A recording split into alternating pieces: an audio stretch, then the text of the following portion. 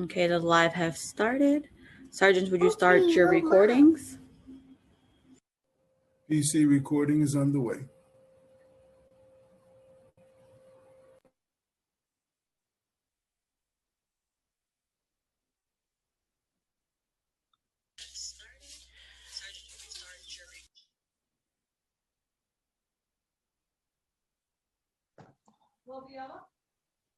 The live is on. Yeah.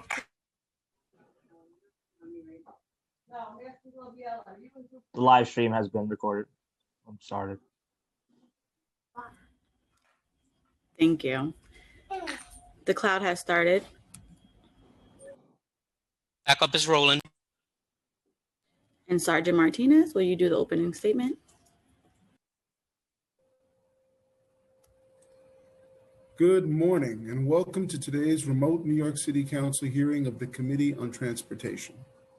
At this time, would all panelists please turn on their video? To minimize disruption, please silence your electronic devices. And if you wish to submit testimony, you may do so at the following email address: testimony@council.nyc.gov. Once again, that's testimony@council.nyc.gov. Thank you for your cooperation. We are ready to begin. Hello and good morning, everyone. Thank you to the sergeants and all the technicians and everyone behind the tech and the Zoom to be sure that all New Yorkers have the opportunity from we, the council member, the administration, and members of the public to join this hearing that we are holding today. Thank you for joining today's hearing of the Committee on Transportation regarding Intro 2224. Before I give my opening statement, I'm going to turn it over to our committee counsel and moderator to go over some procedure items.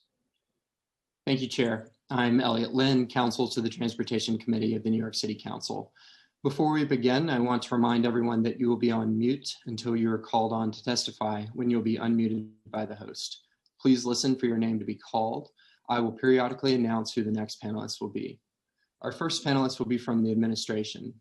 From the DOT, First Deputy Commissioner Margaret Forgione, Senior Director of Research, Implementation and Safety, Anne Marie Doherty, Director of Strategic Initiatives, Julie Kite Laidlaw, and Assistant Commissioner for Intergovernmental and Community Affairs, Rebecca Zak.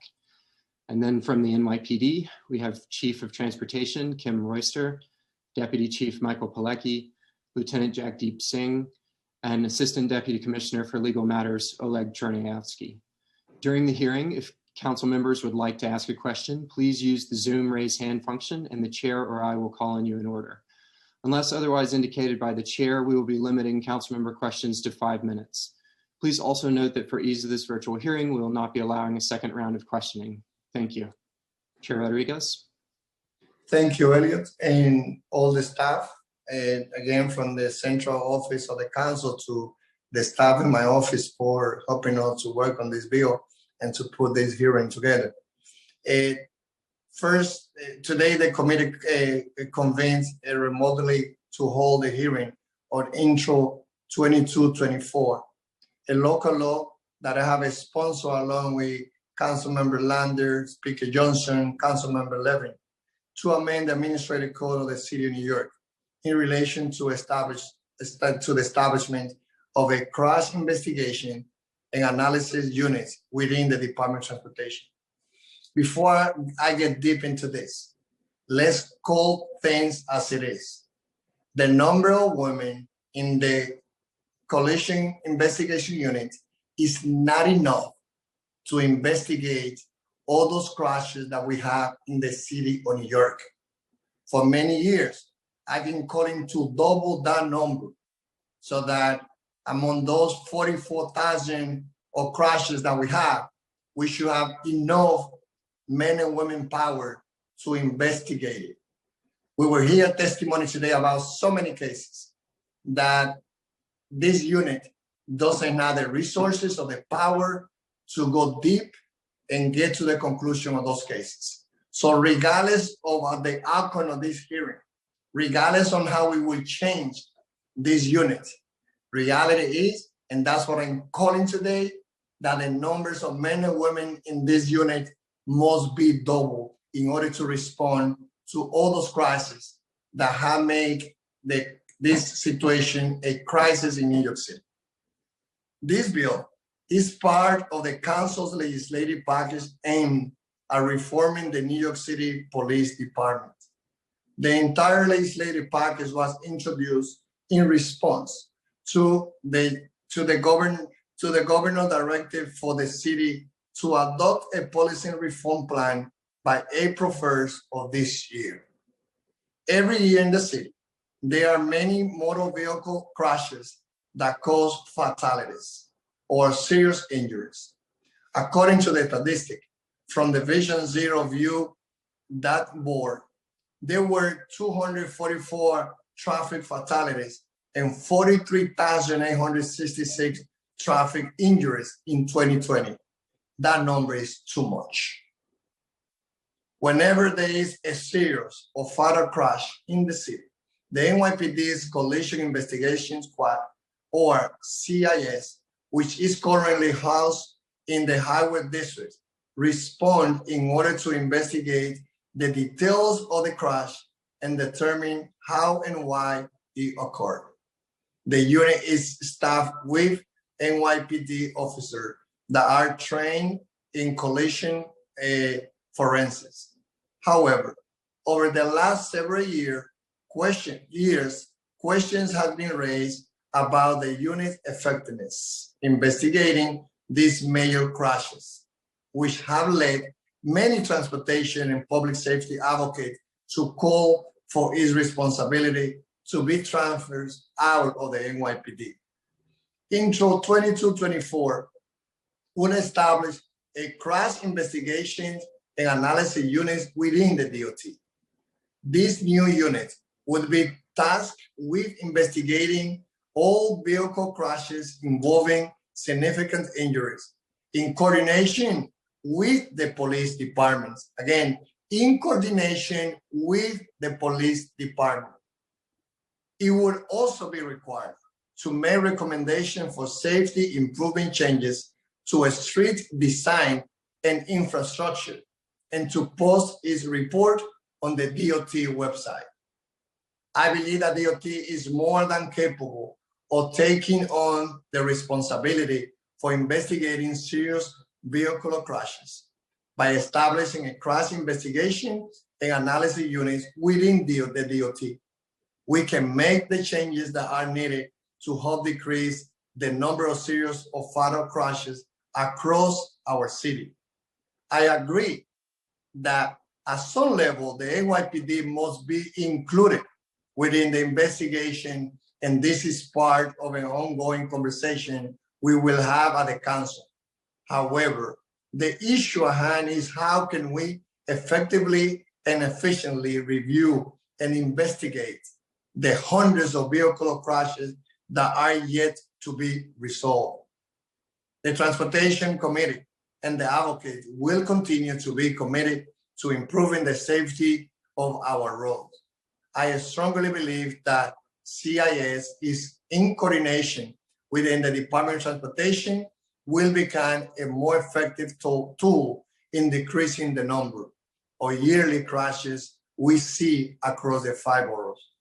Before we hear from the Department of Transportation, I will have our moderator to recognize the committee members that are in attendance with us today and to administer the oath to the officials that are here to testify. Thank you, Chair. We have been joined by Council members Cabrera, Deutsch, Diaz, Holden, Koo, Levine, Miller, and Yeager. I will now call on the following panelists to testify: Margaret Forgione, Anne Marie Doherty, Julie Kite Laidlaw, Rebecca Zach, Kim Royster, Michael Pilecki, Jagdeep Singh, and Oleg Chernyavsky. I will read the affirmation and then call on each individual to confirm their response aloud for the record. Please raise your right hand. Do you affirm to tell the truth, the whole truth, and nothing but the truth in your testimony before this committee And to respond honestly to council member questions, Deputy Commissioner Forgione, Yes. Anne Marie Doherty, You're muted. Yes. Julia Kite Laidlaw, Yes. Rebecca Zach, Yes. Chief Royster, Yes. Michael Pilecki, Yes. Jagdeep Singh, Yes. Oleg Cherniavsky. Yes. Thank you. You may begin your testimony when ready. Thank you. Thank you. Good morning, Chair Rodriguez and members of the Transportation Committee. I am Margaret Forgione, First Deputy Commissioner of the Department of Transportation. I am joined by Julia Kite Laidlaw, Director of Strategic Initiatives, Anne Marie Doherty, Senior Director of Research, Implementation and Safety, and Rebecca Zach, Assistant Commissioner for Intergovernmental and Community Affairs. We are here before you on behalf of our new Commissioner, Hank Gutman. We are also joined by Chief Royster and Assistant Deputy Commissioner Cherniavsky of the NYPD. Thank you for the opportunity to testify today on behalf of Mayor de Blasio. I will start by walking you through DOT's process for responding to traffic fatalities and our data-driven approach for prioritizing safety enhancements citywide. When there is a serious traffic crash, NYPD's local precinct arrives first and secures the crash site. NYPD's Collision Investigation Squad is then called to investigate crashes that result in fatalities, likely to die, or critical injuries, about 350 crashes per year. CIS officers inspect and collect evidence, interview witnesses and suspects, examine vehicle mechanisms, perform field sobriety testing, and apprehend or arrest suspects. DOT Emergency Response also responds to the CIS investigated crashes, either when they are still active crash investigation scenes or the next morning if the crash occurred overnight. At the site, DOT's emergency responder obtains information about the crash, photographs the area, and assesses whether any signs, markings, signals, or street conditions are defective. The responder submits a report to DOT's Communications Center, which then notifies the appropriate DOT unit if repairs are needed. DOT investigates every fatal crash site for possible safety enhancements.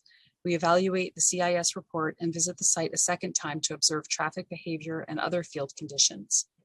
We also look at crash history and trends through a much larger crash database, including data collected by PD's entire patrol force, over 60,000 injuries per year, and data from New York State DOT to determine where safety enhancements are most urgently needed. This data analysis informs nearly all of the agency's work in Vision Zero policy. Through our Vision Zero Borough Pedestrian Safety Action Plans, we use fatality from NYPD and severe injury data from State DOT to identify Vision Zero priority geographies, corridors, intersections, and areas that disproportionately account for pedestrian fatalities and severe injuries, and prioritize them for safety interventions. For example, in our 2015 Manhattan Plan, we identified Upper Broadway as a priority corridor with 5 priority intersections between 155th and 170th Streets. This analysis informed our 2017 street improvement project, in which we installed pedestrian islands, implemented signal timing changes, and more to shorten crossing distances and reduce turning conflicts. Our data analysis also helps us understand crash patterns and trends to inform new safety treatments. Our left turn crash study looked at locations with high numbers of pedestrian and cyclist injuries from left turning vehicles and identified the types of intersections and streets where these crashes could happen. This results in the development of a new treatment, left turn traffic calming. We implemented this treatment along with a 10-second leading pedestrian interval to give pedestrians a head start at multiple intersections along Northern Boulevard in Queens, a high crash corridor with high pedestrian and traffic volumes. We also implemented this treatment at many intersections citywide that data indicates could benefit from this safety enhancement. Many of our programs are also designed and implemented based on crash data. We use this data to develop our annual street improvement projects, which are comprehensive street redesign projects at high crash intersections or corridors. Our proactive warrant analysis program uses fatality, injury, and crash data to identify locations for inclusion in signal studies, rather than relying solely on requests from the public. Our speed cameras are installed in locations based on a mix of speed and crash data. Finally, we develop education and strategic communications campaigns and work with NYPD to target enforcement based on crash data. For example, the city's Dusk and Darkness Safety Initiative emerged from DOT's analysis of serious injury and fatality crashes, which revealed a pattern of increased danger relating to earlier sunsets in the winter months. For 5 years in a row, we have worked with NYPD on education and enforcement campaigns during these months. Now turning to Intro 2224, sponsored by Chair Rodriguez, Speaker Johnson, Councilmember Lander, and Councilmember Levin. This bill would require DOT to create a new crash investigation and analysis unit, which would have the primary responsibility for investigating, analyzing, and reporting on all serious vehicular crashes. The unit would be required to review the street design at each serious crash location and any available crash data for locations with similar street design or infrastructure citywide. The unit would also need to determine whether changes to street design or improvements to infrastructure could reduce the risk of subsequent serious vehicular crashes and make recommendations for changes at the crash location or citywide. We oppose this bill for several reasons. First, as I've just described, DOT has a robust system in place for evaluating traffic fatalities and analyzing crash data to enhance safety citywide, which includes developing broadly applied design interventions based on lessons we learned from analyzing crash site characteristics, as the bill would require. This is at the heart of our agency's work and core to our mission. It is critical that DOT retain the discretion to prioritize such enhancements where they would have the greatest safety benefit and to determine which locations to study and change. Not every traffic fatality can be prevented with street redesign or new infrastructure, and not all interventions and locations yield the same results. This legislative mandate would hamper our proven effectiveness and second-guess our professional expertise. Second, the role that the bill seeks to transfer to DOT is a law enforcement function that must continue to be performed by law enforcement personnel. NYPD's CIS officers are experts in criminal collision investigations and are on call 24/7 to respond immediately to crash scenes to collect and preserve evidence. As you will hear from my NYPD colleagues, these officers typically need at least 10 years of police experience to be considered for the squad and receive numerous specialized training courses, including a multi-week course specific to vehicle collisions. This squad of experts is highly skilled and has significant experience collecting evidence, interviewing witnesses and suspects, performing field sobriety tests, and providing testimony for the prosecutor's offices. Taking over primary responsibility for investigating crashes and potentially staffing the unit with law enforcement personnel with comparable experience and training would be a massive, challenging undertaking for our agency that is outside of our expertise. DOT is committed to enhancing accountability and serious consequences for reckless driving, but this bill would have the opposite effect. Prosecutors rely heavily on CIS's investigative work. Shifting these investigations to DOT, an agency without specialized law enforcement expertise, at least for the first few years, could severely compromise the prosecutor's cases and lead to fewer convictions, effectively decriminalizing vehicular deaths and bringing fewer reckless drivers to justice. Third, given the city's current fiscal crisis, it is essential that DOT be able to focus our resources on meeting our key commitments. This bill would require the Crash Investigation and Analysis Unit to respond to 9 times the number of crashes NYPD CIS currently investigates, requiring hundreds of new personnel, and would be a huge undertaking outside of our expertise at a time when the staffing of our essential operations is already strained. In conclusion, I would like to thank the Council for the opportunity to testify today. DOT looks forward to working with you toward our shared goal of increasing safety and accountability on the city's streets. We would be happy to answer any questions after you hear from NYPD. Thank you, Commissioner.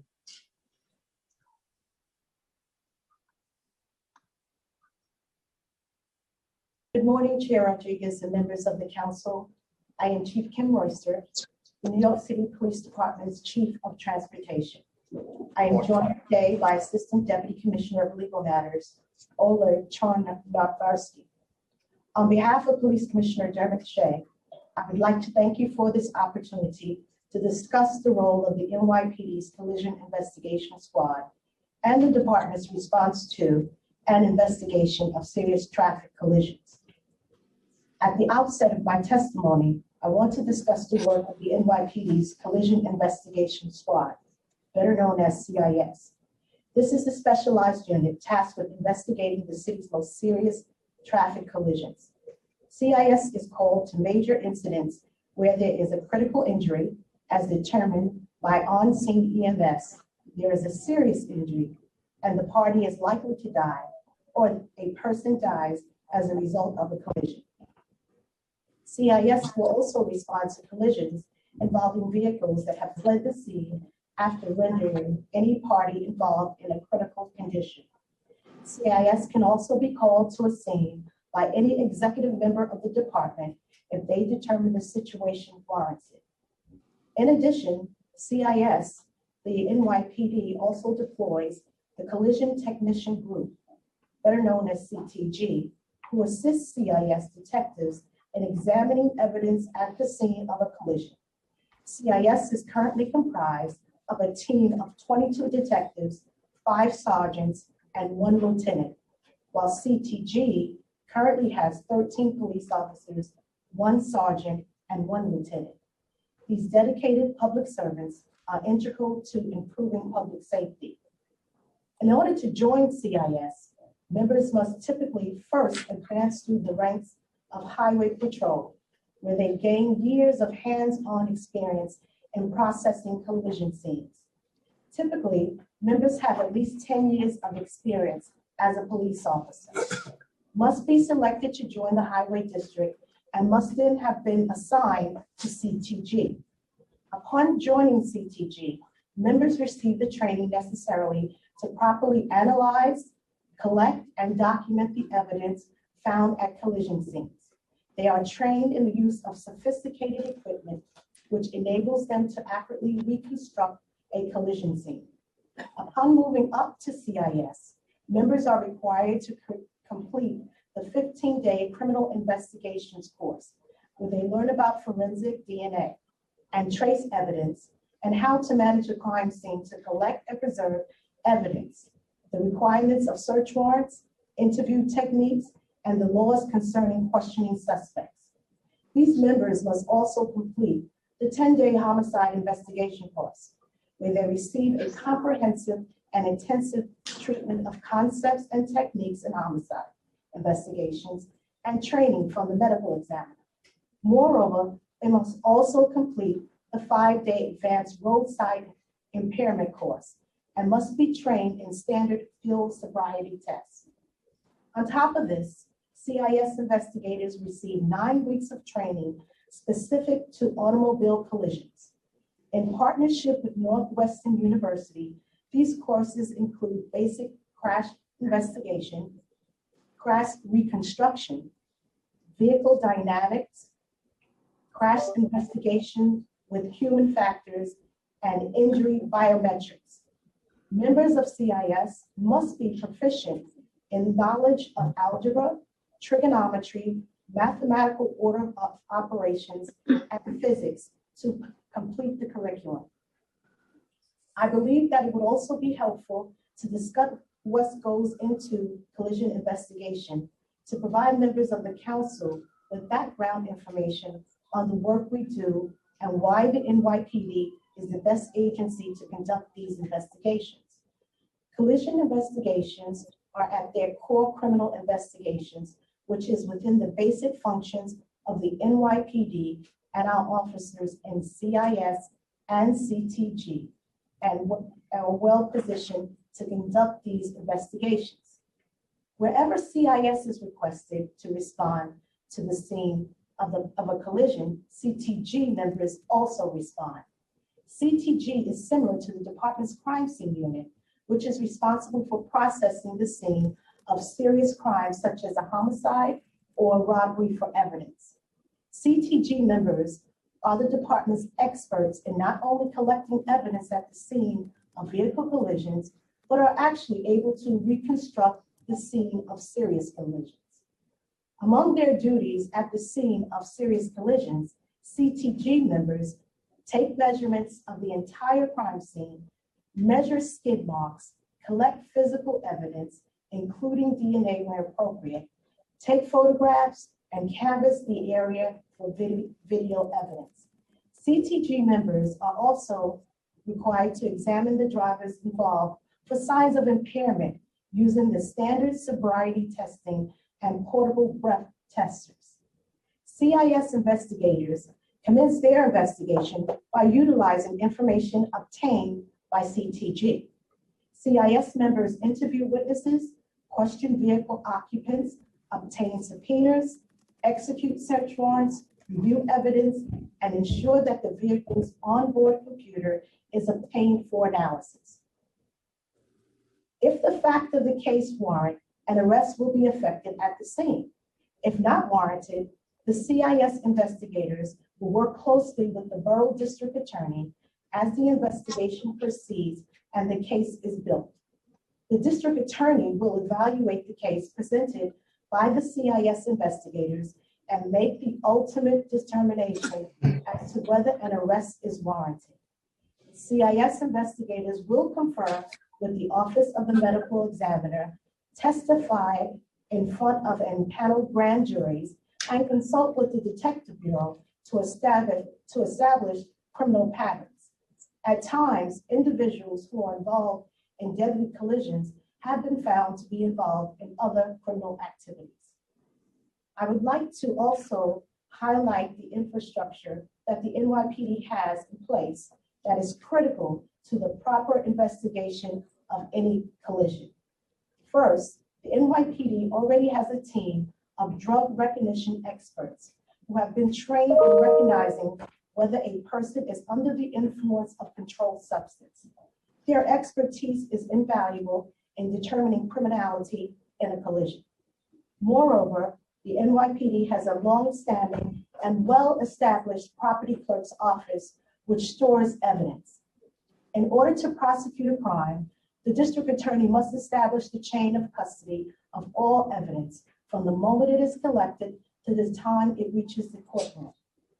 Any small break in the chain of custody could result in evidence being inadmissible in court. Having robust evidence control procedures, which are already in place in the NYPD, is essential in prosecuting a criminal case.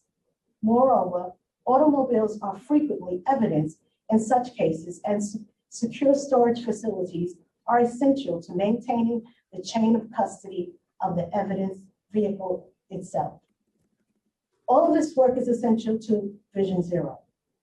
As an interagency task force, each agency brings specific expertise to the table. This interagency partnership is critical to the success of the initiative, and we at the NYPD are committed to bringing our wealth of investigative expertise to ensure the safety of our streets.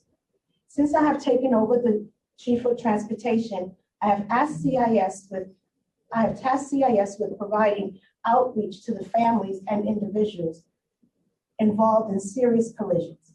Our officers are trained to engage with families in a professional and courteous manner. Each family is provided with a resource guide at their initial consult with the CIS investigator, which are tailored to each individual case. I believe that communication with family members is essential, and I will ensure that we will continually improve this process. I want to take this opportunity to highlight how we are fortunate in the NYPD and have such a committed partnership with the Department of Transportation. DOT plays a critical role in these investigations by responding to the collision scene and using their design and engineering expertise to determine if there may have been any underlying causes of the collision. Other than our side-by-side work in the field, the NYPD and DOT attend weekly traffic safety forums where precincts and DOT borough teams are able to share information and promote continuous conversation to improve traffic safety. Additionally, we have a monthly DOT and NYPD interagency meeting. I would now like to turn my attention to the legislation being considered today. Introduction 2224 would transfer the investigative authority of certain collisions from the NYPD to the Department of Transportation. The department is committed to its partnership with DOT and making the city's streets safe for all New Yorkers. However, criminal investigations are the core functions of the police force. Our CIS investigators are experts in collision investigation and have years of experience and training. Requiring DOT to perform these tasks without specialized personnel, training, facilities, and systems in place will create significant gaps that will not only undermine the success of collision investigations, but will not be beneficial to victims and those collisions and their survivors. Finally, the reporting requirements of this proposal are overly broad and raise serious privacy and investigative concerns. It would mandate the publication of all evidence, even photographs depicting deceased individuals that should not be made public and would compromise confidentiality of criminal investigations. In closing, the department takes very seriously its responsibility for providing safe streets for motorists, pedestrians, passengers, and cyclists. However, we must oppose this legislation for the reasons we have discussed, as it would inappropriately transfer a core law enforcement role from the agency best suited to perform it. Thank you for the opportunity to speak to you today, and I am pleased to answer your questions. Thank you. Again, I want to acknowledge that we've also been joined by Council Members Menchaca, Levin, and Lander. Thank you. Thank you, Chief. And for me, it has been also an honor to be working with you, as also I work with Chief Morris and also Chief Chan. And one thing that I want to be clear is that we know that in 2021, all of us want to take our city back to our feet and be able to, not only to get rid of the COVID-19, but also to address on everything that we had to do to continue providing the necessary resources that all departments need, including the NYPD, to keep our city safe at the same time that we address some challenges. In the case, as you know, the NYPD, I always say that, I'm all about continue working on getting more men and women from the NYPD to be in the street fighting crimes. And that's why I think that 21 would be critical years, that we have to identify different areas that we have men and women of the NYPD that instead of being in some unit, they should, or in doing some job in the prison that can be done by civilians, to have those individuals, again, fighting crimes and be able to, for us to continue supporting all of you guys at the NYPD at the same time, of course, that we continue doing everything that we have to do to improve the relationship between the police and the community. I have a few questions. My first one is, how many crashes happened in 2020? And how many ended with people being in critical conditions? So as you mentioned, 2020 was a very trying year for us, nationally as well as here in the NYPD. And when you start to look at how Chief, I'm sorry. Can you just give me the number? Can you tell me how many crashes happened in last year? So in 2020, there were 111,000 crashes in 2020. How many ended with people being in critical conditions? And how many died?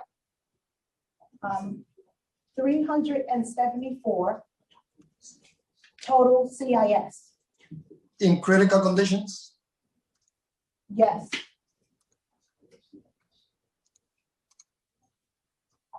And how many died? 245. Can you look and then compare similar numbers in 2019? Yes. So in 2019, the total number of crashes were 210,000. And the total serious was 349. And the total fatalities was 220. So when we look in 2019, then based on those numbers, we have almost double number in 2019. You say 210,000 in 2019 and 111,000 in last year in 2020? That's correct. But the number based again on information that we have shared with you guys as a department was that the number in the previous year of people ended in critical condition was around 4,000.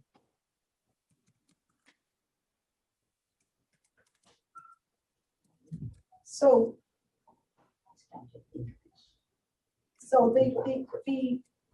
when you look at the number of injuries, that number would be larger than the number of injuries that were critical. But again, the number that have been shared in previous hearing with you guys, and I don't know how we ended with that number, because on the previous year, the number has been around 44,000 crashes. And from those 44,000, there were 4,000 people in critical condition and an average of one person dying every week. So I don't know if you can look back to those numbers, or you're very strong that those numbers, again, that the team have been shared with you are accurate, or if we had to, look on deeply to those numbers. I think So, Chair, I'm sorry. I was just going to jump in.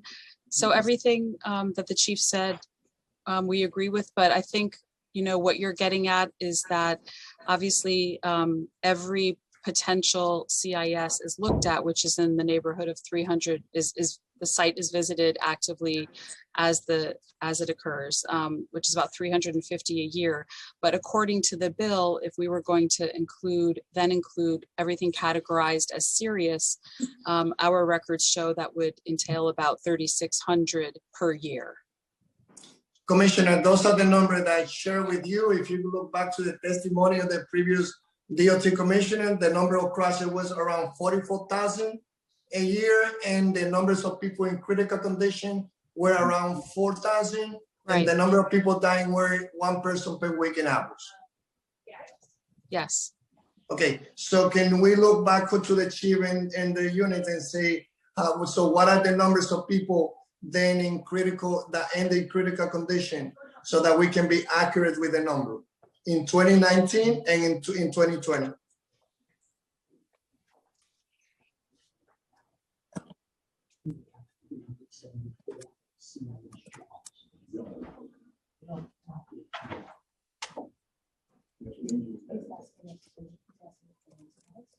Right. I mean, I think, council member, I think what the chief is giving you is the total number of jobs that CIS responded to, and the triggers for CIS response are critical injuries, deaths, critical injuries likely to die.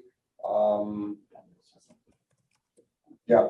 So, and then there's an ability for CIS to be called to the scene outside of that. That number again, as you know, has come from you guys.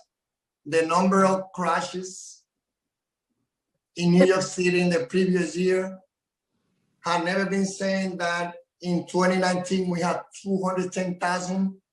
This is about before COVID. The number was shared with us coming from you guys, 44,000. And the same numbers of people in critical condition, around 4,000, and the people dying every week, average of one per week. Those were your number before. So if I could just add some clarity, for 2019, there were 60,930 injuries.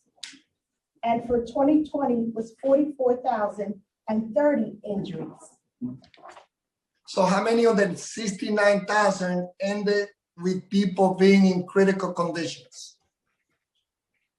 So I wouldn't have that data set broken out Right. because the data set would be critical, serious injury, likely to die, critical, or death. Okay, so if we can go back, if you can look at the number, I'm interested for us to share that information and we end in the best place as possible. And I know that this is going to be teamwork.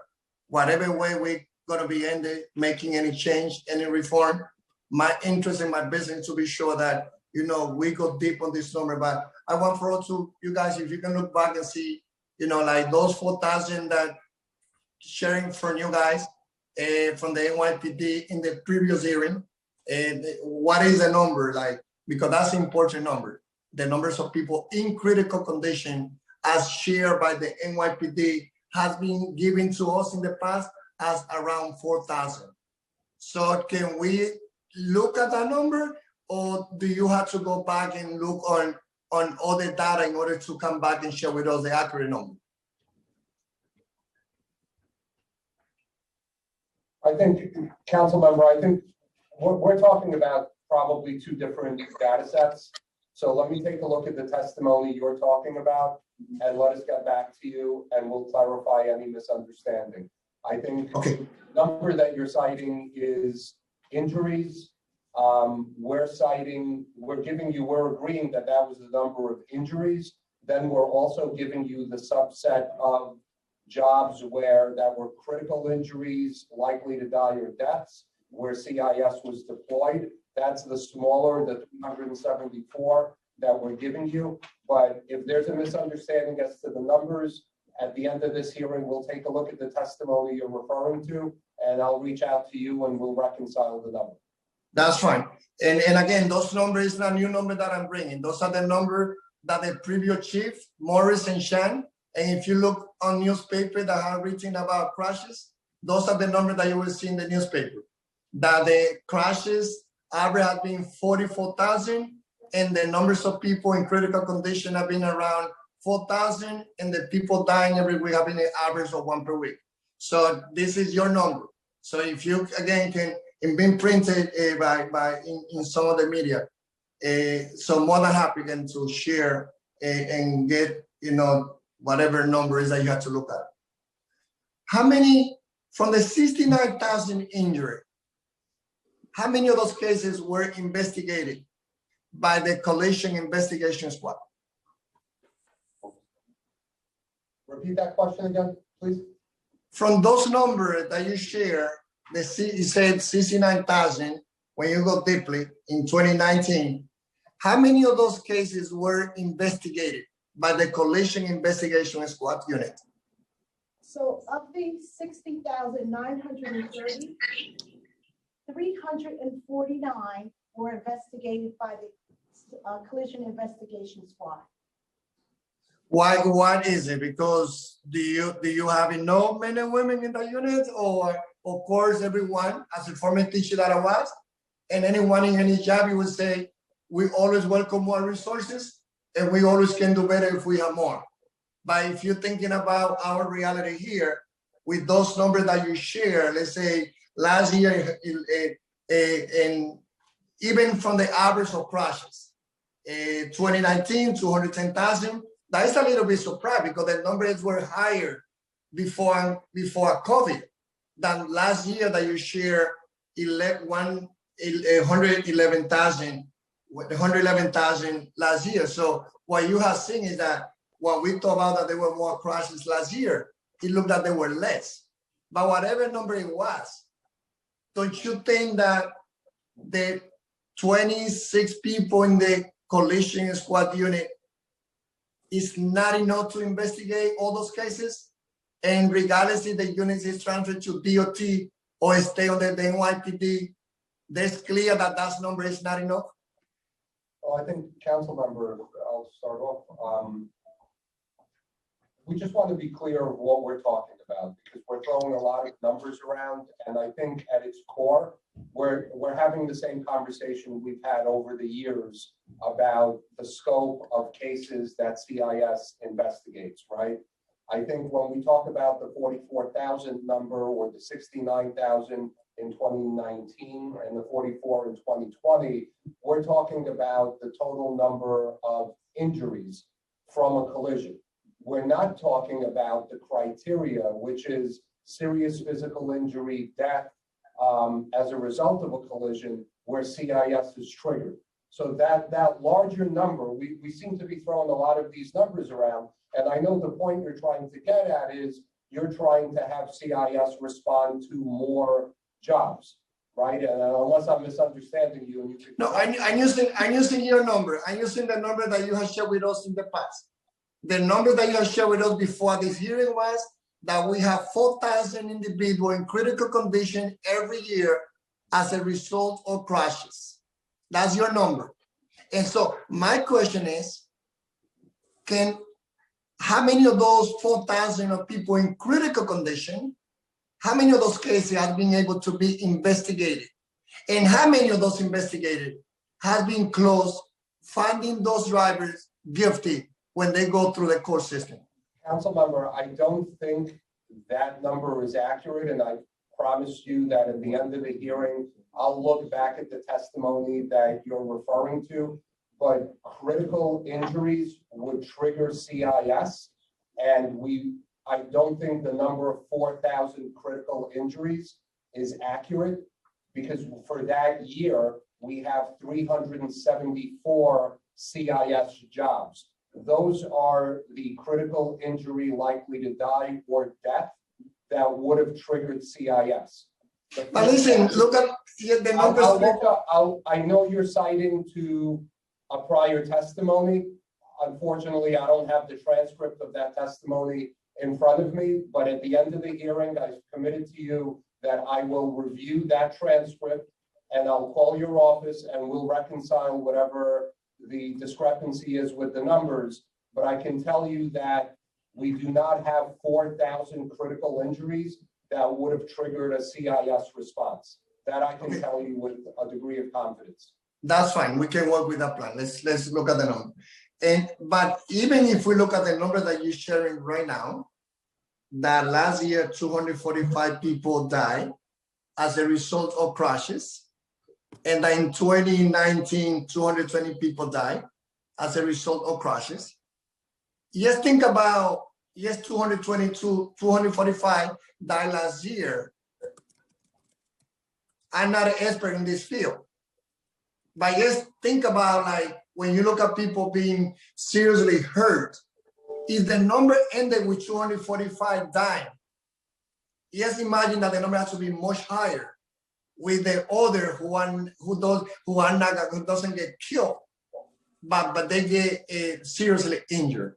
So, but more than happy to share with you. But even when you look at the 245 people who died last year, how many of those cases were ended after being investigated by the Collision Investigation Squad unit and working with the DA, with those drivers found guilty? If you have the data again for last year or for 2019. And I also know that it takes longer than what we want because there's so many pieces related to the investigation.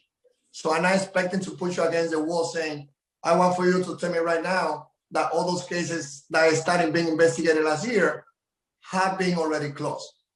But in average, what percentage of those cases investigated by the Collision Squad unit ended with people or being able to make the case, taking to the DA and finding those drivers guilty? So we wouldn't have the guilty because that's a verdict. I mean, that's not a police number, but we can certainly give you the number of individuals that were arrested. So once we have a CIS response to the 374 critical injury likely to die in death crashes, we work with the DA as the chief and the commissioner from DOT testified. We present the evidence that the CIT investigators compiled from the scene. the interviews, the physical evidence, DNA, biological, whatever evidence we find, video evidence, we present it to the relevant DA's office, depending on the borough, and we work together to see if there is enough probable cause, if there is probable cause to make an arrest. And that's where we would get the arrest number from. Okay. Do you see a scenario where the unit can continue being led by someone, again, with expertise in the investigation field from the NYPD, by still being under DOT? I mean, respectfully, I don't, because we're talking about, so, I mean, this is probably the 6th or the 7th hearing this month, you know, that we've testified at. And there's a lot of reforms and ideas on tasks or things that the NYPD does that may or may not or shouldn't still reside with the NYPD. For example, we did a hearing on press passes and whether the NYPD should still be in the business of issuing press passes, or a hearing on whether or not the NYPD should have a primary response to people in emotional crisis. Those are conversations that we should have, and we have those conversations at hearings. But what we're talking about now is core law enforcement responsibilities. You're talking about situations where police officers have to respond to the scene and give a field sobriety test, which you have to be a police officer to do. A situation where a police officer has to make an arrest right at the scene. A situation where an officer has to question somebody and develop evidence in real time to make a stronger prosecution. A situation where a police officer has to close off and protect the scene of a crime scene and preserve the pieces of evidence so evidence doesn't get contaminated, so the district attorney can actually prosecute a criminal case. These are core responsibilities of law enforcement. And I think we're going a little bit too far when we're talking about peeling away core law enforcement responsibilities and starting to farm it out to other agencies. We each have a role. The NYPD certainly are not the experts in doing an analysis of street design or street safety. That's something that's certainly DOT's core responsibility. And we work with DOT at the scene of these crashes to determine not only is there a criminal prosecution here, but did the design of the street provide a contributing factor, or could the street be redesigned to prevent future collisions from happening?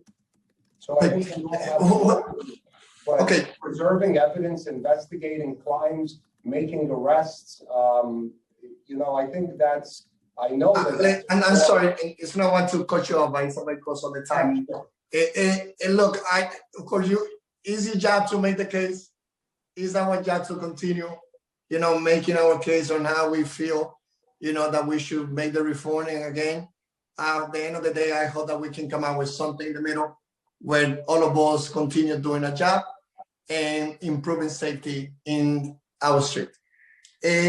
So, and I just want for you guys to be open with the possibility on how can we be a scenario where this unit continue being led by the person that is leading it right now, with the men and women who are trained from the NYPD, but be under the DOT for the purpose of coordination. So is that something that you will see some positive side, that you can see that this is something that probably can also happen?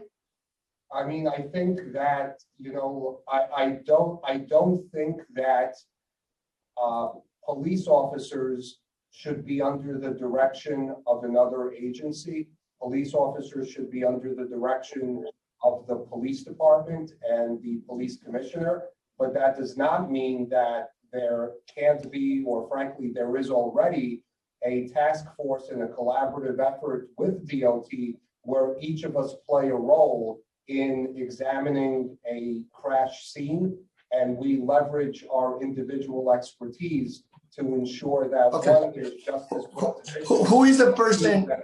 That we redesign, or if there's a potential to redesign the roadways to make it safer and prevent. Okay, so you don't think that that should, and I get it. So your position is that no, that you will not see that that unit can be transferred with the same person in charge that you have right now, with the same men and women trained by the NYPD, by yes being on the DOT.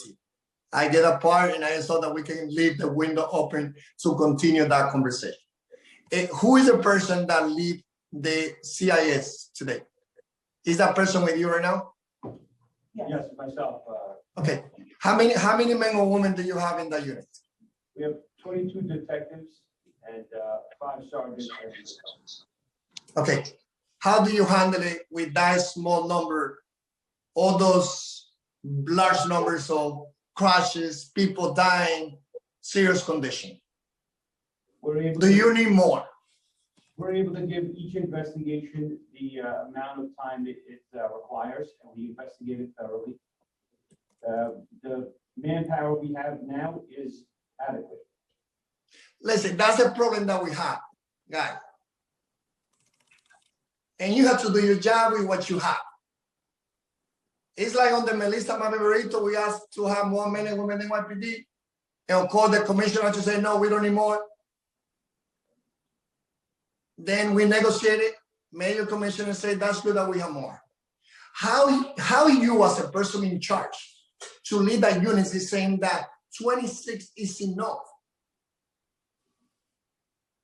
This is because I've seen these cases get investigated to, thoroughly. That's how I'm saying that based on the number we are investigating, yes. That's why we don't have trust. If the person leading these units is saying that 26 is enough, how can you see at the face of those families? Council member, I Well, think, know that you don't have enough men and women power to investigate the unit. council member, I mean, we're really talking about two different things here. We're talking, what the lieutenant is talking about is based on the cases that CIS currently investigates, his level of manpower is sufficient to adequately and professionally investigate each one of those cases. What you're talking about, and this is a conversation we've had in past hearings as well, is that the number of overall cases that CIS responds to, you're saying should be enlarged and become and be more. And I understand that distinction, but I just want to be clear that what the lieutenant is talking about is having a sufficient number of investigators currently to investigate the cases that are assigned to CIS today. How many of those investigations has been resolved? So if you're talking about in 2020, the 374 cases that were referred to CIS, out of that 374, there were 78 arrests in 2020. In 2019, out of the 349 cases that were referred to CIS, 110 were arrests. It's clear that there's not enough men and women power. So it's clear that, as a person in charge officer, you can say you can do the job. As a teacher, I had to work with 35 students when that was the number that DOE said that I had to work with. Would that make a difference? Instead of working with 35, I could have 15 or 20? But I mean, council member, we're talking about two different things. No, I'm sorry. No, we are not. No. Listen, we are not talking about two different things. I'm saying you will hear from the advocates. You will hear from those families. I've been involved day by day with so many cases. I know by fact 26 is not enough to investigate those cases. So if we start this conversation coming from the person in charge to coordinate a unit, when the number speaks by itself, whatever number you look at it, and he's saying 26 is enough, then definitely New York will have doubt on that. I mean, council member, again, he's talking about the cases, and when you take a look at the arrest numbers, that's cases where you have probable cause to make an arrest. Whether you have the number of people he has today, or whether he has 5,000 people assigned to him, it won't change the fact that if probable cause to make an arrest doesn't exist, we can't make an arrest. We can only make an arrest where there is probable cause. And we work with our district attorneys to present all of our evidence to see where we have probable cause so they can adequately prosecute somebody. If a case can't be prosecuted, then we can't make an arrest. So that's the issue. Now, again, we're conflating what the manpower we have today to investigate the cases CIS responds to, and what you're talking about is having CIS respond to a much larger universe of cases for which clearly there would need to be a significant increase in manpower. I'm speaking about the collision investigation squad to have enough men and women power to be able to have all those resources to go the investigation. You cannot make a case if you will be in front of a judge or a juror saying that it's the same to have 26 as to have 200 to investigate the number that I will keep using because it came from you, 4,000 people in critical condition every year as a result of crashes. And that the unit that is in charge to investigate, the one that we have created under the NYPD is saying that 26 is enough to make the investigation. So definitely we are not speaking the same language and we have a major disagreement with that. Who is the counterpart on from the person, from the officer who lead the CIS when it comes to DOT? Who do you coordinate every day when it comes to cases that you have to respond as a result of crashes? Well, maybe I can jump in there, Chair. So the way DOT handles this, we have a group of 4 emergency response responders. They work from 6 a.m. to 10 p.m. every day. And when there's a CIS, the person on duty goes to the scene and collects some information at the scene. So those 4 people have a strong relationship with the PD CIS unit, and they coordinate directly. And the person that we send, what they do is they take photographs, they look at whether or not there's any DOT infrastructure that needs to immediately be addressed that may have contributed to the crash, such as, a signal malfunction or a street defect or something of that nature. And they report back to a large team here at DOT what, the preliminary information is that they're seeing at the scene. Commissioner, are those 4 people part of a unit on the DOT? And yes. Who coordinates that unit and what is the name of that department? Okay, that unit is our Office of Emergency Response, and they have a number of different functions. They work with us 24/7 in a radio room, basically providing the whole department with lots of conditions that affect DOT. But it's embedded within that unit. And who coordinates that unit? That unit is coordinated by our Assistant Commissioner, Sharita Hunter, who reports to our Deputy Commissioner, Leon Hayward. Does that person coordinate day by day with the person who leads the collision investigation squad unit? I won't say that there is day-by-day coordination. The staff on the ground have day-by-day coordination, but we do work very closely with PD on all of the crashes, and then a different unit comes into play. Anne-Marie Doherty is on this hearing today with us. Her unit follows up and does a lot of data analysis and coordination with NYPD in order to inform our street improvement projects and much of the work that we do. Commissioner, how many of those intersections or area where crashes have happened in the last couple of years? We can choose any year, whatever is the one that you have data with you. It could be last year if you have it, but because also projects take time, it could be 2019 or 2018. Right. In how many of those areas where crashes have happened, DOT have been able to make those necessary changes when it comes to infrastructure? All right, about 50% of the fatal crash locations, we do make changes. Now that takes out the fatalities on highways, which are sort of a different animal, but on all the street locations, about 50% have some sort of treatment, whether it's a change in signal timing, a complete redesign, study for a traffic signal, all sorts of things. Does any area where crashes happen in the street, putting aside the highway, become immediately part of DOT to do an analysis if they have to make a change in those areas? Right, so I mentioned what our emergency response group does. So they go out immediately.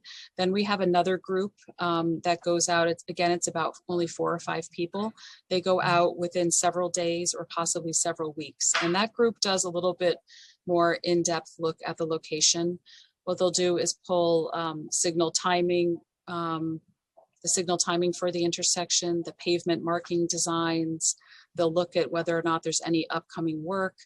They'll go out to the location and they'll lay out exactly how the intersection currently looks or the location currently looks. And they'll bring that back for a more in-depth look. So we have two steps, basically, a very immediate step and then one that follows. Okay, but the way of how, and of course, I've been an honor to be working with all of you guys, led by DOT and NYPD and others when it comes to Vision Zero. And I also know that we have made important improvement. We're just looking for expanding what we've been doing and how to address the epidemic, which is not only COVID, but it's also about crashes. As it is right now, DOT doesn't have to respond immediately when the crash happens, right? NYPD takes care of the situation. We do respond to the vast majority of them. Okay, but they are the ones who respond immediately. They are now, it's not something in coordination when DOT immediately being told this thing happened, like the hit and run that happened this morning, right? In Brooklyn, and immediately NYPD, DOT get information together, and both agencies had to send someone to the scene, right? Correct. We were there this morning at that scene. No, but I say the way I think that's happening is right now, DOT, if you look about those different departments that you have, the Office of Emergency Response, as you say, this is 6 a.m. to 10 p.m. But when any crash happens, DOT doesn't have to be there at the scene. NYPD is the one that got there first, and then they share some information, DOT, and then DOT move on and send some members to that scene. Is that what it is? Yes, NYPD takes the initial responses. Correct. Okay, so what we want to follow is on other city that they are already like a Seattle model. They're looking to see how DOT immediately, go to the scene as crash happened to look from the perspective not only investigation, but also from the perspective of the need to redesign our street. As you know, a lot of things have happened in the last couple of years, and we have been in places that sometimes it's not only what an individual would like to do in the role that they play, but it's about the priority that we have in the city, in this case, led by the mayor. So that's my part. So closing from my end in this part of my question, then I will be going to my colleague. I think that what we are looking right now, again, is to see how this unit that is in charge of investigation, one from my end, whatever it is, it could be the investigation squad, the collision investigation squad, could be, let's say, on the NYPD, it could be on the DOT. The first thing is that 26 people is not enough.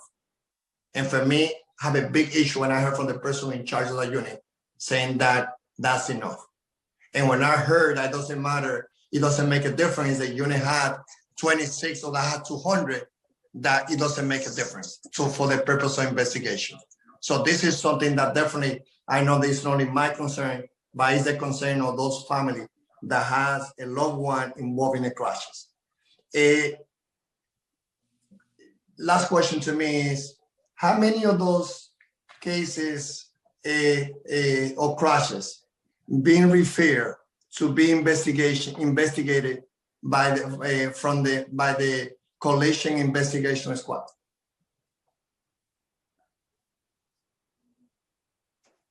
In 2020, there were 374 cases that were investigated by the Collision Investigation Squad. Sorry, can you repeat that number if you don't mind? In 2020, Chair, there were 374 cases that were investigated by the Collision Investigation Squad. But that number, that's number, as you said, those are numbers that you say that when you look at 2020, you say that we have 111,000 crashes, 374 in critical condition, and 245 dead. No, council members, so we really need to straighten these numbers out because we're throwing a lot of numbers and this is being conflated. There were 111,000 crashes total, whether there's a physical injury or no physical injury, 111,000 crashes, right? It could have been property damage only. That's part of that number. When you look at the 374 CIS cases that were investigated in 2020, of that 374, 245 resulted in death. So it's not 374 plus 245. The 245 is within that 374. No, I understand it, but and again, this number is important. And of course, like, I'm not gonna going back to the other pieces about the 44,000, and I hope that we can compare. Is my interest. But even if we look, let's say, stay with this number, the number, as you said 111,000 crashes. It could be that crash happened. My car was parked in front of the church. I came back the day after. I know that someone hit my car. And I was not inside the car. I didn't get to get a report. No, that's a case that was not documented. But it could be, let's say, if I could make the call, right, and report to the local prison, then that case will be a crash, even though there was no one inside the car. So I get that part. Some cases is related to damage to vehicle, and among the 111,000. But then you say 374 critical investigators, as you say right now, investigating by the collision investigation squad, and 245 people who died, right? So the thing that I feel where we need to, and I need help to look at it, is because the 374 investigated by the collision investigating squad, right? If we just use that number, what we are saying that every case of people the cases that ended with people in critical conditions are investigated by the collision investigation squad. And we know that, so that's a disparity in that particular case. So 374 are the number of people or cases of being investigated. How many cases do we have of the other critical that have not been investigated by the squad? It's not critical, and this is the problem. I think this is the issue with some of the statements that are being made. If it's critical injury, out of the 374, critical injury that the person did not die is 128 individuals. 245 individuals died. So that makes up the 128 plus the 245 equal 374, right? That's that universe. What you're talking about is not injuries that are not critical injuries. So there's a collision that resulted in injuries that did not rise to the level of critical. And those jobs are not investigated by CIS. So when the lieutenant was talking about having enough resources to investigate, He's talking about the 374 cases and having enough investigators to investigate the 374 cases. What you're talking about is, in addition to the 374, you're talking about all collisions that resulted in an injury that didn't rise to the level of critical injury. And the lieutenant was not talking about those cases. He's only talking about the 374 that he investigates. Okay, which other criteria of people being hurt in crashes can you describe that are not in the red flag for the CIS to start an investigation? So yes, so I think it's very important to talk about the crash when it occurs. So a patrol officer would respond to a crash. And then that would trigger EMS, and EMS would determine the criteria of that injury. And based upon the criteria of that injury, a supervisor would be responding to that particular crash or collision. And then it's a determination of, based upon the injury, if it's serious or if it's critical, there would be a notification to evidence collection team or a notification to CIS. Now, CIS will get all of those cases or notification where the person is seriously injured and likely to die, critically injured, or death. Those cases where EMS has a triage that the injury is serious would actually go to the detective squad. If there's an injury, may I continue? If there's an injury and the person has left the scene, that particular case would also go to the detective squad. Okay, I think that, you know, with the intention to, again, to be positive in this conversation, what I feel is that definitely beside the hearing, we definitely should have a meeting with more time, with more details so that we can compare data. It's not intention to, you know, make NYPD for me to look bad. For me, this is about we, doesn't matter if it's NYPD or DOT. We know that we've been doing great coordination with Vision Zero. We all the chief, including you, Chief Sham, Chief Morris, and Commissioner Polly Trump in the past, and now we also the Deputy Commissioner here too. So let's, you know, I will give you that. My two questions, and then I definitely will go back to my colleague. When a representative from the collision squad, investigation squad arrive at the scene, does your guy take, or does your officer take the statements of all the survival of everyone involved in the crash? So when the collision investigation squad responds to the scene with our collision technician group, yes, they're responsible for taking statements from witnesses as well as all individuals that are involved in the crash. So we're 100% sure that when a crash happened and the unit arrive, that unit doesn't leave until they take the statements of everyone involved in that crash.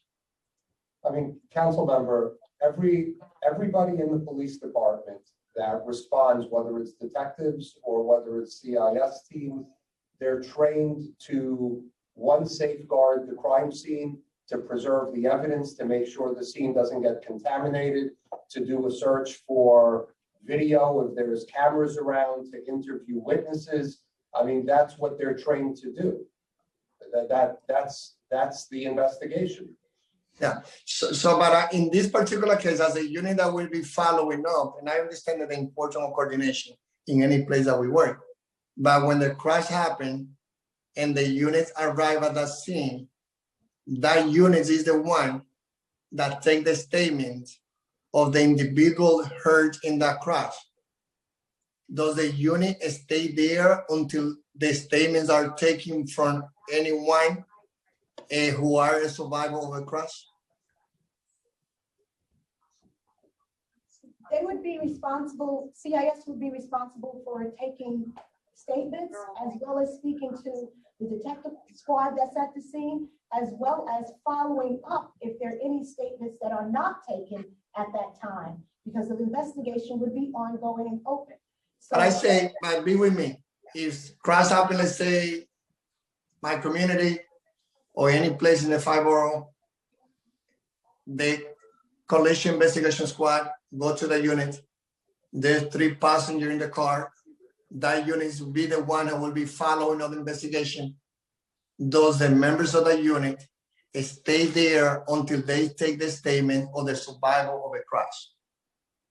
I mean, council member, I'm not trying to avoid your question, but I'm really not sure where you're going with this. There could be.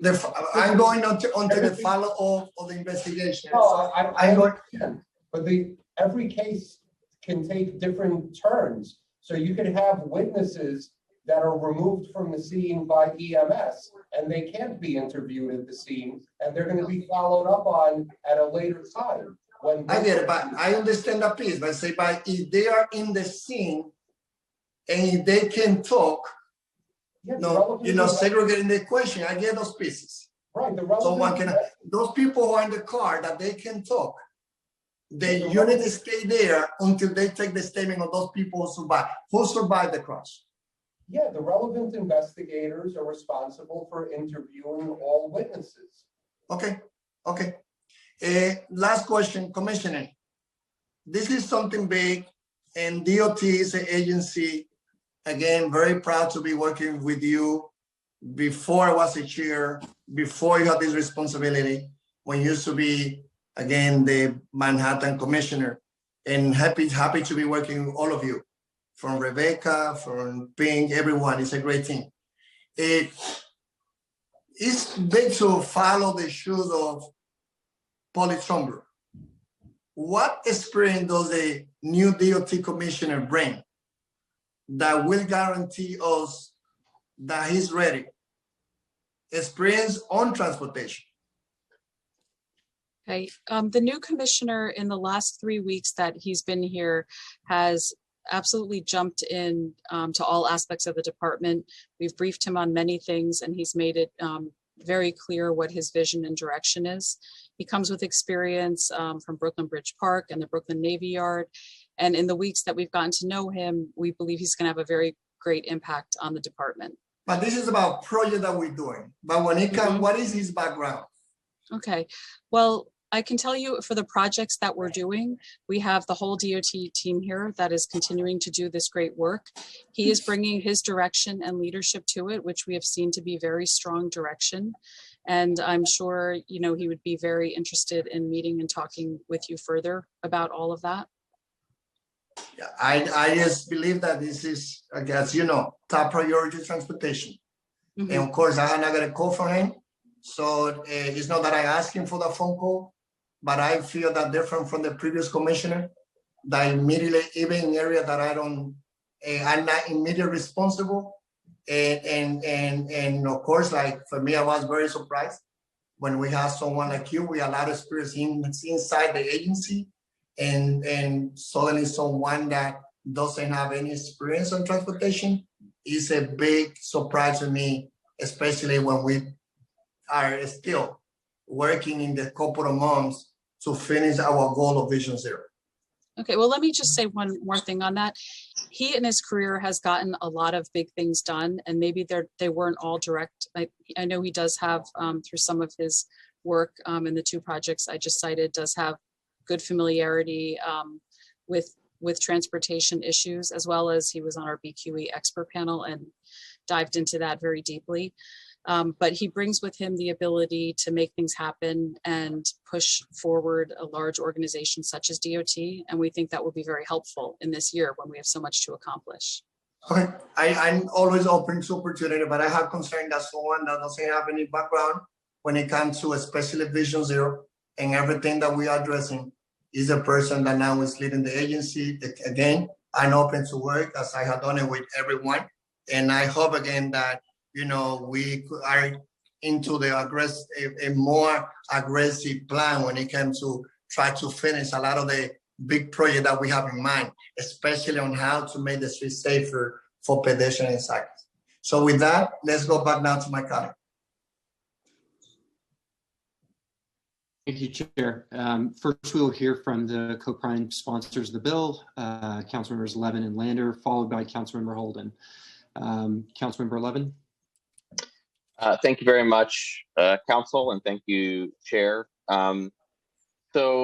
I appreciate everybody's attendance here. I want to just kind of make sure that I understand, and I know that you spoke about a lot of this with Chair Rodriguez, but I just want to make sure that I understand where things are. So I started looking at the AIS squad way back when it was AIS, before it was CIS.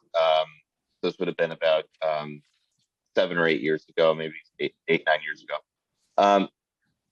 And at the time, the criteria for investigation by CIS was that there had to be a death or injury that would lead to death. What has changed since then in terms of the criteria for an investigation by CIS?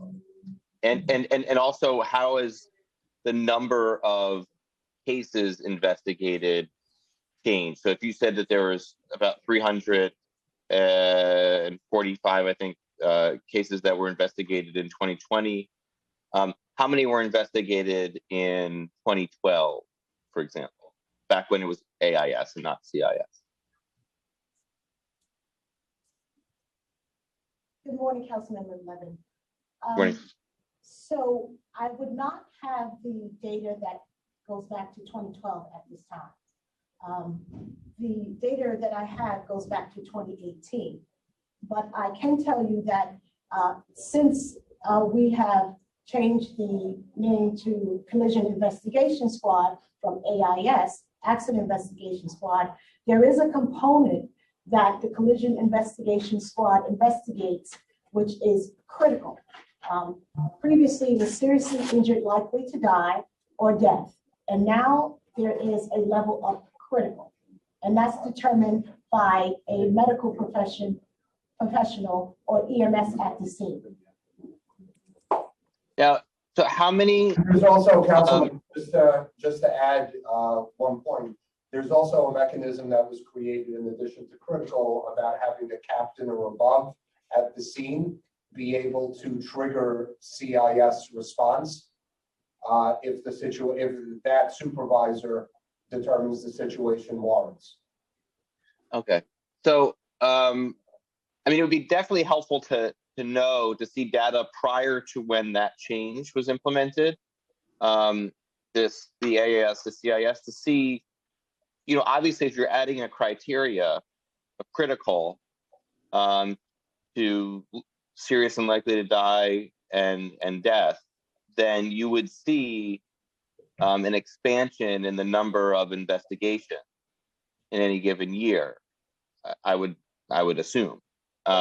Not necessarily, because why not? There was a significant decrease, thankfully, in the number of traffic fatalities, and I think that's attributed to the administration's push to Vision Zero and the collaboration between the council and the administration.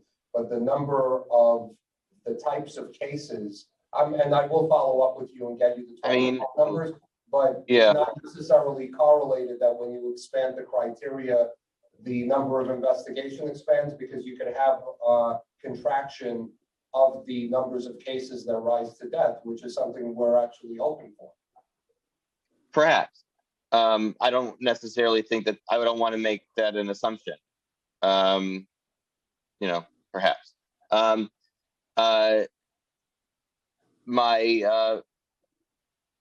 The other question I have is that how many critical injuries resulted from car crashes in New York City? Do we have? I think that the chair mentioned a number that was much higher than 345. How many do we? How many cases like that have happened in any given year in the last few years? So 2020, 128. it was 128. So out of the 374 investigated by. No. I'm sorry. That's not what I'm asking. That's not what I'm asking. I'm asking how many people went to the emergency room from a car crash with critical injuries in 2020 or 2019. Well, what you're, I mean, again, this is important. I'm not asking how many were.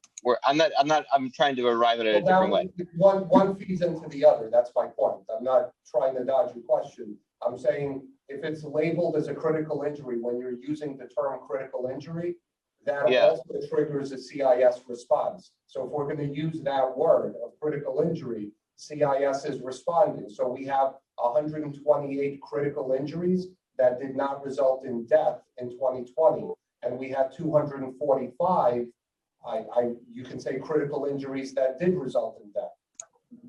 So the universe is But I'm wondering if that is lining up. I'm wondering, like, if that is lining up with what, if that's lining up with what we're, the number of critical cases that come into emergency rooms from crashes in New York City. Is that number then? That's the number of critical injuries from the fire department, from EMS.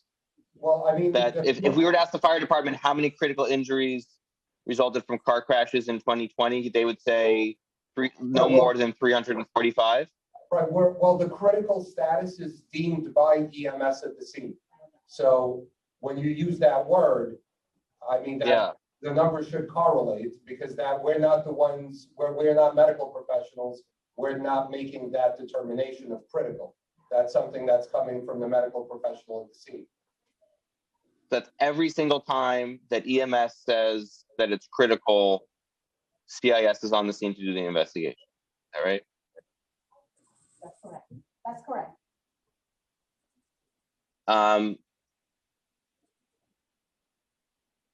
And the definition of critical is what?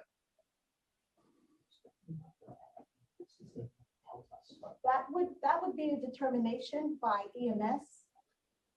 They would triage the injury and actually tell us whether or not it's critical.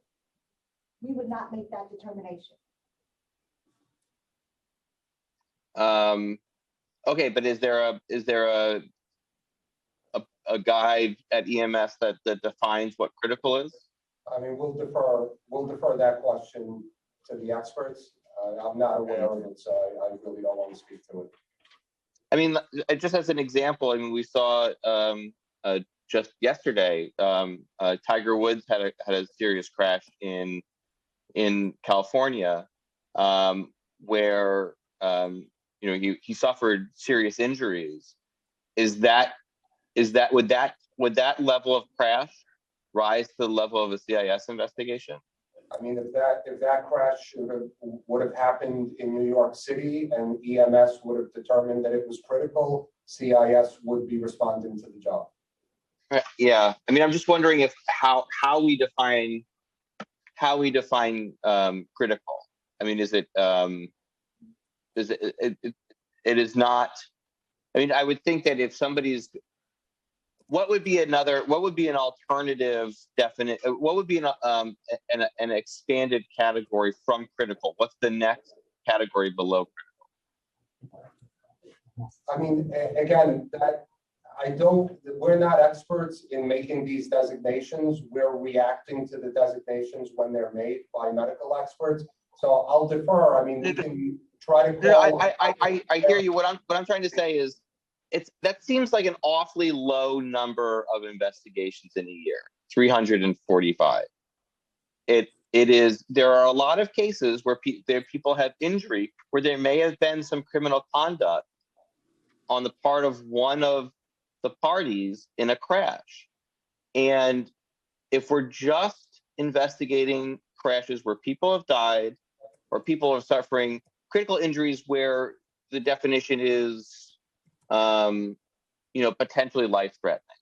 Okay, Councilman, let me stop you for a second. That's not what we said. So we're talking about a distinction between a CIS response and a Detective Bureau response. So we're not saying we're not investigating the others. We're saying critical injury likely to die and death is a response by CIS that do that investigation.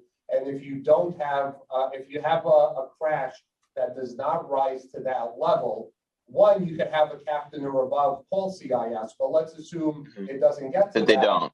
Right. Yeah. And you have Detective Bureau evidence collection teams that are specially trained as well, and they're responding to the scene to do that. They're So especially trained to do in crash investigation techniques. Well, highway within ECT, within evidence collection teams in the Detective Bureau, highway has done training to 143, 45. What does that training consist of? It's photography, measurements. I mean, they're already trained in preservation of crime scenes and collection of evidence. They are called the evidence collection team, of course. So, but highway, in addition to that, gives them additional training on photography and measurements relative to crashes. What would be the benefit of not having, what would be the benefit of having the Detective Bureau investigate rather than CIS? Why not expand CIS to investigate more cases of serious injury? Why give that responsibility to detectives that receive, some level of training, but obviously not the same level of training as detectives in the CIS? Well, I guess it's like anything else, right? You have an elite specialized unit that has a significant amount of training, a significant amount, and the chief, I'm not going to repeat it because the chief went over it in her prepared remarks, but those individuals, the most horrific cases are investigated by those individuals, right? And then the other cases that are not to detract from the seriousness of the other cases, you have also specially trained investigators investigating those cases as well. But it's like any other issue, you're triaging and you're leveraging the specially trained expertise in the most efficient way possible. And you're starting with critical injury, likely to die, death, Right. I think what the issue that I'm taking with that is that there's a as you just described it, there's an emphasis on efficiency, and efficiency and effectiveness are, sometimes are at odds a little bit. They can be, and if we are prioritizing efficiency and not prioritizing effectiveness, that could be at odds. That's just my characterization. You don't have to agree with that. One last question, then I'll turn it back to my colleagues. What's the number of detectives in CIS right now? 22. 22. How has that number changed over the last 10 years? Has fluctuated between 16 and 24. So we're right in the middle. Okay, so it's never been, and when was it 16? Probably back in 2012 when you're talking about prior to Okay. So it did expand by about 50 or 60% from that time, is what you're saying? Yes. Okay, I do think that, I would be interested to know what kind of cases are not getting covered by CIS and what the outcome of those cases are. Last question here. Have there been criminal charges brought in any cases in the last few years that were ones investigated by the Detectives Bureau and not CIS? Of course. I don't have the exact number, but it's I mean, of course, there's no doubt about it. Leaving the scene cases, we routinely make arrests. Well, leaving the scene, let's No, leave leaving the scene aside No, for a with second. We're talking about with an injury.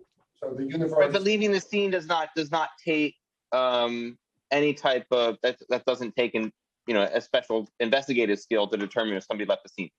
Those are probably some of the hardest cases to investigate. I mean, I would strongly disagree with you, because when somebody leaves the scene, that to place an individual behind the wheel of the car at the time of the incident is extremely difficult. And okay, but okay, I'm not going to argue with that, but what I mean to say is, cases that involve other types of forensic evidence collection,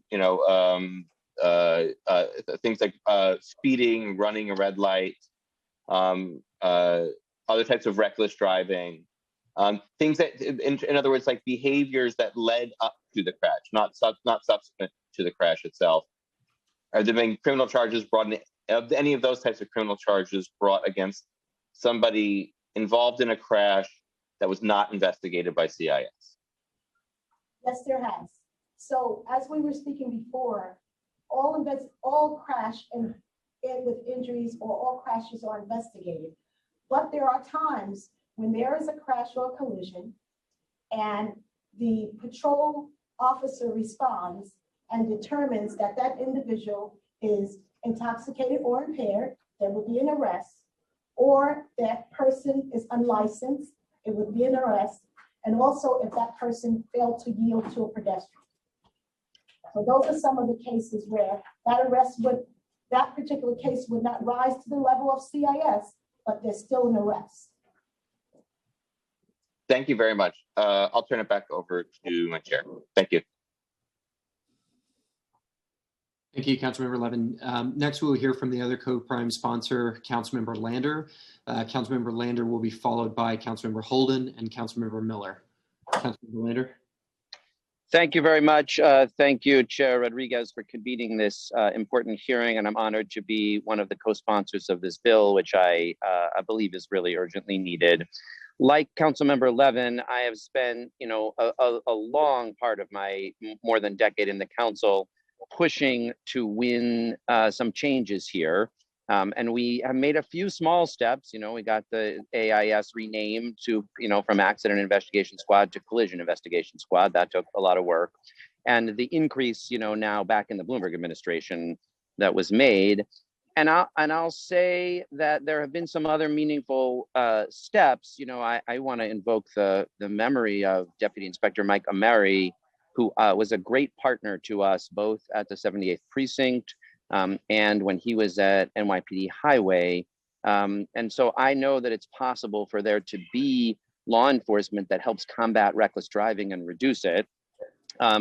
And I also want to say thank you to DOT for working to restore funding in the executive budget and move forward on the Reckless Driver Accountability Act, which I believe is a groundbreaking way of combating reckless driving.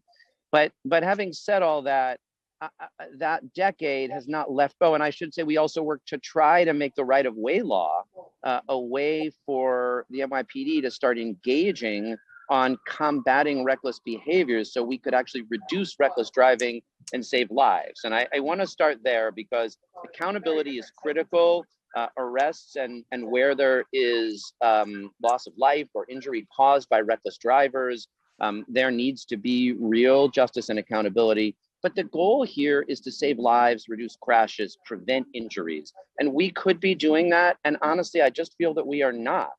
And that the approach that CIS has taken has not gotten serious about that. And that's why I believe it makes sense to move primary responsibility to DOT so that the core goal will be, yes, in part justice and accountability, but also an approach that combats reckless driving through engineering changes, through education changes, through enforcement changes, and saves lives. So I want to start with a question about, that Reckless Driver Accountability Act began with the horrific crash in Park Slope a couple of years ago that killed a 1-year-old and a 4-year-old. And the driver, Dorothy Bruns, who killed them, she had been in a prior crash, actually in a hit and run. that was investigated, but not by CIS. It was investigated by a precinct in Queens. And I guess I just want to start by asking the NYPD, what happened with that hit and run investigation not done by CIS of Dorothy Bruns's earlier hit and run?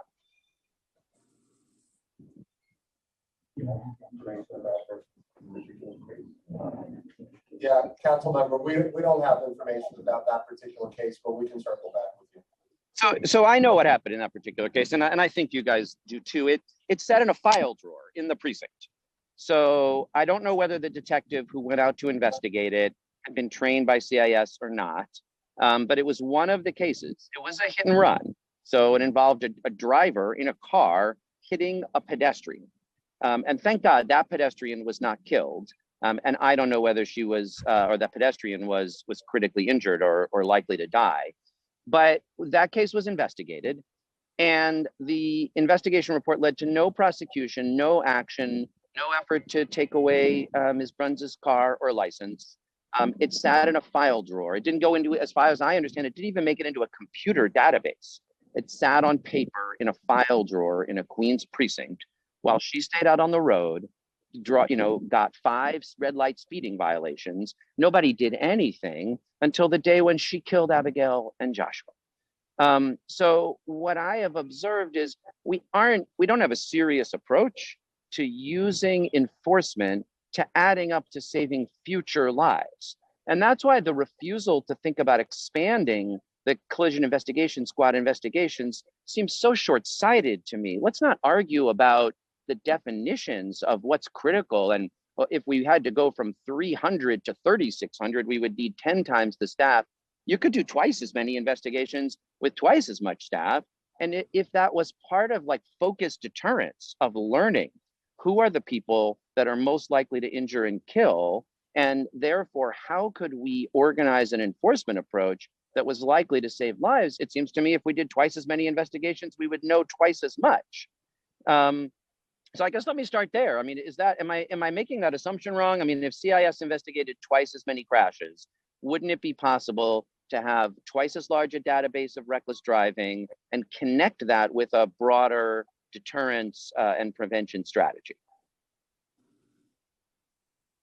I mean, I don't know if, I really don't know if I can confirm that conclusion, right? So CIS are, and just like detectives in the squad, their responsibility is to go to the scene, preserve and collect evidence, and build a case if a case warrants for criminal prosecution. So that collection of evidence and what the outcome of that investigation would show, will it show a significant increase in reckless driving or not? It may. I just couldn't tell you without examining every case by case. So that actually gets directly to the point I want to make on the next question I want to ask, because in other areas of policing, NYPD takes a focused deterrence approach. You think about what you know and how you can use it to address and prevent other crimes. That's, as I understand it, like a big part of the whole kind of CompStat idea.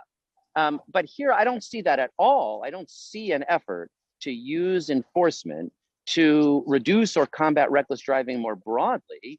So I guess let me ask it that way. Like, is there a strategy that I'm not seeing that CIS is engaged in to use the information from the collision investigations in concert with other data to make people safer from getting killed or injured in crashes beyond the individual officer investigation of that case, one at a time?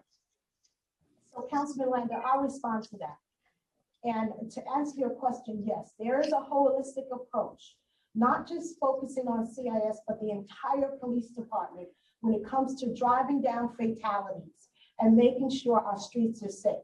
One is that at the precinct level, the executive officer, as well as the traffic safety team, is responsible for looking at collisions and collisions that involve injuries. They are also part of a traffic safety forum that I actually oversee every week.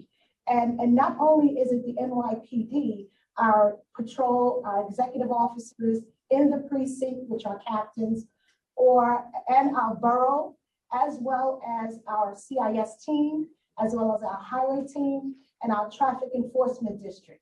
These forums are also attended by Department of Transportation. And the reason for that is to basically talk about what infrastructure issues that we see in those geographical areas that may come to the point where DOT has to do any changes, or if there's any signage that needs to take place. In addition to that, also we have MTA that also attends the forums.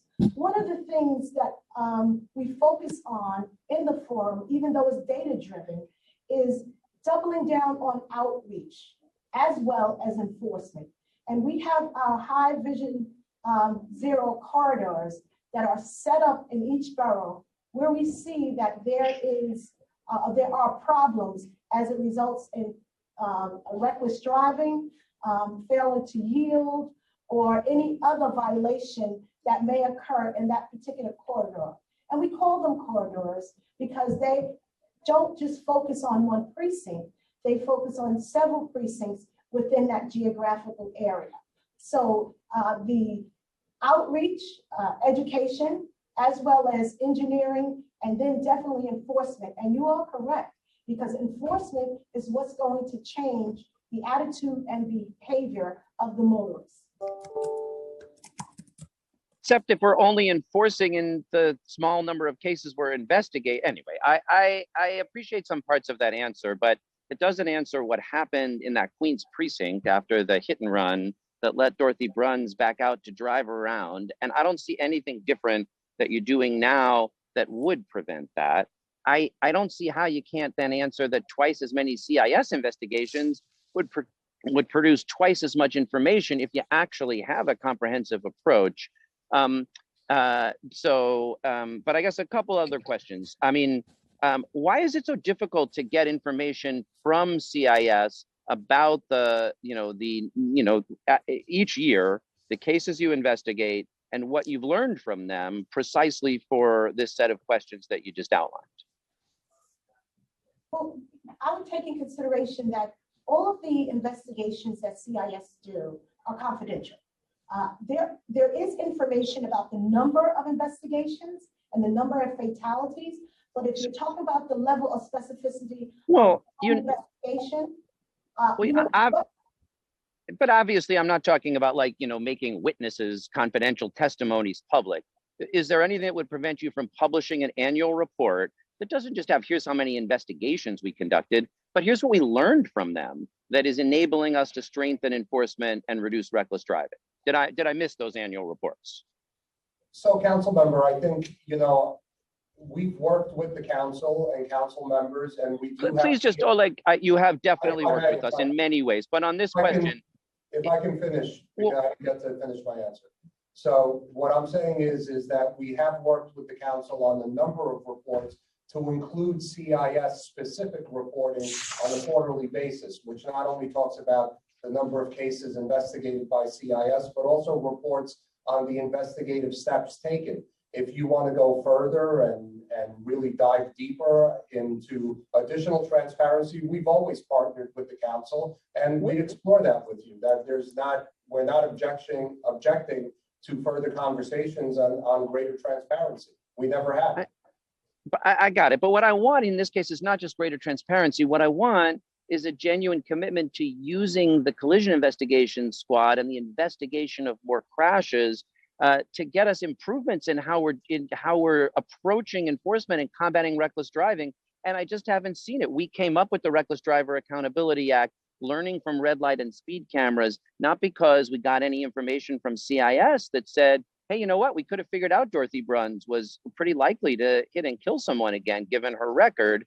And I think DOT would take that annual report responsibility with the goal of combating reckless driving in a different way. So I'm just going to ask one more question because I've already gone on a long time. Council member, I'm sorry, this is Margaret Forgione from DOT. If I could just jump in, just sort of trying to get at, I think, where you're going with this.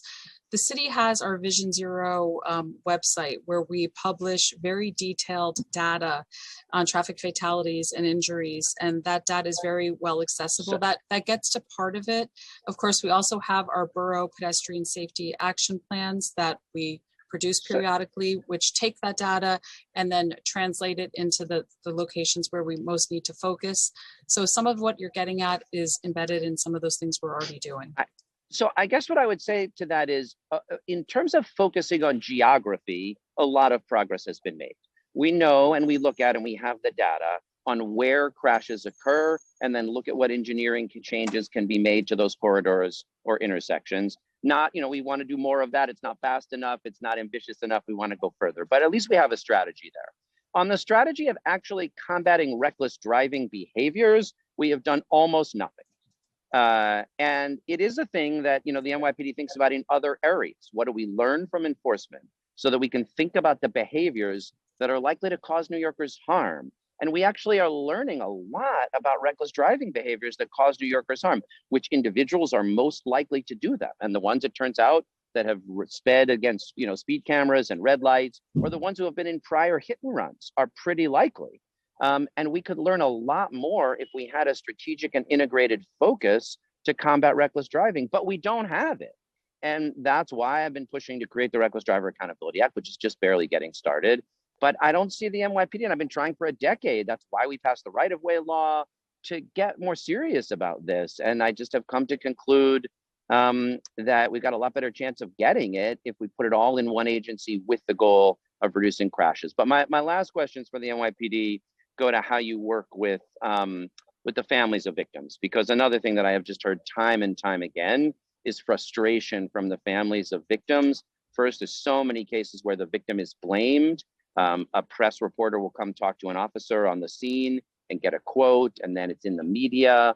And then they just have a really difficult time getting information, getting effects, being able to work with their attorneys to make cases, because in so many cases you're not going to be able to bring, or there isn't a prosecution and they're relying on a private attorney. So I guess my question here is there a standing panel of crash victims' families that advise you on this work so that you can improve the approach to make sure that it is doing better by them? So I'll start with the outreach to the families of fatalities or involved in the collision.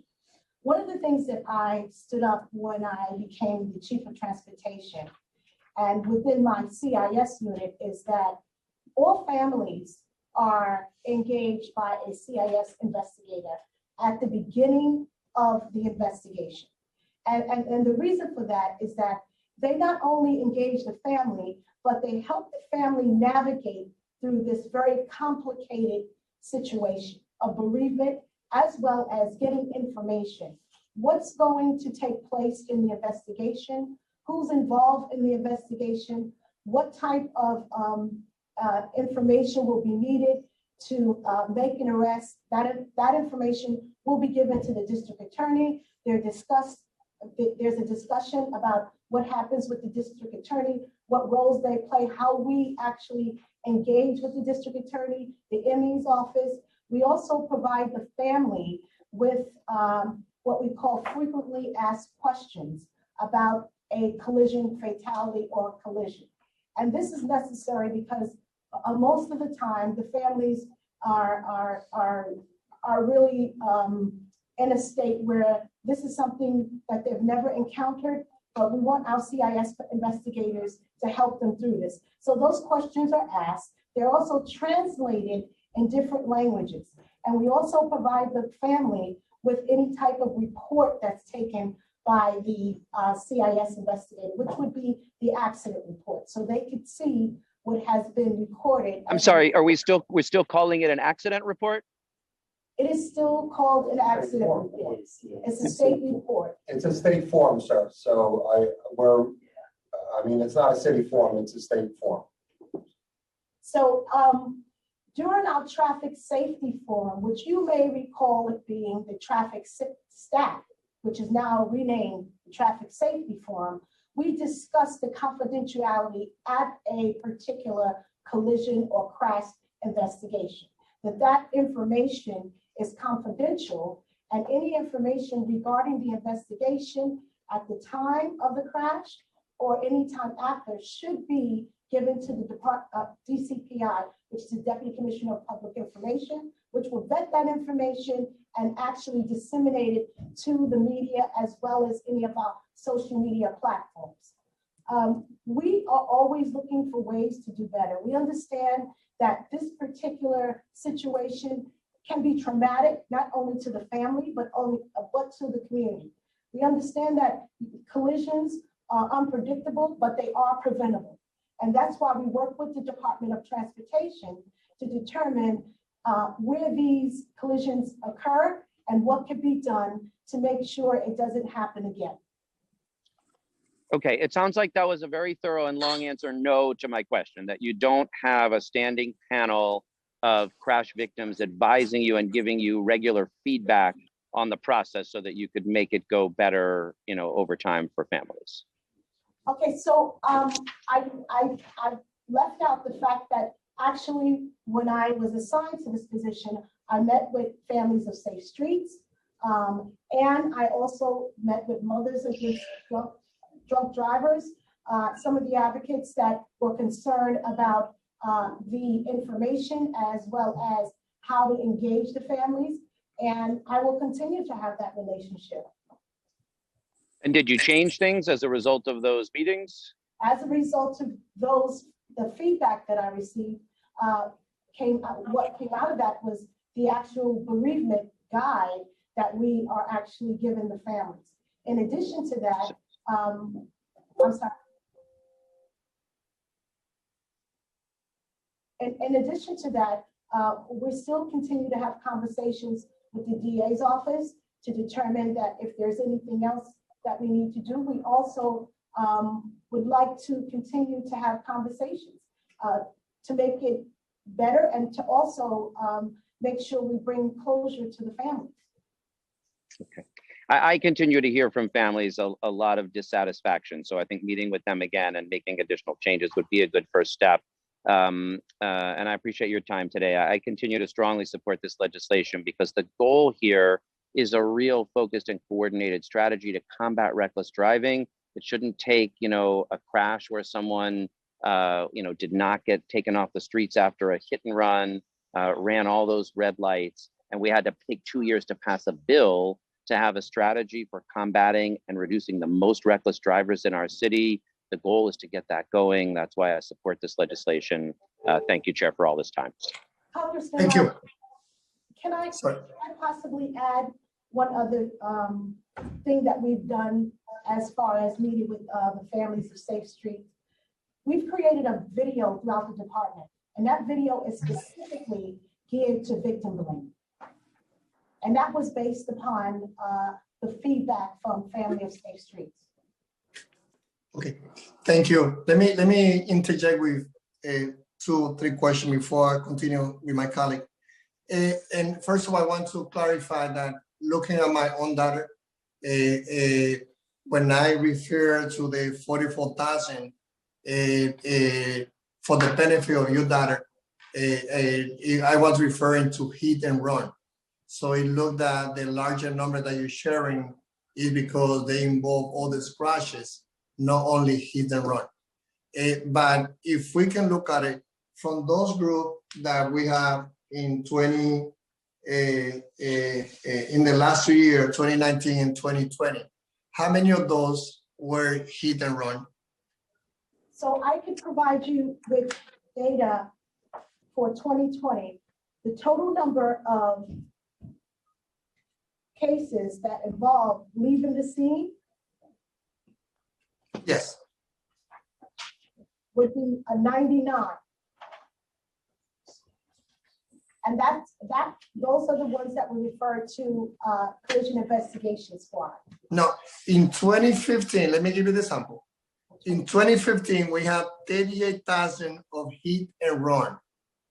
In the last few years, and commissioner also from DOT, because you as a DOT also work with those numbers together as a leading entity of Vision Zero. What is the last number that you have related to hit and run? Yeah.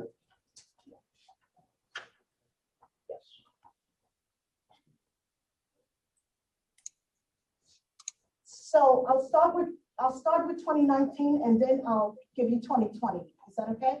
Okay. In 2019, the total number of leaving the scene collisions were 47,865. In 2020, the total number of leaving the scene collisions were 39,690. 690. Yes, sir. How many, and on the 2019 ended with injury, personal injury? So in 2019, there were 6,782, which resulted in a physical injury. In 2020, there were 6,652 that resulted in a physical injury. Can you repeat that number, the last one? The 2020? Sorry. 2020, that's 6,652. Okay. And does the collision investigation unit investigate all those cases that involve personal injury? No, sir. The collision investigation squad will investigate collisions that involve a serious injury likely to die, a critical injury, or death, where a person has left the scene. And who investigate the rest of the cases? The remaining cases will be referred to the detective squad as an open investigation. And who, do you have the numbers of how many of those investigations outside the squad ended with driver being arrested? No, we don't. But we Can you share, can we follow up with those numbers? I'll follow up with you on that. Okay. And can you also go back on giving me what is when you look at the definition of that you have as critical injury patient as defined from the NYPD, and especially in this unit that is responsible to follow the investigation? We didn't give that definition because it's not an NYPD definition. That's a determination made by EMS, the paramedics that respond to the scene, and then that triggers the response by CIS. So that is not our definition. We defer to EMS to give you that definition. Okay. But in a letter in 2015, written by Commissioner Kelly, he established a critical injury patient will be defined as either receiving CPR in respiratory arrest or requiring and receiving life-sustaining ventilator, circulator support. That was NYPD. That may be the EMS definition. Again, after this hearing, I'll contact EMS. I'll see what their definition is. If you can forward me the letter from Commissioner Kelly from 2015, I'll tell you if it's the same definition. He may be quoting EMS. Fire department definition. Okay. And how many I'm sorry, I know with the number, can you also go back and tell me the numbers on who made the investigation, the CIS? Say that again. Can you repeat about the composition of the CIS, how many they are and who are they? The manpower you're talking about? Yes. Yeah, that's 22 detectives, 5 sergeants. 22? Yes, Okay. 22 detectives. 5 sergeants, 1 lieutenant. And also in the collision technician group, that's the group that also responds to a CIS, a collision. Yeah, but I just interesting to compare. Well, how are we doing? Of course, for me, what I'm leading, so we're doing my part to advocate for that unit to have more than what we have right now. So there is a again in the same year in 2013, the CIS had 21 detectives, 3 police officers, and 5 supervisors.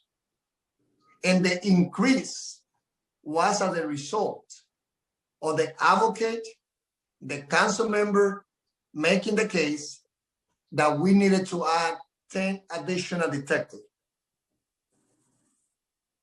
So we're talking about, again, 2015. Here we are, 2021, as we are getting close to our budget, saying that similar numbers we have in those years is enough to investigate all those cases.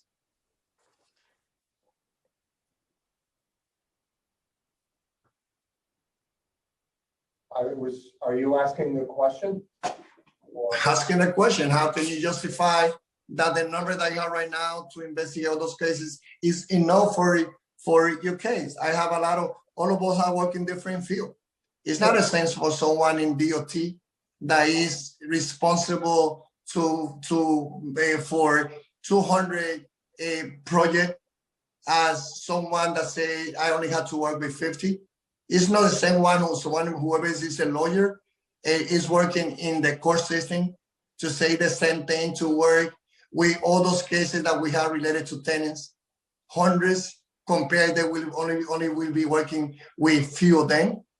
It's not a sense for you to say that this number that you have right now and to say that it doesn't matter if the number goes to 200, the outcome will be the same of investigation. Well, council member, what we've testified to today repeatedly is that the number of CIS investigators assigned to CIS are sufficient to do good investigations, solid investigations based on the caseload they have today. We're not shortchanging any investigations. We're doing comprehensive, full investigations based on the cases that are presented to us. Look, do the poll, check the family, see how we feel, pay attention to the testimony, and then we live with our consciousness. When it comes to, if it's enough, how we were able to increase 10 more detectives the last time that we got inscribed to the investigation, to the unit? Because you guys were saying that you had enough and we were pushing for more. And here we are in the same place. You have dozens of cases going on. I think, and then you're saying that it's enough to do the investigation, and we have a major disagreement there. I mean, council member, we keep conflating this issue, so I think we've made our point on the record numerous times already. I think the past increase in headcount, to your credit, to the advocate's credit, not taking away from that, coincided with an increase with unless I'm wrong, it coincided with a redefining of the parameters of what CIS investigates. I think now we're talking about, is the current headcount enough to do comprehensive investigations based on that criteria and the cases getting before CIS? The answer is yes, we are doing comprehensive investigations based on the cases that are getting to CIS. If you're talking about increasing or altering the criteria to increase the amount of cases that are going to be investigated by CIS, then of course it would require a significant increase in headcount. I don't think we're saying different things. Yeah. What percentage of investigation, as again, if you can take me back, ended with driver being arrested? I think there's 78. So in 2020, out of the 374 investigations by CIS, there were 78 arrests and 40 summonses. Well, what is the percentage when you look at all those cases that you've been investigated, like from those cases that you investigated last year, if you can compare 2019, what percentage ended with drivers being arrested? Okay, so in 2019, there were 349 CIS jobs, 110 arrests, which resulted in a 31% of the cases that were investigated resulted in the arrest. And those are the numbers that we feel that by increasing the numbers of men and women in the CIS to have more time to investigate deeply those cases will be helpful to increase that percentage. Council member, again, we're gonna have to clear this record because what you're saying is that there is insufficient people in CIS today to do adequate investigations. We are disagreeing with that. You know, it's about probable cause to make an arrest, and we work closely with the district attorneys to present the evidence that CIS gathers and to determine whether or not probable cause exists to make an arrest. That is being done today. The total number of arrests is a consequence of whether or not there's enough probable cause to make the arrest, not if you increase the number of investigators with the current caseload, right? If you don't change the current caseload and you increase the number of investigators, that's not going to get you probable cause. Yeah, but even today, the investigation squad unit is mandated to investigate certain cases, and the vast majority of injuries that are not investigated by the collision investigation squad unit. Right. So we from our role are saying two things. One, more men and women power should be given to the investigation, regardless if they stay in the NYPD or if they go to DOT. Second, we should even increase the numbers of cases, the criteria of people that should be investigated by the CIS. And this is our role as a council. As you know, you have the criteria of what is those cases that these units investigate. We have the responsibility to be sure that we provide and we make any changes so that the numbers, the ratio of members of the unit and the numbers of people that are involved in critical condition get more attention, get more time. And second, we do believe that we need to improve the universe, increase it, so that more people are included and designated for this unit to do the investigation. Thank you. Next person, please. Hey, Chair. Next, we'll hear from Councilmember Holden, who has been patiently waiting, followed by Council Members Miller and Koo. Councilmember Holden. Thank you, everyone, and thank you to DOT and NYPD for the testimony. 2.5 hours into this hearing, and I have not heard anything that DOT says they get along with NYPD, they have a good partnership in these collision investigations. And NYPD says they have a good rapport with DOT. I'm hearing we need more detectives or investigators on this, which I would agree with. But some of my colleagues are the same people that wanted to defund the police and cancel 2 academy classes. And they want more investigation. So I'm a little puzzled by this whole hearing and this bill. This, in my opinion, Intro 2224 that we're hearing today is just another attack on NYPD and a giant waste of everyone's time. I haven't heard anything today that even remotely, yeah, okay, some of the accidents investigations don't turn out like some people want it to turn out. But there is the law, and if council members or my colleagues want to change the regulations of people who are passing red lights and so forth and get them off the road, I'm all for that. But I mean, it's a fact that you know, some crashes are criminal investigations, and police are the only ones qualified to investigate. We heard that today.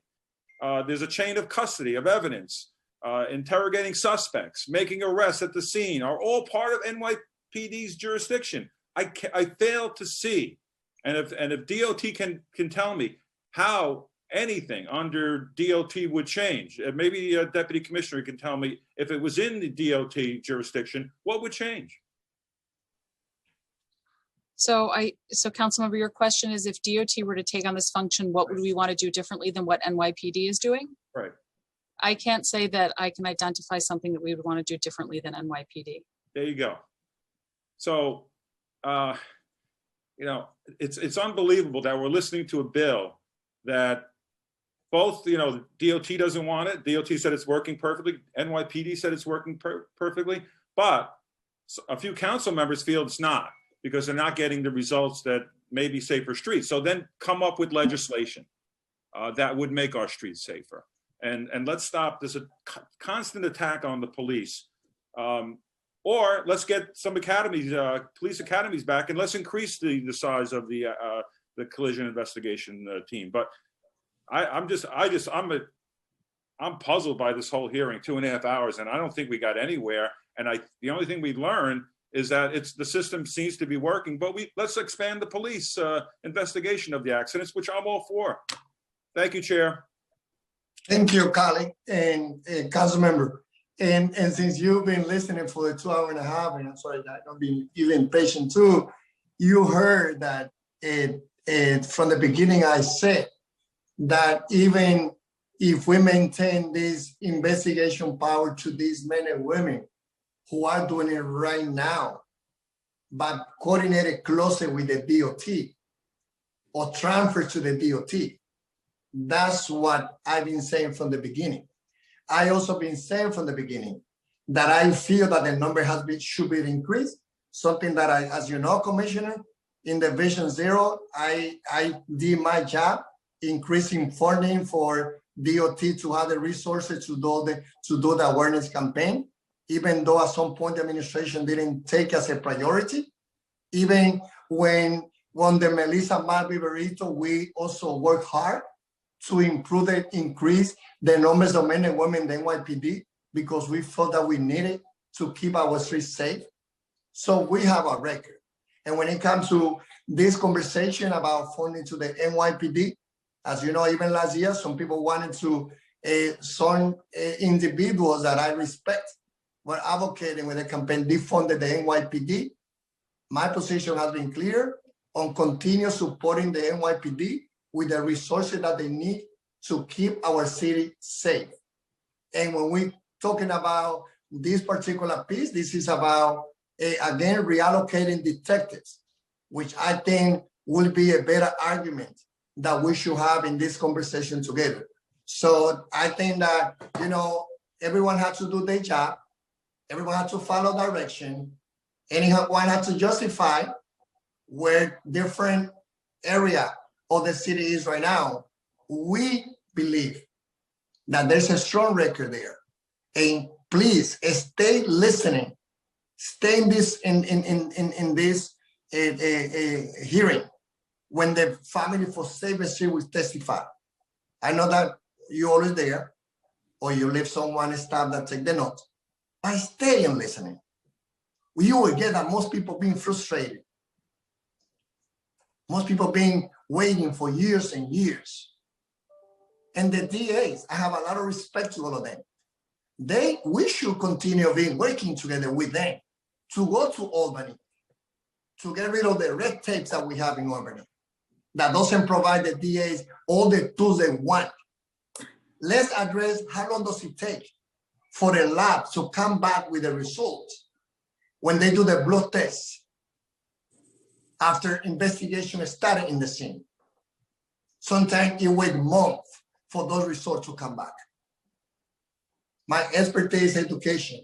By my years here chairing this committee, working all of you guys, especially working with the Family for Safe Streets, I can tell you that my perspective has changed completely. And please, for the respect of everyone, don't come and justify that the number that we have today is enough. Don't come and justify that the work as it is right now is enough. Let's be open. Next council member, please. Our next council member will be Councilmember Miller, who will be followed by Councilmember Koo. Councilmember Miller. Starts now. Thank you, Mr. Chair, for that eloquent dissertation. I agree wholeheartedly, but for a number of reasons. We've heard of testimony from DOT as well as from the NYPD, and I don't think that for everyone, as Councilmember Holder said, sees that they are on the same page. I don't believe that DOT believes that it has the capacity to do the type of work that is necessary to keep folks safe. And I would submit that from my experience, and I know that you had reached out to the new commissioner and I had myself, because in the community that I represent in Southeast Queens and the broader community, there's a real dissatisfaction with the DOT and how it delivers its services, right? It lacks equity and diversity in how it delivers its services, how people are kept safe. There are communities that mines have had as many as accidents, incidents regarding pedestrians, cyclists as any other community, but we don't get the infrastructure and the capital investment that happens throughout the city. We get punitive red light cameras, and that is it. And we don't get the engagement and the type of dialogue that allows communities to really be engaged and be better. Now, that's one part of it. I may be the only trained accident investigator in the council. I'm pretty sure of that. In my other life, I've had the opportunity to work with the NYPD and the DOT in responding to accidents. I can attest to each qualifications in the partnership that is required in order to facilitate real accident investigations, and that partnership occurs. Actually, obviously, I was the third party on the MTA side, but it happens. Can we be better? We can absolutely be better, but we need to invest in the areas and in the agencies that can actually do the work. Should there be further collaboration? Absolutely. But to put this onus and responsibility on an agency that has not demonstrated that they can provide the services equitably, I think would be doing a disservice to all those involved. Furthermore, I think that there are clearly some state laws that would preclude some of the things that are happening that require police investigation, require police responses to accidents, and we could just be better. I will tell you that this summer I have a nephew that was involved, who was involved in a hit and run accident, and he is now paralyzed, and that person left the scene, and there was a dispute as to who was driving, and there was witnesses that came to the police and were able to testify to that. So, you know, let's not reinvent the wheel. And lastly, I want to say that there's a reason why the governor has this mandate on police reform. And a lot of that is because of the pain and agony endured by the Black, Latino, Asian community at the hands of police injustices. I am absolutely not diminishing in any shape, form, or fashion the trauma that families endure. But there are communities that have endured trauma at the hands of the NYPD and policing throughout the state and throughout the country. Let's not lose our focus. Let's reform where we need to reform. This is a problem that should not be hard to fix, right? We have the tools, we have the resources. If we put all our collective partnerships behind this, we can do that. But let's not shift the focus from where it needs to be. I want to thank the chair. I want to thank all those who are going to come on and speak to this issue. In the future, those who testified in the past will continue to support families. We'll continue to work with all of those that have a vested interest. But I'll just say that we had a location in my district that had 17 accidents. And it wasn't until the 17th accident was a school bus that something was triggered at the DOT that we can get a 4-way stop sign at that location. Not throw out the baby with the bathwater. Let's get better. I appreciate Chair, and I'm committed to working with you on on getting better on this issue. Thank you. Thank you, Councilman. Thank you. Our next council member will be Councilmember Koo. Thank you, Chair Rodriguez, and thank you, NYPD and NY Department of Transportation. I think this legislation, the intention is good, but we have to be cautious about the consequences. No, we don't want to ask, be careful when you don't want to wish this law pass and there are devastating consequences.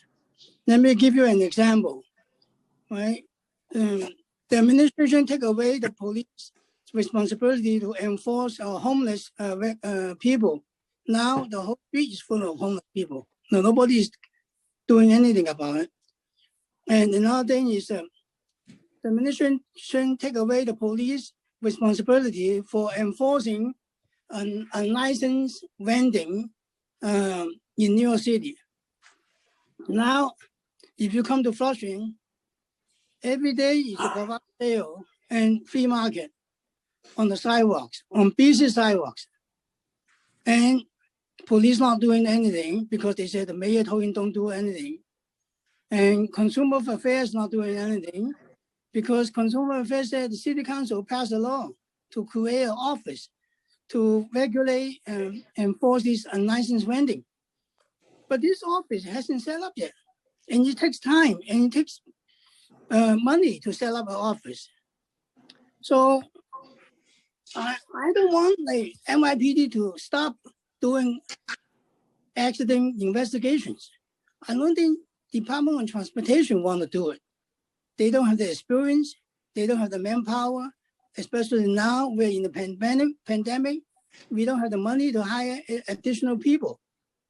No, if you take away their responsibility,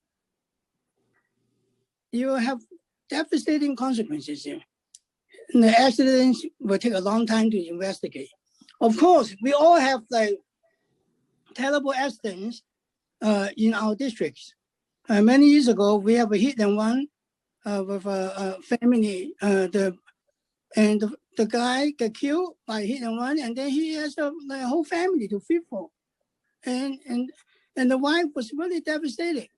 And the police at that time, maybe they're not responding passionately, or no transparency. So the family was really angry that they didn't receive the proper attention. And these cases are happening everywhere. So my take is that we hope the police will be more compassionate to victims' families. Assign somebody that they can call, or give them a number, a tracker number, or that there's always somebody to follow the case and give them the progress, because I don't think they're doing it now. And then sometimes when you talk to detectives, it's very hard to find them. So my question is to the police department: how do you increase transparency and be more compassionate? And how do you change the culture of NYPD so that they are more responding to victims' complaints? Because a lot of times the victims' families they have a hard time to get to reach the police officer. They're in charge, and usually the police officers, they are not in charge. They don't know anything about it because everything, they say, it's a detective squad. So that's the end of the story. And the detective squad don't respond to the inquiries. So please, can you tell us in the future, can you tell us how to increase the morale and the culture of the police department so that they are more responding, more compassionate and responding to victims' families or inquiries in a timely manner? Councilman, One of the things we spoke about previously was training, making police officers that respond to collisions, giving them the training to understand that information at the scene is confidential. Also, being able to engage and reach out to the families that experience a collision or a family member that's involved in a collision. So we created this video that talks about victim blaming. Our expired. Please finish the answer. And the video has been circulated throughout the department. So every police officer on patrol were obligated to review this video and give them instructions on what victim blaming does, why it hurts the victim, as well as why it hurts the representation of our department.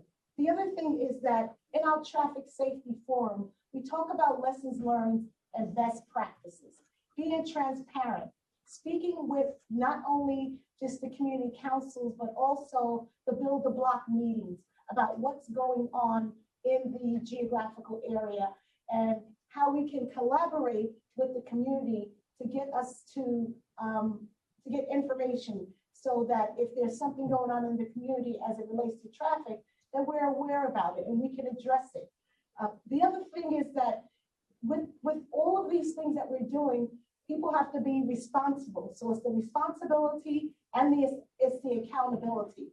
And the way we look at that is the executive officer in the precinct is responsible for making sure that all of these lessons learned, as well as any protocol that we put in place as it relates to engaging with the community, engaging with the victims, providing confidential information. The executive officer in the relative precincts are aware of this, and they are giving instructions to the officers that are in the precinct. I just want to make a point that's very important.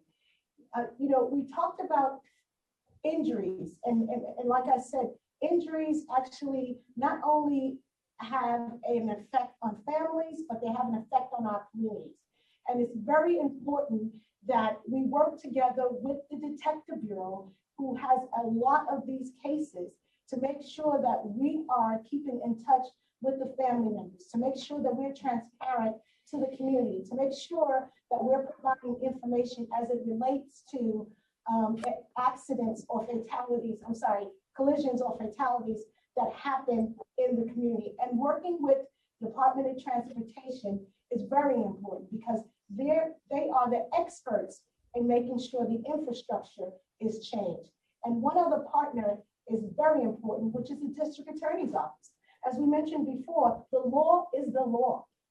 And we work closely with the District Attorney to make sure that all of the investigations as well as evidence that we collect at the scene is presented to the District Attorney to determine if criminality is there where we can make an arrest. Also, we need to be able to have the community trust us to provide us with information. This reckless driving and behavior that's taken place since the pandemic we've seen it. We know that it is in some of our communities. We need to be able to have the community trust us to tell us where it is occurring. And we need enforcement as well as doubling down on education and also looking at infrastructure. So Chief, are you saying that police officer in the prison is responsible to inform the victim's family the progress of the case? Well, which officer? The commanding officer or just the community officer? So I'll clarify that. As I mentioned before, every crash is investigated. A crash may happen where the two motorists are at the scene, there are no other factors, and that police officer is responsible for taking that information and communicating with the individuals that are involved or making the arrest if necessary. And then there are cases where an individual may be involved in a collision and that vehicle has left the scene. That particular investigation will be under the auspices of the Detective Bureau. And then there are the ones that will reach our collision investigation squad, which is if a person is seriously injured, likely to die, or critically injured, or death. And that's when our collision investigation squad will reach out to that particular victim or family.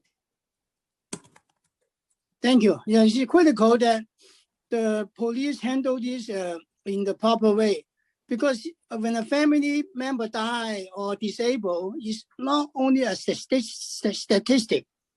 No, it's the whole family suffering. No, nobody is feeding the family. They lost their whole family income. So it's really emotional and traumatized. So I hope you guys can do a better job to communicate with the family. Thank you. Thank you. Thank you, Councilmember. Chair, I believe Councilmember Levin has a quick follow-up. Okay. Thank you very much, Chair. I just wanted to read this into the record because I had asked about this before. So in the data I have is from 2011. So 2011, there were 304 AIS deployments. 241 resulted in death, 63 likely to die. So there's been a marginal increase from that time, and the change being that it now includes critical cases. So it's what was last year's deployments? You said 345, was that right? It's 374, but there's just one point. You're correct that there's been a change of the criteria that triggers CIS since 2011, but there's also been a significant decrease in crash fatalities since 2011. So the universe expanded, but thankfully the individuals that fall within the universe contracted. How many crash fatalities were there in last year? 245. 225, so it went from 241 to 245. Okay, there was 241 in 2011, so that's actually an increase. Right. Well, there's critical injuries. That accounts for the other 128. Right. So then 63 likely to die in 2011. So that's obviously that's an increase. I'm just We'll verify the 2011 number because that seems a little low to us, but I'll verify that and circle back. Okay. This came from a resolution that I actually sponsored in 2012 that cited that. So if you go back and look at the resolution, that number came from, I believe, NYPD when we did the resolution. Well, we'll check the crash data and get back to you. I mean, it sounds a little low, but we'll follow up with you and give you what we found. Right. I just want to be clear. I mean, it was there was 4,000 cases of serious injury resulting from crashes last year in 2019, right? Or injury that was serious injuries. I'm sorry. What was the number of serious injuries resulting in crashes?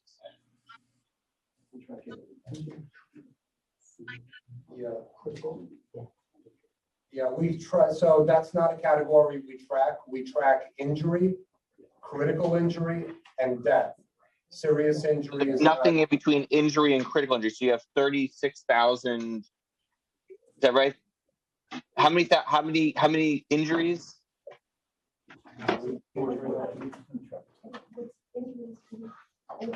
Total injury. 2020 it was 44,030. Right. Down from 60,000 the year before. Right. So I mean, the issue here is that, and Councilmember Lander spoke to this, is that you've got nothing between 24,000 and 374. There's nothing in between that because you either have your injury criteria or your critical injury criteria, and there's nothing in between. And so that's not right, council member. That's not right. No, because the criteria that we're talking about is what triggers CIS. What you're leaving out is the detective squad. So there is something in between. There's detectives investigating the cases that don't rise to CIS jobs. Right, but what I'm saying is that if you don't, I mean, I'm talking about criteria here. If you just said you have injury, and then your next step up from injury is critical injury, and then your next step up from that is serious, likely to die. Your next step up from that is death. So you don't have anything between injury and critical injury. And if you got 24,000 injuries and 374 critical injuries or critical and above, obviously that's a huge difference. So if you're only, basically what you're saying, what's happening is you're investigating, what is that? 1 or 2% of injury cases. But CIS is, it's not you. I mean, I respect the fact that the detective squad is doing investigations, but CIS is investigating 1 or 2% of car crashes that involve an injury. 1 or 2%. That's it. It's 345 out of 24,000. What is that? That's Yeah.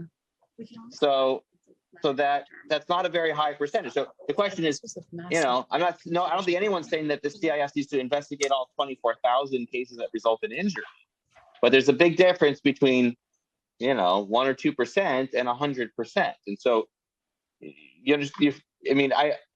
I understand what you guys are saying, that detectives take care of the vast majority of these cases, but obviously, I think that the level of training and expertise with CIS could be put to good use investigating a broader universe of cases that involve some level of serious injury in between critical and any injury at all. Right, and to that point, that's why the highway district trained 143 or 145 police officers in the evidence collection teams on measurements, on photographing scenes. They're already trained. So when you're talking about the universe of, we don't categorize it as serious injuries, but there are layers within injuries, and the ECT teams are activated within those layers as well. So there is a graduated process as well. Okay. I would urge you to go back and look at those 2011 numbers, because it'll show that the number of the numbers are actually pretty consistent. Actually. So, but okay, I'll turn it back to the chair. Thank you very much. Thank you. Thank you. Thank you, Councilmember. Our next Councilmember will be Councilmember Yeager. Councilmember Yeager. Thank you very much. Good afternoon. This first question is to the police department. Are there any car crashes that are not investigated by the police if the police are notified? The only category that would actually apply to is property damage only. All right. So, and then obviously there are the categories of death, serious injury, critical injury, where the CIS team is brought in, and are there any categories of that fit that criteria that CIS is not able to investigate because of a lack of resources? Every category, which is serious injury likely to die, critical, or death, CIS is notified, and CIS will investigate every one of those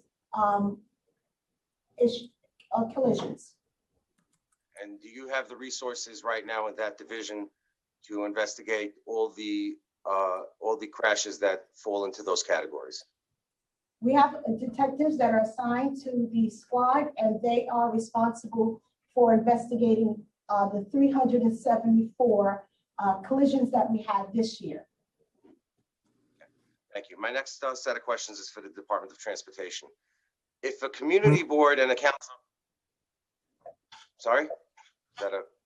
if a community board and a council member send a letter to the Department of Transportation saying there's a public school on a block and we believe that a speed bump ought to be installed, how long does it take for that speed bump to show up and be installed? So our first step is obviously to do an investigation at that location. We'll look at the crash history, we'll look at the speeds at the location. I'll be very honest with you, council member, we have a long backlog of speed hump requests, so we don't get to them very quickly. So it could be a number of months before we respond back if we believe a speed hump is warranted or not. Okay, so first you have to look and see if you believe one is warranted. Correct. And should you determine that one is warranted, then working backwards from the time that the initial inquiry request was made, how long would it take? It would definitely be a number of months. Is it true that right now the department is not doing traffic studies in response to requests for traffic signals at locations? We have resumed doing traffic studies in late fall. We resumed them. If it is a traffic study directly adjacent to a school or on a school block, we are not doing them because obviously schools are not in full swing. So it won't be representative of the typical traffic that we would normally see. So those are still on hold. But by and large, our traffic analysis has continued. Okay, well, I'll get to the part about the full swing in a second, but how long were they suspended? How long were you not doing traffic studies? They were suspended roughly from March to November. If a council member and a community board send a request to the department about a particular intersection that they believe warrants a traffic signal of some kind, either a light or a sign, how long does it take for the light or the sign to arrive? Okay, it's similar to the speed hump answer. First, we need to investigate it and determine if it's necessary. So that work can take place between 4 and 6 months. And then if it's a stop sign, obviously that's very simple to put up. That would happen very quickly. If it were a traffic signal, that requires trenching and installation of infrastructure, and that would take longer to put out on the street. And longer is not a period of time. Longer is just a characterization of a period of time. How long would it take once you determine that the council member and the community board were right, working backwards from the time that the initial request was made? So now you have 4 to 6 months for a study to be done. My experience, by the way, we're being told in Brooklyn that it takes no less than 8 months, but let's say 4 to 6 months is the right answer. How long does it take after that 6-month period for the light to show up? It generally takes about 3 months after. So we're talking about 9 to 10 months for a light to show up from the time that the request is made. If it's warranted, correct. If it's warranted, okay, all right. These series, and I want to reflect that before I go into just making a statement. These series of questions are not in the. Thank you, Sergeant. I'm certain that the chair is going to give me the same time that was allotted to other members on this topic. I'm glad to see that the department is in agreement with the police department on the issue of where the investigations for traffic crashes, for fatalities, particularly for places where there may be criminal investigations involved, should remain, and that's with the police department. What I'm fascinated, and Commissioner, this is not for you, I know the last person I spoke with here, but this is just in general, the notion that a simultaneous notion that number one is we have too many cops, and also, by the way, we don't have enough cops.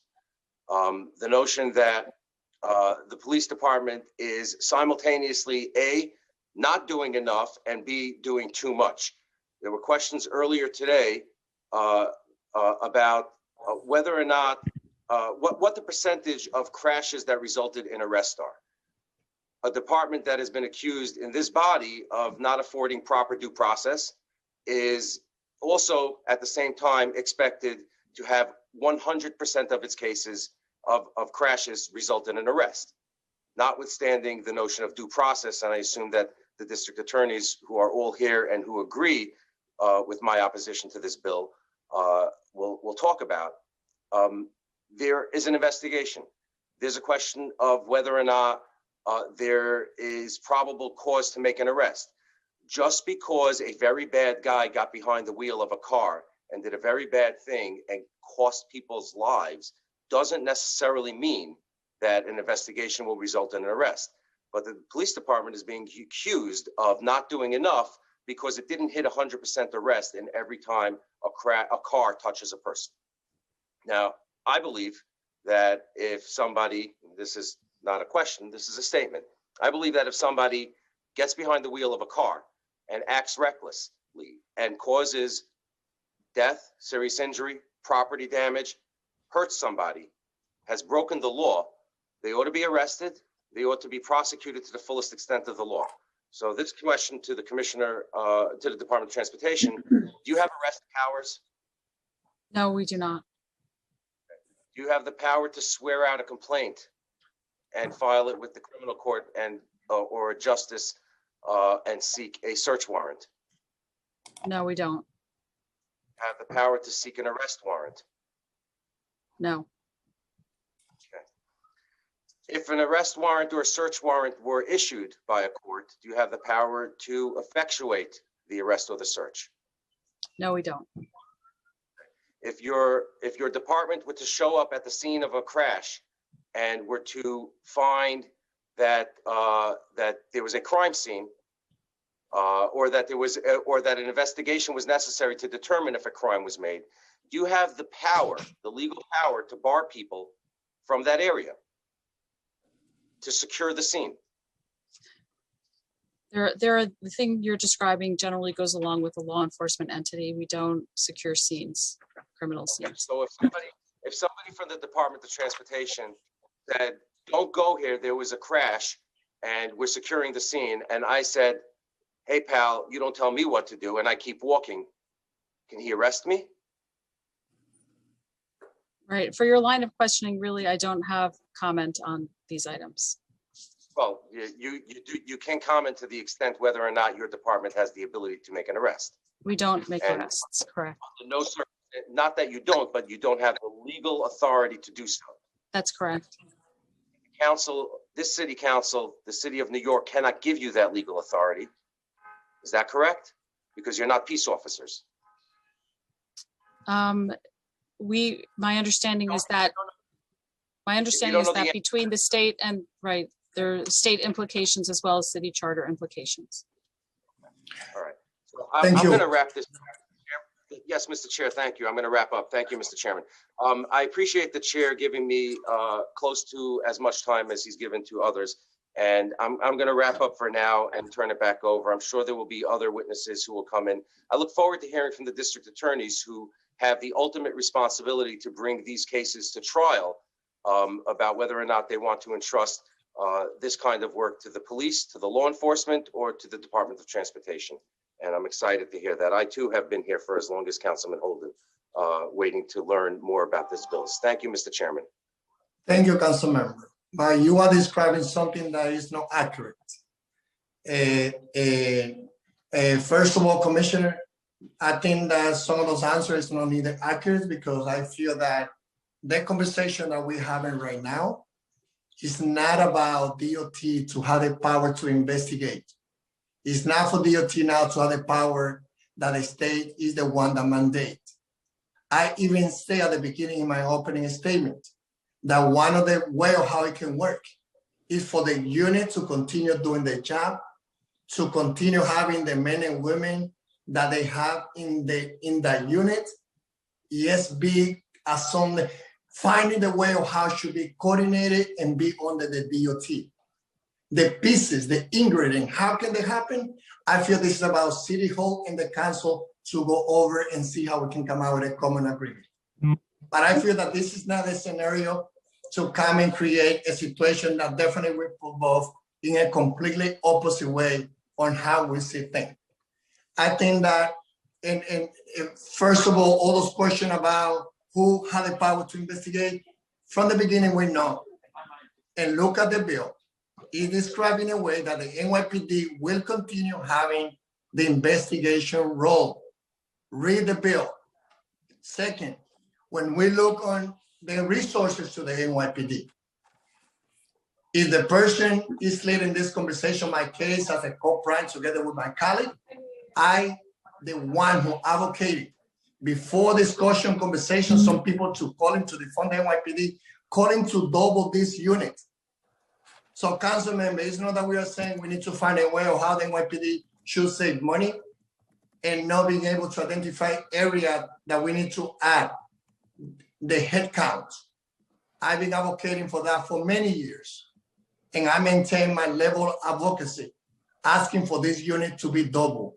It doesn't matter if it stays as it is. It doesn't matter if the unit continue having the person in charge right now and be coordinated with the New York City Department of Transportation. So I saw that we continue this conversation as it is described. This bill, this intention, include the NYPD continue their role to do the investigation. And let me go back to the new commissioner or the chief of the NYPD, because I think it's important to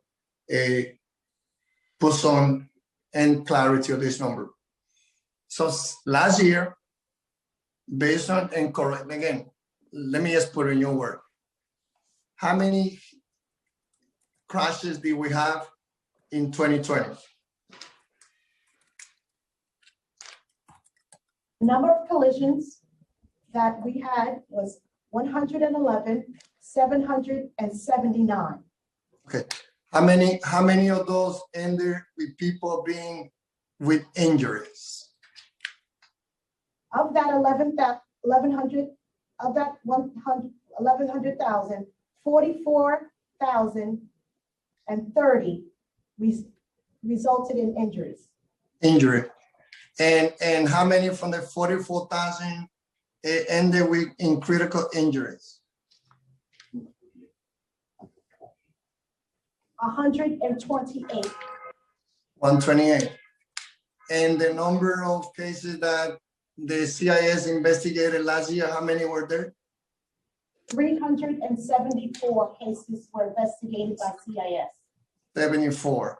And then the rest of those involving injuries were investigated under the Detective Bureau. That's what we got from you guys, right?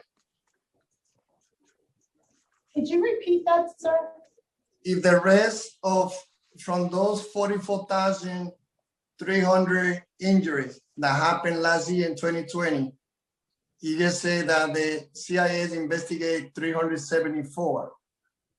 Did the rest of those cases were investigated by the Bureau, by the Detective Bureaus? No.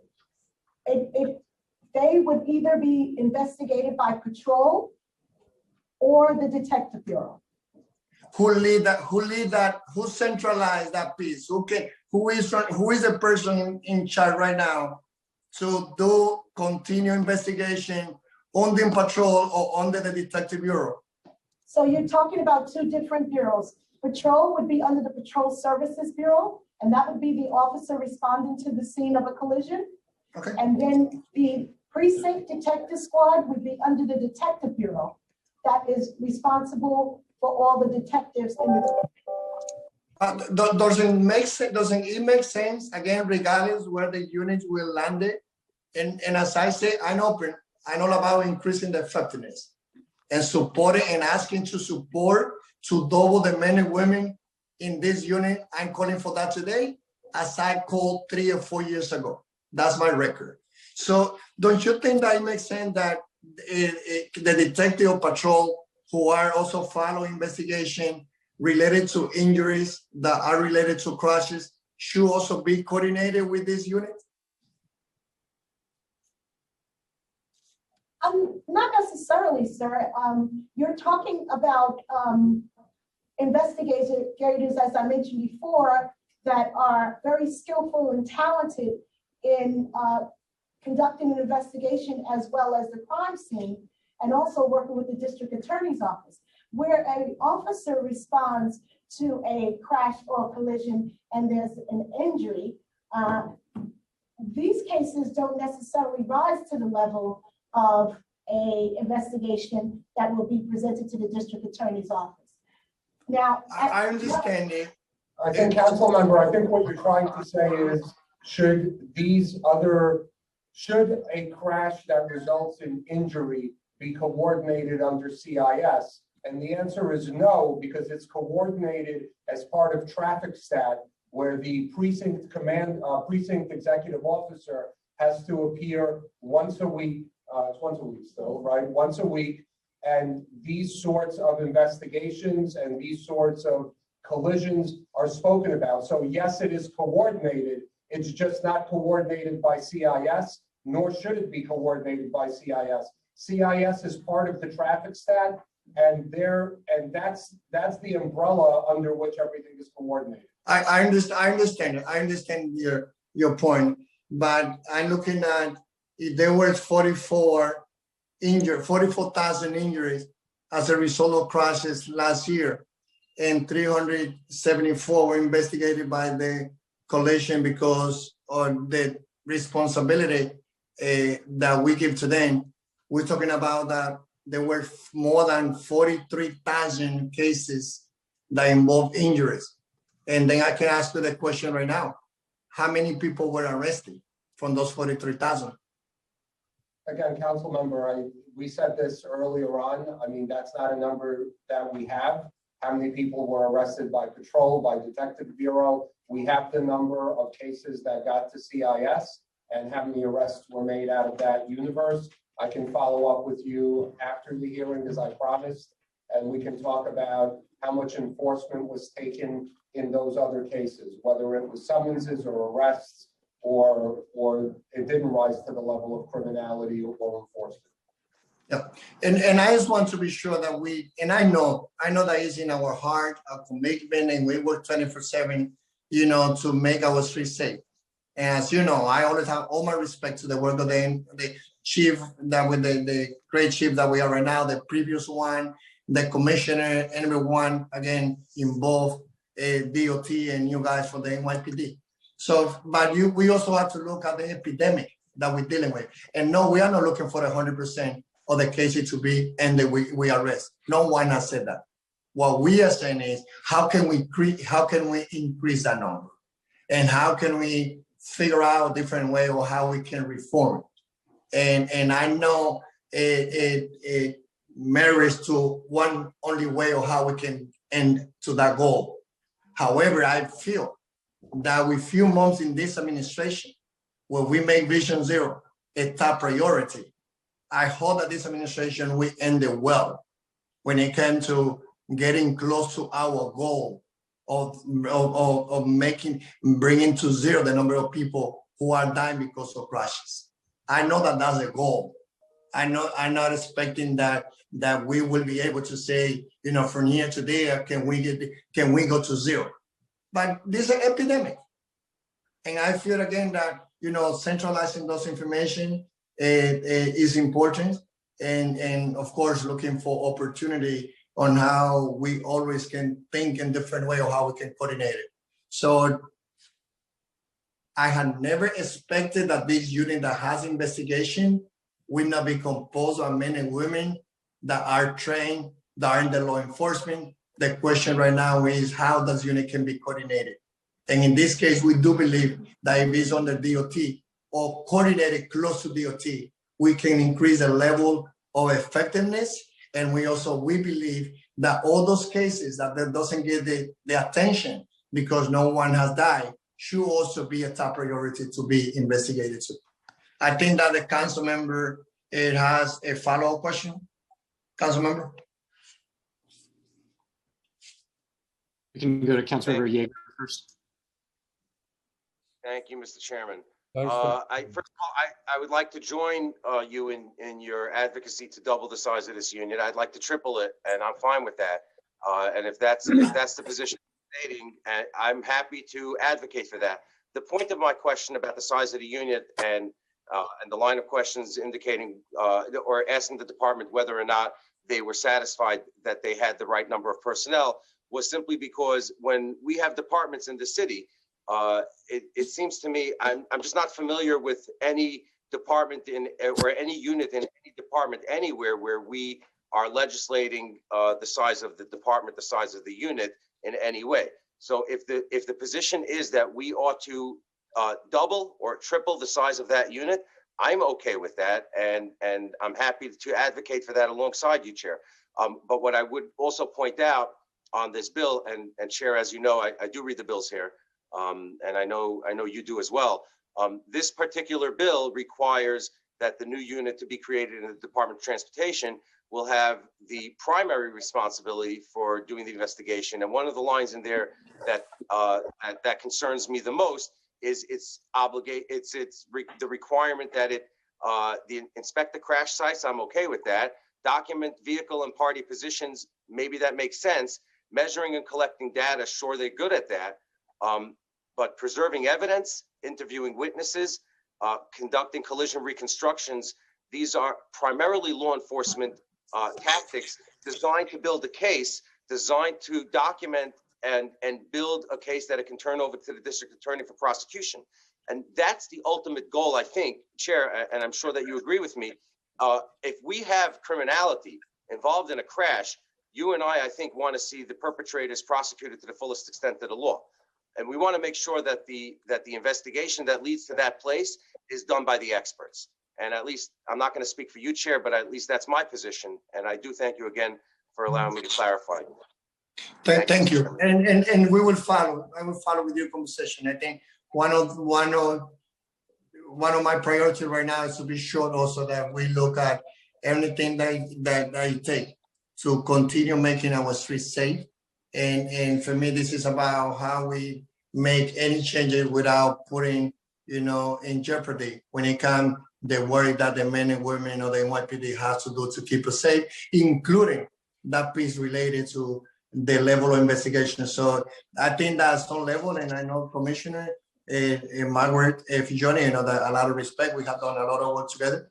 So, and I feel that the most important is for us to continue also being opening this conversation and trying to figure out a way on how we address the work that we have to continue doing to improve safety, because I know that you agree with me too that we are dealing with this epidemic. Coronavirus will be under control most likely in 2021, hopefully. But I feel that this epidemic of crashes, hit and run, as we were hearing from the DA, is something that even as we can hear different position from them, a different opinion on the bill, but they also know that they need more from the state in order to be able to prosecute those criminal drivers who leave the scene after they get involved in the crashes. So again, more than happy to continue working with it. So I think that Councilmember Holden, you also have a follow-up question. Yes, thank you, Chair, for the follow-up. I just want to make a point, because again, this bill that we're talking about today creates a new unit, investigative unit, and I read the bill, and it is, DOT doesn't want this. DOT can't handle this. And I think then the bill should have directed NYPD to investigate more crashes, probably, compel change the criteria, compel the NYPD to lower the standards to investigate. If that's what I'm hearing today, I'd agree with that. If you increase the staff on the NYPD, which many of my colleagues voted to eliminate, to actually defund the police or unfund. So that's the problem I have here. And be careful what you ask for, Chair, because I waited over 3 years, not months, 3 years for speed bumps in Woodhaven that experienced so many accidents, and I just kept getting it pushed back and pushed back. And there are dozens of accidents on that block, yet over 3 years. When I was campaigning, I put in for speed bumps. It went through the community board, and I just got them installed recently. So be careful what you ask for. DOT is overwhelmed. And if we want to, put the money in the right place, that the unit has been doing this for years, but we want to change the criteria, let's do that. But this bill is ill-advised, wrong, and it needed to be, obviously some negotiations needed here before this bill was written and submitted. But I just think it's ill-advised. And I'm just frustrated with the amount of time we spent talking about and going around in circles. Thank you, Chair. Thank you, council member. And again, we will follow conversation. And I'm not gonna repeat what I have said about my approach. And again, even when the mayor and the commissioner a few years ago say that they didn't need more men and women than NYPD, we say that we didn't need it and we added. And even, you know, in the whole conversation on the great work that we've been doing in criminal justice reform, I'm very clear in my position that we can find a way of how to continue improving the relationship between the police and the community. As the Brooklyn Board President, Eric Adams, has said, there's a lot of assignment that we have made to men and women that want to be inside the prisons and other area that most likely that those jobs can be done by the civilians, and probably those men and women can be reallocating other areas so we can fight crimes and make the streets safer. So again, I know that this is only a hearing and an opportunity for all of us to ventilate. And at the end of the day, department come and express what City Hall wants. And that's the job of whoever is in leading any department.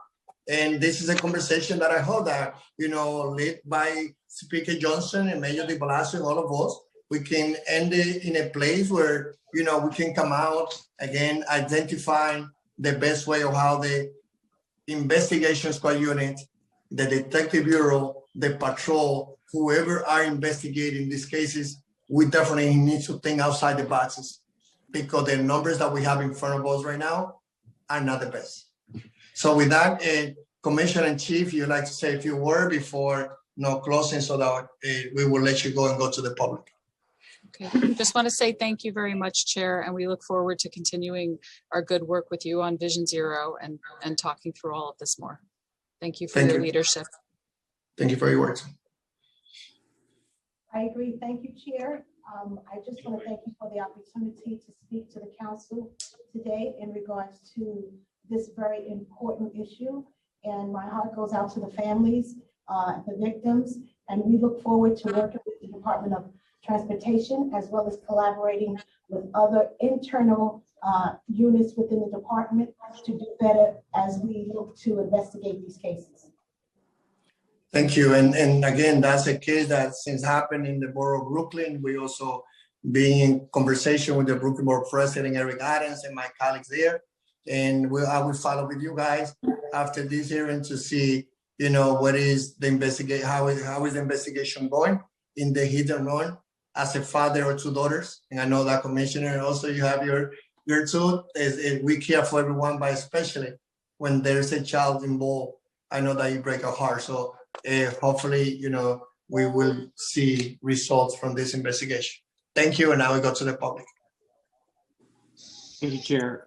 We will next turn to the district attorneys that are here to testify, followed by the rest of the general public testimony. I'd like to remind everyone that unlike our typical council hearings, we will be calling individuals one by one to testify. Each panelist will be given 2 minutes to speak unless otherwise instructed by the chair.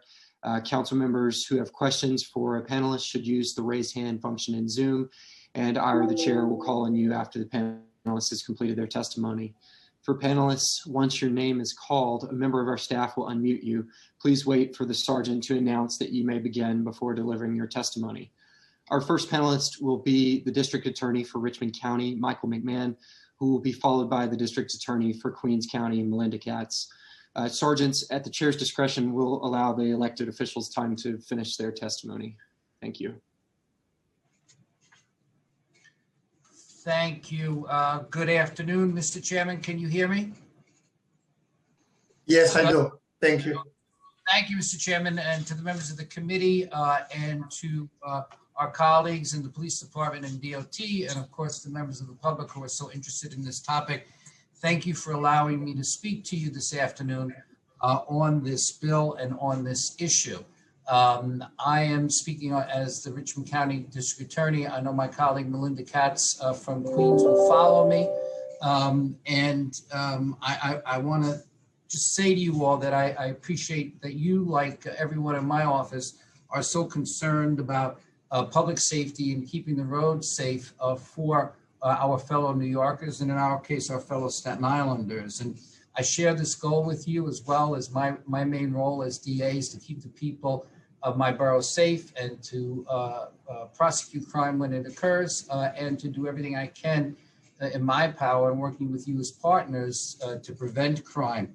And I commend this committee in particular for its commitment to public safety as seen through the failure to yield law, Division 0 laws that were passed, and the work that you're doing on reckless driver accountability as well.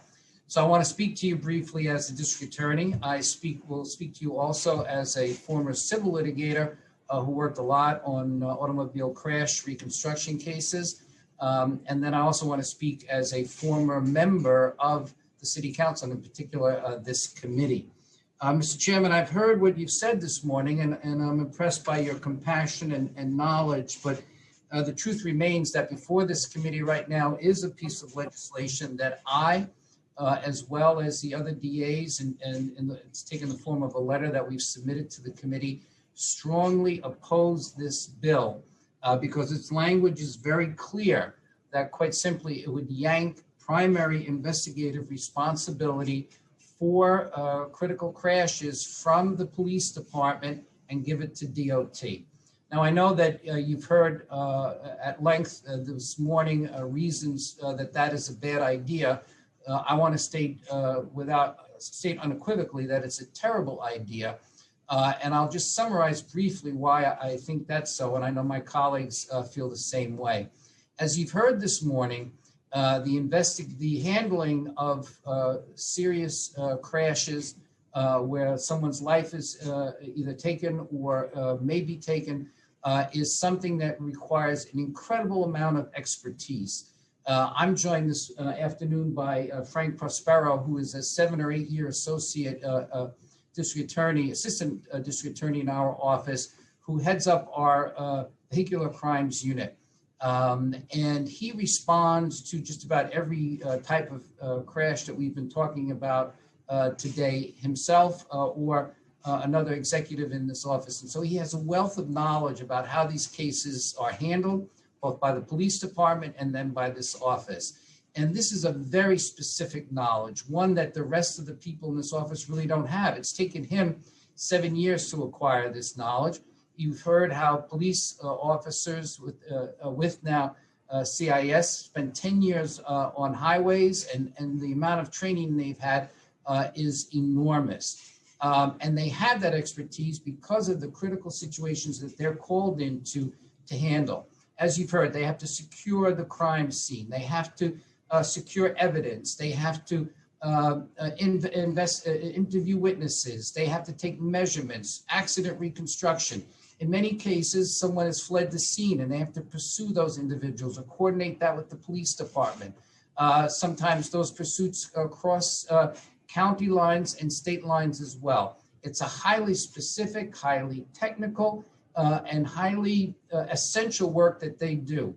And to think that you can yank that mission from the police department and drop it with the Department of Transportation, sir, although your goals are laudable, is, as I said, a very bad idea. And so I echo the sentiments of my fellow DAs, as well as the DOT and the police department, and even some of your fellow council members who have pointed out that in terms of criminal investigation and criminal prosecution, it would create an impossible situation and really have the opposite effect of what it is you guys, what you and the co-sponsors want to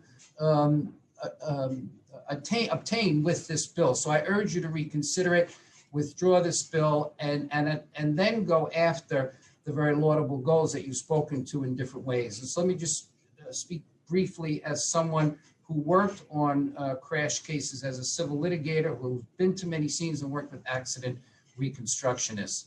You are right in having compassion and concern for the victims of crashes. They are innocent. It is the result of negligence or criminal activity of others that they suffer injuries that they should not be suffering, damages to their lives, a change in probably their lives forever. And that's something that we should all strive to eliminate. But I have to, and I also want to say that as DA in our office, every victim of a crime, including vehicular crimes, is immediately connected with a victim advocate who works with them and their families to help them get through the tragedy that they've suffered.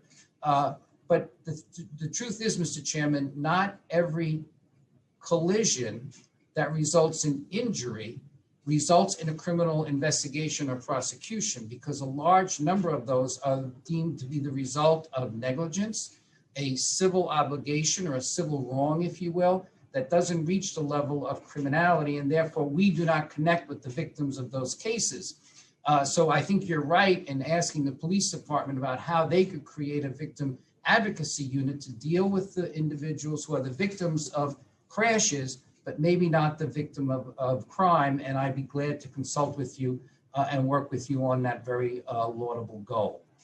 Now, I also want to speak to you lastly as a former member of this noble committee, because I see that what you're trying to accomplish is, as I said, a very laudable goal, which is to increase the breadth and scope of the work that accident investigation, I'm an old guy too, that the collision investigation squad does, and to increase their bandwidth. But yanking them out of the police department is a bad idea. And think about it. If you were running the Department of Health and you had certain policies that you wanted to implement on behalf of the city of New York, you wouldn't go into a hospital and yank the surgeons out of the surgery or the emergency room doctors out of the emergency room. You would work with them and try to have them implement the policies that you see laudable, but you would not eliminate them or tell them that you're going to have somebody else do the surgery who's not trained to do surgery. And I know that you're an educator, sir, and I know that you've been in the classroom, and at the same time you oversee the Department of Education and you work with them to implement policies that will better serve the children. But you would not go into the classroom and yank a teacher out of the classroom and put a bureaucrat in there to do, not that DOT is bureaucrats, excuse me for that, but people who are not trained to do that work to now do that work. What you would do is focus your efforts on the classroom. You would focus your efforts in the surgery theater or in the emergency room, and you would say, let's bring more resources, let's get more data, let's collect more data, and let's see what we can do to better serve the victims of collisions, to prevent collisions. And I think that that's what you need to do here. So I urge you to withdraw this bill and yet proceed after this very important goal. And I have one final point, because Councilman Lander spoke about justice and accountability, and he also spoke about prevention. And that's what you're trying to achieve here. You're trying to bring justice to the victims and accountability to those who commit vehicular crimes, right? That is a law enforcement function. Our partners in the police department have the obligation to investigate these crimes and to make arrests when appropriate. And as you heard, as artfully stated by Councilmember Yeager, when there's probable cause, arrest is made, and then it's brought to us, and we hold the people accountable. We protect the rights of the victims. At the same time, we're aware of the constitutional rights of the accused. That's what we do. Prevention is primarily the role of the Department of Transportation, but to mix the two, to take that civil obligation and goal away, or to mix that with what happens when it comes to justice and accountability, that would be a big mistake, and I think would be deleterious to the overall initiatives that you have spoken so eloquently about this morning. So I, again, am thankful for the time to be with you. And I will now, if I may, yield the rest of my time to my colleague from Queens, Melinda Katz, and I will also be available for any questions that any of you may have. Thank you so much for the opportunity to speak with you today. Thank you to the council members for your public service, and to all of you for the work you're doing on this important issue. Thank you. Thank you, Honor. Thank you for your testimony. Do any council members have questions for this particular witness? Elio, why don't we finish listening to all of them, and then if anyone has any question, then since they're going to be still in the panel, so we address it. Sure. Okay. Our next panelist will be the District Attorney for Queens County, Melinda Katz. Thank you, Mr. Chairman. Thank you to my colleagues that are on this call in law enforcement. Thank you very much for having this hearing. Look, you know, as someone who has been, and I don't want to go into a personal history, but many of you know my history, as someone who has been personally affected by collisions in their life, and I know the turns that a collision can take into someone's world. I know the effect it has on the families. I know how the victims are feeling and the helplessness that they sometimes feel. It is the reason in my office we have increased the penalties for DWI.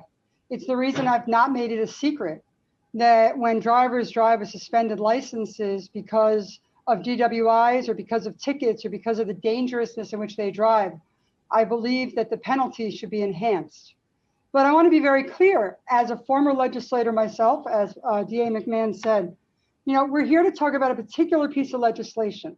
This piece of legislation, from what I understand of reading it, I also read the bills, transfers primary responsibility to a crime scene that has critical injuries to DOT.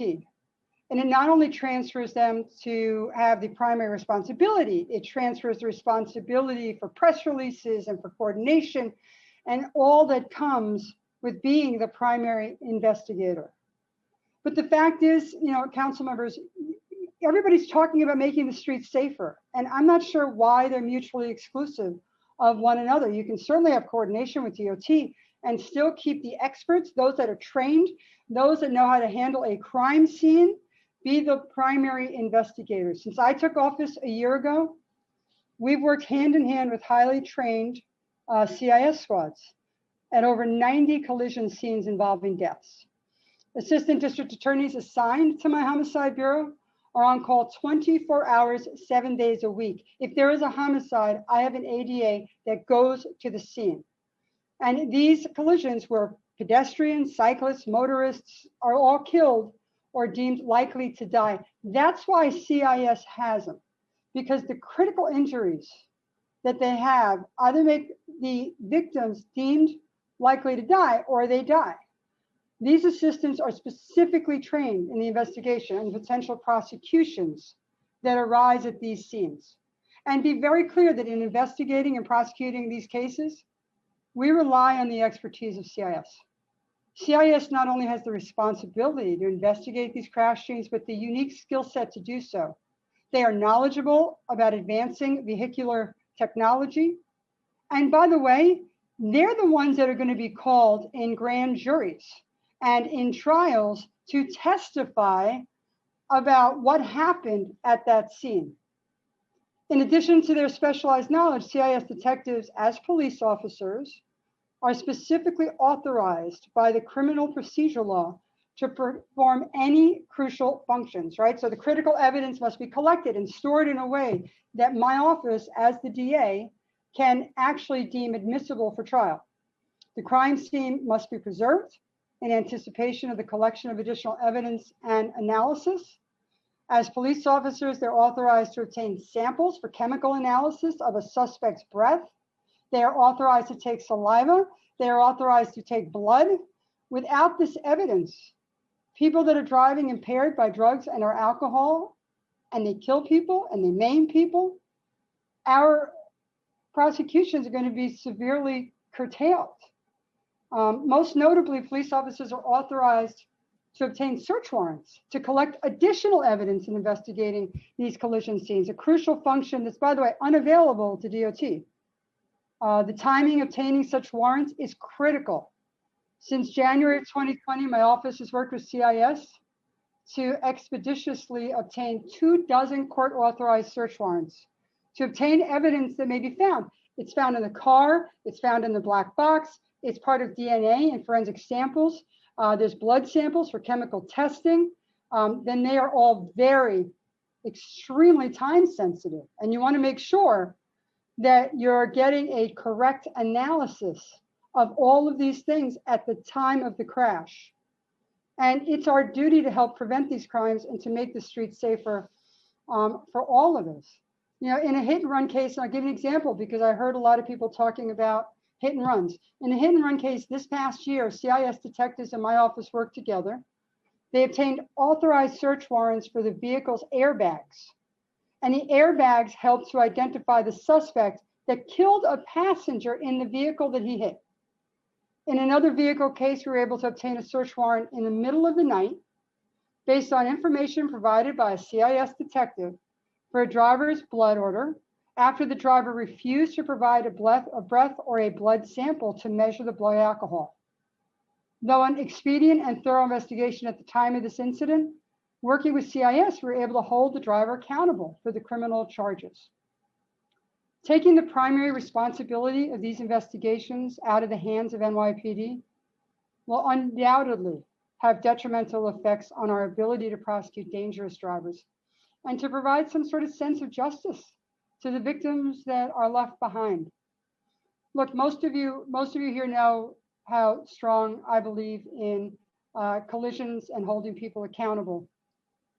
I do think that you can make the streets safer through collaboration with DOT, because I do agree with my colleague, David McMahon, that this is an extremely laudable, very laudable thing that you would like to do. And I think that it's necessary.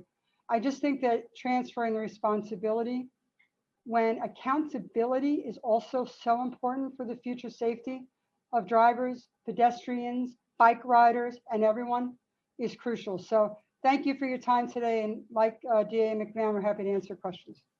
Thank you.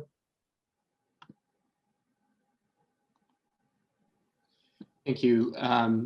Chair, Councilmember Yeager has a question for this witness. Well, we will end it with all of them. After we finish with all the DA, then we ask any question. I think these are the only two DAs we have testifying in person. Okay, then. So I'm sorry, then.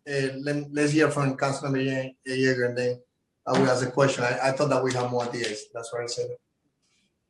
Mr. Chair, I defer to you if, Mr. Chair, I'll defer to you if, okay. It's okay. You can start, and that's fine with me. Yeah. Thank you, Chair. Madam District Attorney, I don't doubt for a second that you read the bills. You and DA McMahon are legends and former legislators in this House, and at a time when common sense ruled. And I'm very grateful for your service, and it's an honor to try to even fill the shoes that you and DA McMahon left behind. I'll start in no particular order, but since you're the last one to testify, Madam DA, justice and accountability were talked a lot about in this hearing this morning, and by yourself and the DA McMahon, and really in my view, and perhaps I'm somewhat alone in this council in thinking it, but justice and accountability are not alone served by fixing the road where a crash happened. That's important work. That has to happen. That's the DOT's job. But justice and accountability for a heinous crash which took the life or injured somebody or even caused property damage by a criminal perpetrator, somebody who drove unsafely and did so in a criminal way, is the function of the judicial system. It's the function of the district attorneys. It's the function of, as the famous starting to a New York show goes, Law and Order. The police who investigate the crimes and the district attorneys who prosecute the offenders. And these are their stories. And you gave us some of them today. The DOT, in my view, and this may not turn into a question, but the DOT, in my view, doesn't have that expertise. But it's not just the expertise that's lacking. It doesn't have the legal tools, and we as a council are not empowered to give them the legal tools. And as you, DA Katz and DA McMahon alluded to, the idea that we're going to turn this over, I don't want to call them bureaucrats, but in my mind, the analogy I think would be, we don't move sanitation pickup from the sanitation department to the Department of Health and Mental Hygiene just because it's healthy and mentally hygienic to have a clean city. Or we don't go to an eye doctor for heart problems. We rely on law enforcement to not just to get the warrants, but in the immediate aftermath of a crash to sometimes do the warrantless seizure that is necessary and that's permissible under the Fourth Amendment. People who work for the DOT don't have the ability to do that. So, you have both talked about this, and DA McMahon, just to prove that I'm a big nerd, I have this article that you wrote on February 12th, the op-ed in the Daily News, And yes, DA Katz knows me for long enough to know that I'm a little bit of a nerd. I really refer my colleagues to this article, to this op-ed from DA McMahon. It sets it forth so clearly. The letter from the district attorneys from the 5 DAs to this council sets it forth so clearly. This bill, in my view, would make our city more dangerous, would make pedestrians, riders, cyclists, car owners, car drivers, passengers, everybody who uses our roads, and by the way, our sidewalks, more vulnerable and ultimately less safe. So I guess my question is really, is there a way in your minds, and DA McMahon, you suggested withdrawing the bill, but you are both you are both former members of this House, and I'm curious to know if you believe that this bill, there is anything in this bill that can resuscitate the bill to the point where it actually makes sense, or is this simply such an ill-conceived notion, as I believe, that it simply must die? Either of you, this. I'll just jump in quick because I think that what could be done and should be done is really, and I say this with all due respect, a better understanding of what it is CIS does, how it works a scene, if you will, how it works a crime, if you will, and as DA Katz outlined so well, the different steps along the way that that the police department has to take in order to investigate a case and allow us to prosecute the case in terms of evidence, in terms of warrants, in terms of securing the crime scene, in terms of making arrests when appropriate, in terms of investigating, and then when you think it's not just the scene, but there could have been other drivers who passed, and using LPRs and things like that to identify other witnesses and get all the witnesses' statements in. All of those things happen in such a real-time way, in such a fast way, that you have to understand that. Certainly my colleague, my assistant, Frank, has offered to meet with anyone because he goes to these scenes to explain to anyone who really wants to know what happens on the scene, understand that. And then secondly, to work with the police department and DOT to get the data that you really seem to be wanting to and have been discussing, to understand how many collisions there are, how many are serious, critical, deadly, how many are the result of criminality, how many are the result of civil negligence, and how many are the result of almost unavoidable because maybe there was some sort of infrastructure defect that caused the accident. It was almost unavoidable, and that's where DOT could come in and fix that problem. But it sounds like, again, it's a laudable goal to prevent all accidents, but collisions, this is not the way to do it. The way to do it is to work with the partners here, the PD and the DOT in particular, to get the facts, to get the data, and then to come up with solutions with them in their role of holding people accountable and delivering justice for the police department and prevention for the Department of Transportation. And also maybe even mandating a victim advocacy role for victim services for individuals who are victims of collisions, but do not get that type of service.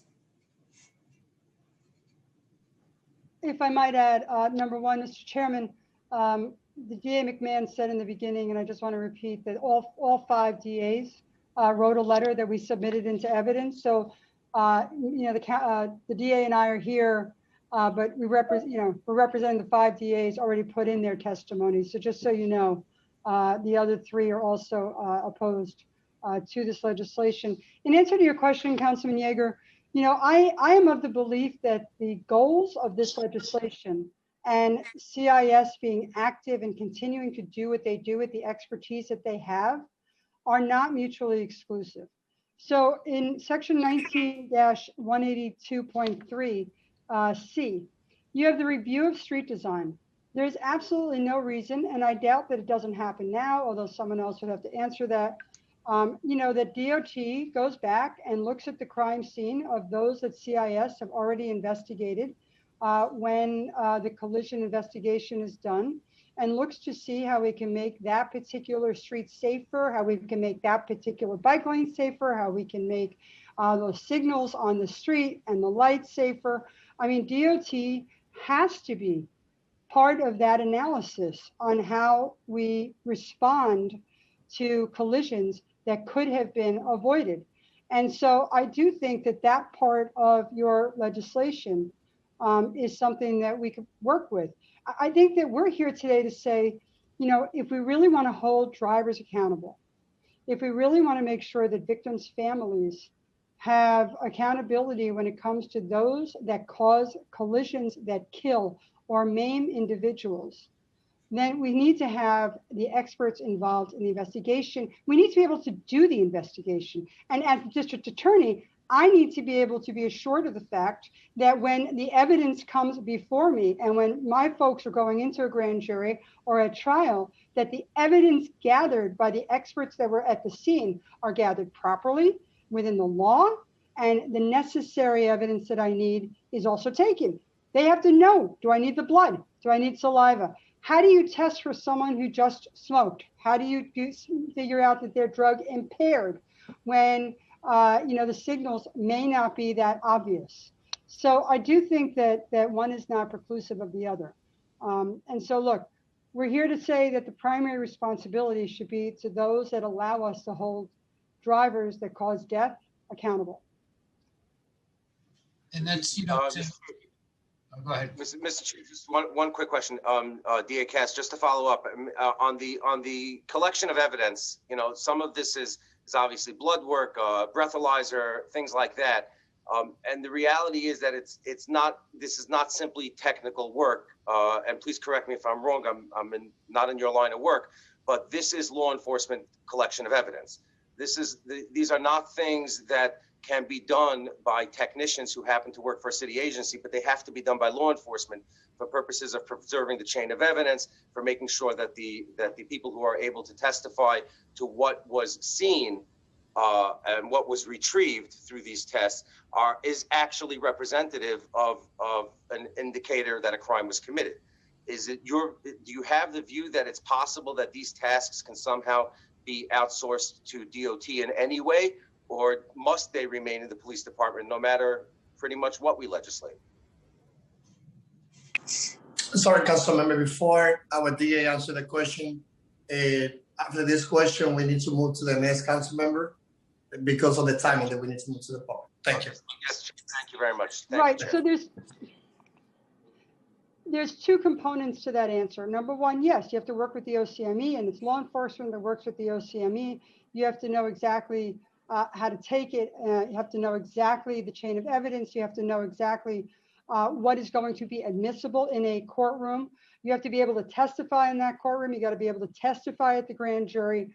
So there's a lot of expertise that can only be done by law enforcement. The second part really is, we work with the police every single day, and whether they're CIS who are investigating those cases that are likely to die or critical or death, or whether they're the patrol people that are on the street who then call their sergeant to come in and control the scene because CIS may not be appropriate for that.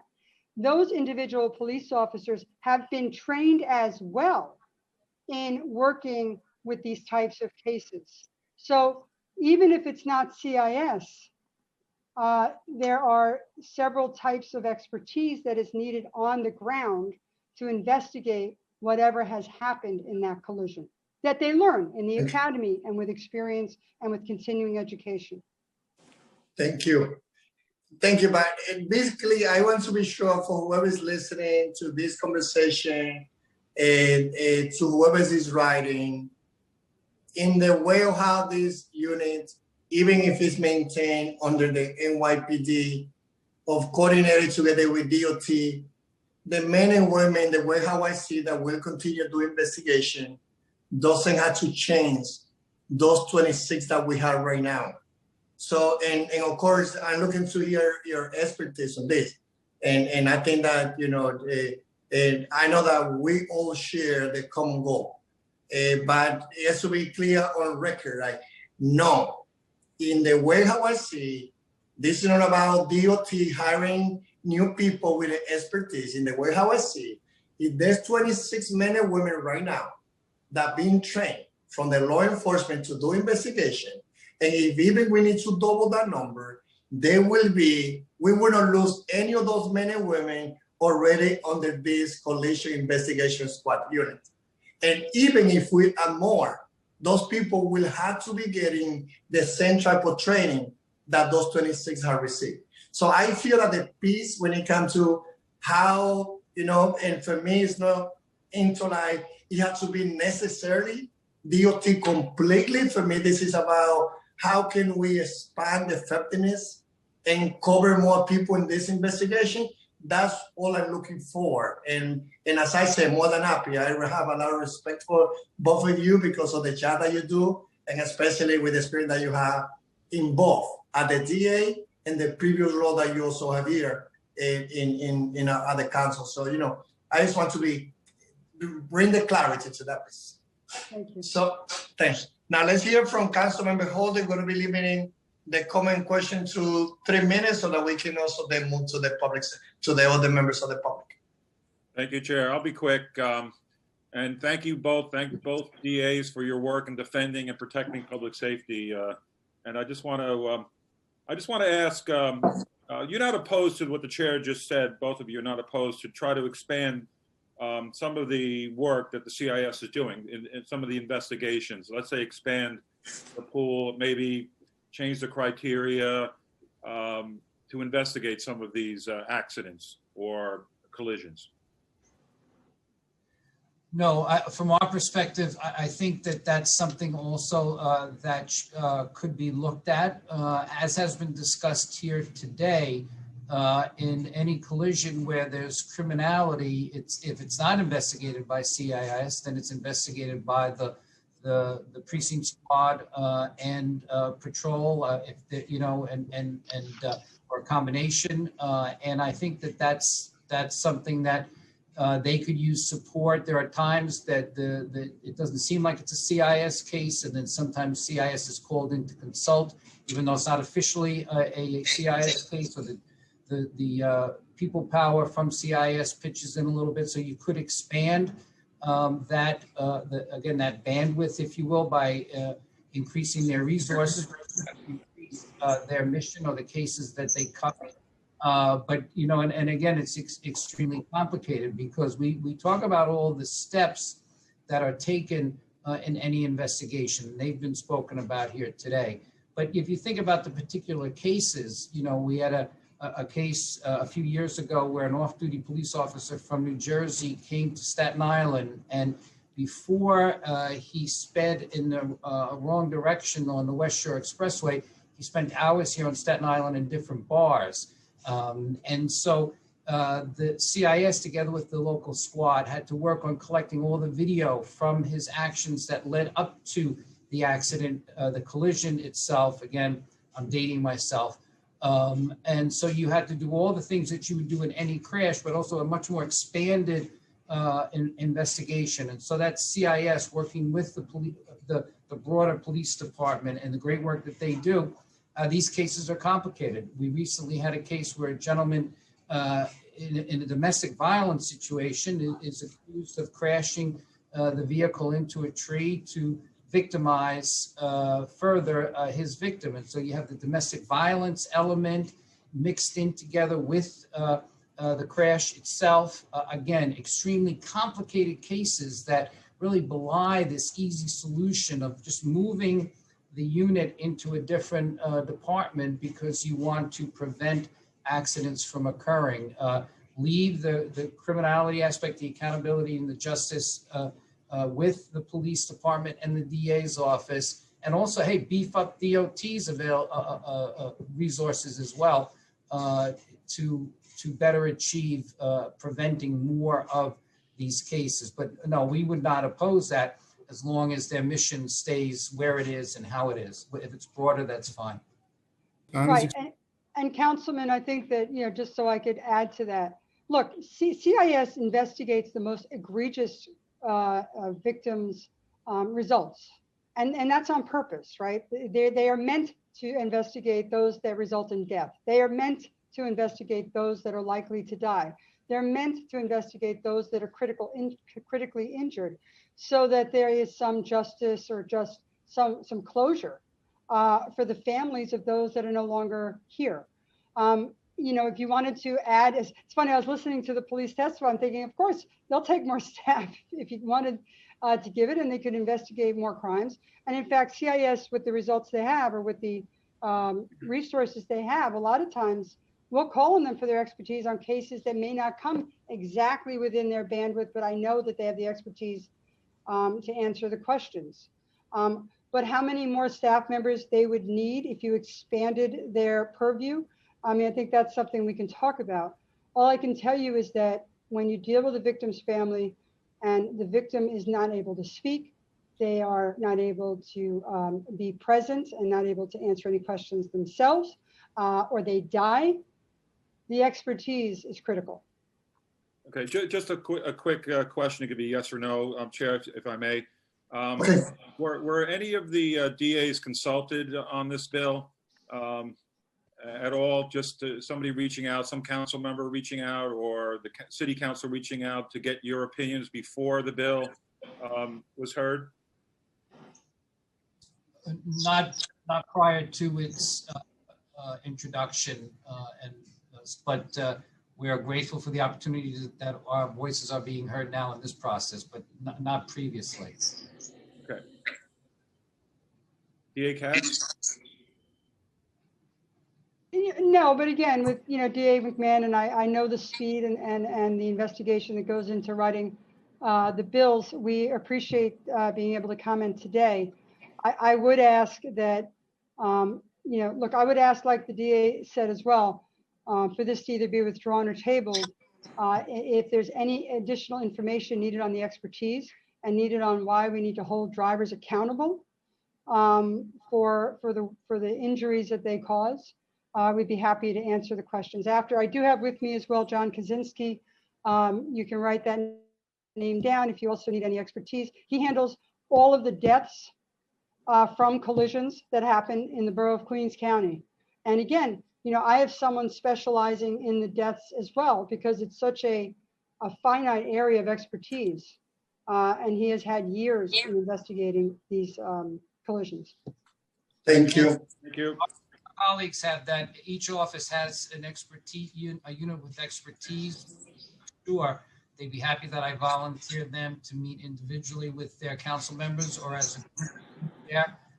They'd be happy to do it. Thank you. And we will follow with you. And I got to say that, yeah, the central staff of the council, they did consult at least getting the feedback from the Brooklyn DA before introducing this bill. It doesn't necessarily say that the Brooklyn DA give the okay or agree with this, but at least for the purpose of consortium, we did that. And again, whatever place we ended, we, in my case, in my role as chairman of this committee, and the lead prime with this together with Lander Speaker Johnson, the NYPD will maintain the investigative role in this. I think that it is important now just to continue conversation, especially with you from the DA role, to figure out on how we, again, can continue moving forward. But I want to move a little bit from that piece and ask you two questions. One is on the cases that you've been investigating, that you've been prosecuting related to hit and run and crashes. And of course, I mean cases that you can share. I don't talk about cases that is on the investigation that you cannot share any information because of the moment of that investigation. I've been involved, deeply involved in two cases. One was in the Bronx, a young person, recent graduate from college, Mr. Rivera, that it was only even in Fox 5, the case, the image where the driver put his car in fire to get rid of the evidence. That happened I think 6 years ago. And it took 2 or 3 years, from the Bronx DA and to continue working in this case. And even with the support that they got, because the family got a lawyer who worked at Columbia Law School, they were only able, I think, to get 1.5 years in jail, even though the person, again, put the car in fire to get rid of the evidence and everything. Then we work with, I went a couple of times having meeting with the family of DJ Paul in Brooklyn also. And I know that, it took time. And it's not that I expecting. I believe that I have some understanding about, all the work that you guys had to do to prove to make a strong case. But even in that case, in the DJ Paul, it was only I think 1 or 2 years. And I feel that as we are listening from you now, a legitimate concern, something that I hope that we will continue getting in feedback. I also see that we are at the equal situation when it comes for us going together to the state to get some changes at the state level to empower you guys, all the DA, to be able to prosecute, to have more tools when you prosecute those cases. So what can you say about, changes that you expect also at the state level that we should go together and ask for?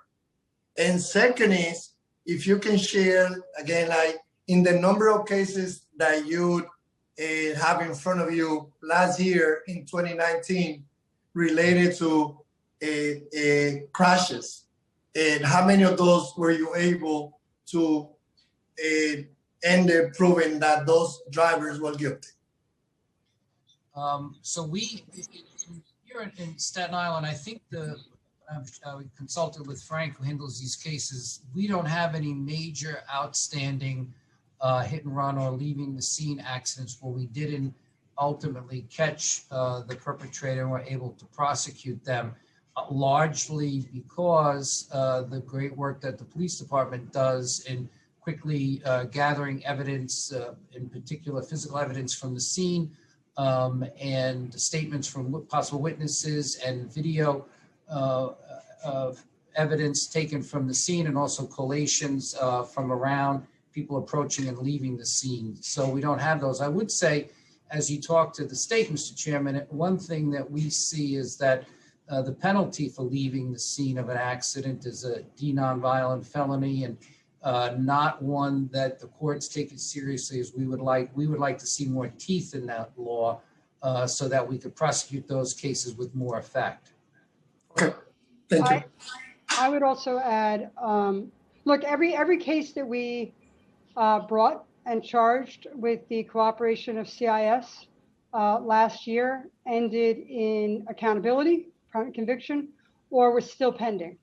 And it's gathering of the evidence and the time it took to make sure that we had a solid case. And by the way, that it was the right thing to do. We have to make sure that we're holding the right person accountable, and especially if it's CWI and all these other things that come into it, that we have the elements proven as we prosecute the case. I will only tell you, Mr. Chairman, I have been increasingly frustrated by those that drive, and this is a totally different subject than we're talking about. But since you asked the question, I have been increasingly frustrated by those drive with a suspended license because of losing their license, not because of a financial issue, but if they lost their license because of DWIs or because they were reckless drivers, and then they're driving again, and then something happens that may or may not be fault. And that comes up time and time again. If you have a suspended license and it's taken because you are a dangerous driver, you shouldn't be driving. And I do find that the laws sometimes are a little frustrating to me, and we're happy to talk about that with you. I do think DWI needs to be taken, very seriously. I have taken a little bit of heat because we now hold DWI drivers accountable to the fullest extent that I'm allowed to. I under extremely rare circumstances, have we allowed a plea bargain on them. And I do think they need to be held accountable. I do think it's one of the most selfish crimes that you can commit. And so I think that, those are just some of the things. But right now, to get back to where we are, the legislation that's in front of you asks that DOT take the primary responsibility for these investigations, for the 374 investigations last year that either ended up in death, likely to die, or critical. And, I just sort of wanted to bring us back to what we have in front of us, which is that we do believe that the expertise of CIS is best to handle those cases to make sure that where we hold drivers accountable, that we are able to do so in a legal and get a conviction. Thank you. And as you know, in your previous role, before being the Queens VP also, you know that a bill had always the opportunity to now go back to, to City Hall and see what changes we make. So thank you for your input. Can you, we're just looking at the 374, investigated by the Coalition Investigation Squad Unit. But do you have any recollection or other, and of course, yes, because we had like 43 cases of crashes that ended with injury. And yes, because you are a driver and you are in a crash and someone get injured, doesn't mean that you have committed a criminal act. But those cases should be investigated. I'm a pedestrian, I have 2 daughters, and I have a car too. So it could be that, God forgive, I'm in a crash and so get injuries. Of course, investigation should be done, and if an ex-person, including me, whoever is guilty of anything, there should be consequences. But when you look at those, isn't that a big concern that, as you heard from the NYPD, 43,000 crashes happened last year that involved injuries. And where do you see the number of those cases being in front of you? Not yet the 374.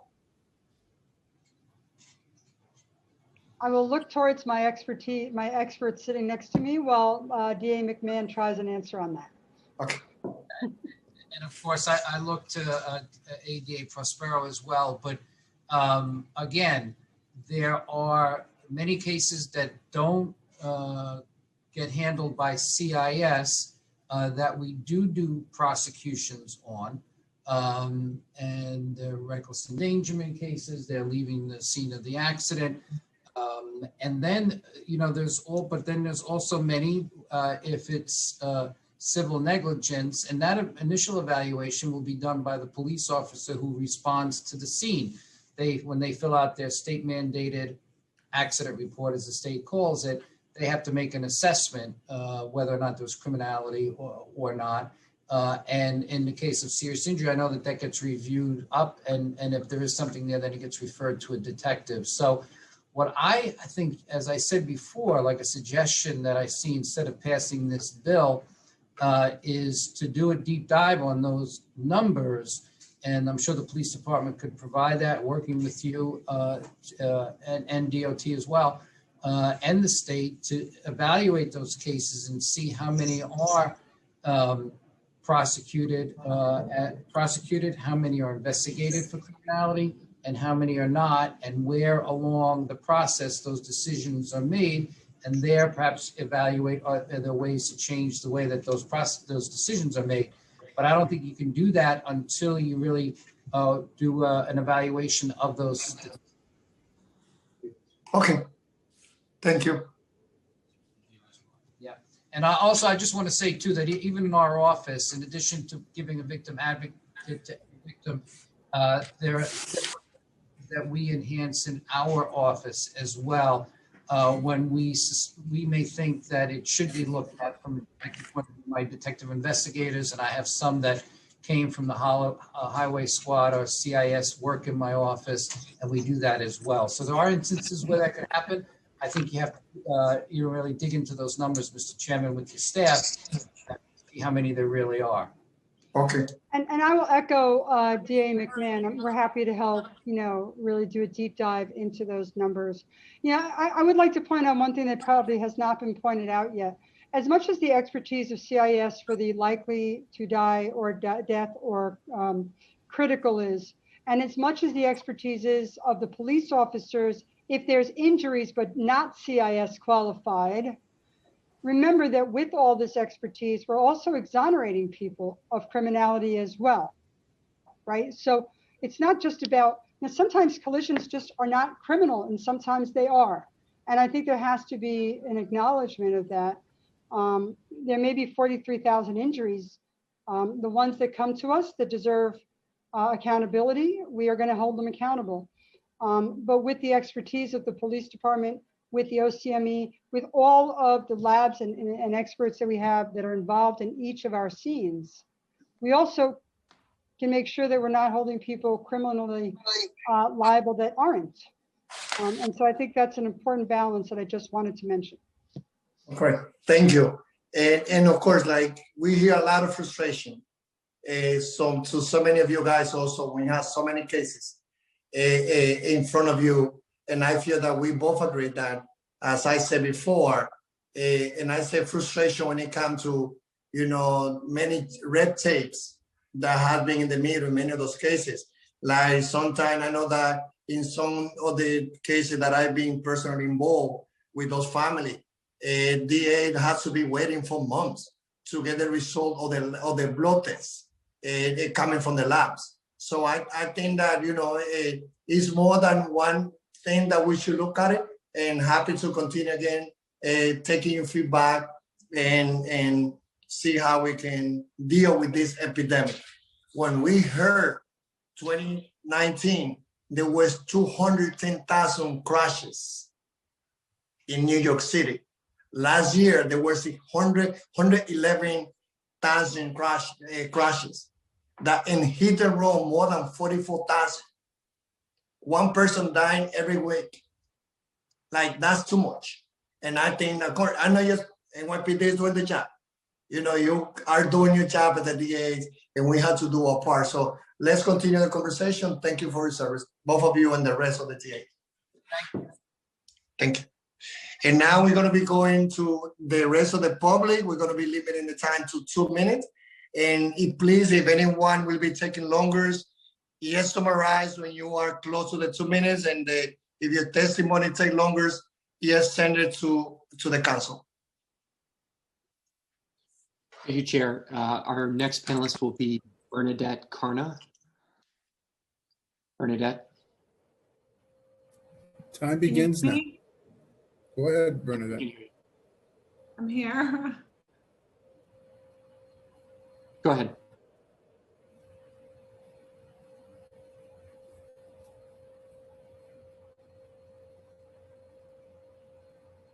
Can you hear me?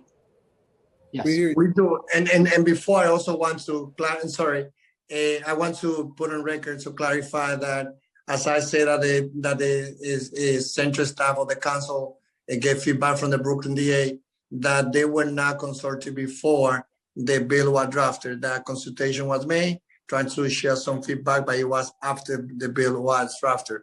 I have worked very close and have a lot of respect for our Brooklyn DA Gonzalez. So I wanted to, clarify that. Thank you.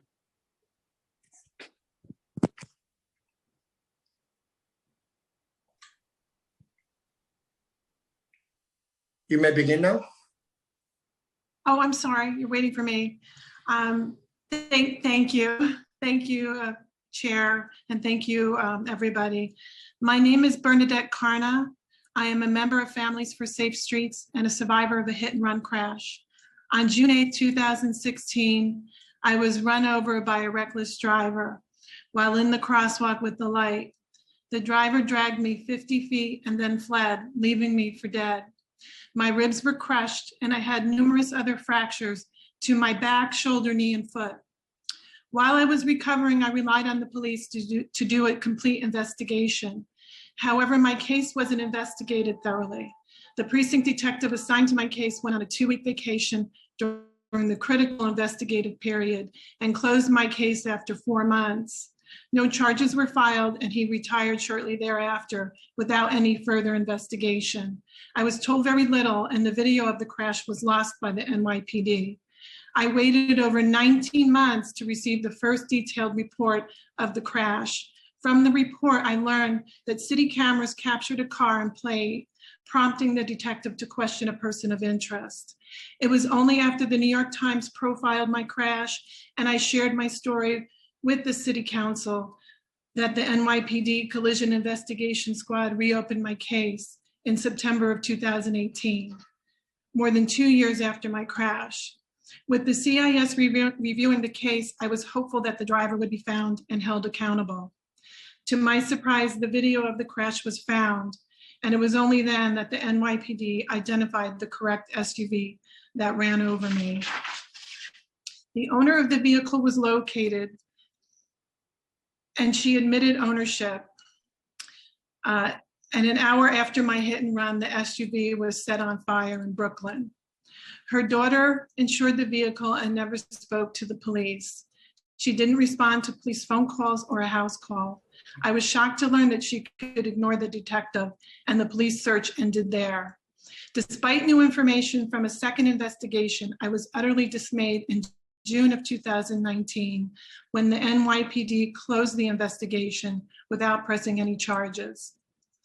Whether it is a lack of resources to investigate and prosecute drivers or an apathy that these are just accidents is unclear. But what is obvious is that the justice system doesn't bring justice to crash victims or hold reckless drivers accountable. To prevent these crashes and lack of justice from happening to others, I strongly support changes to the CIS and increased involvement of the Department of Transportation. The DOT is committed to Vision Zero. They have the expertise to conduct a detailed analysis at every crash site to understand what could have prevented the crash.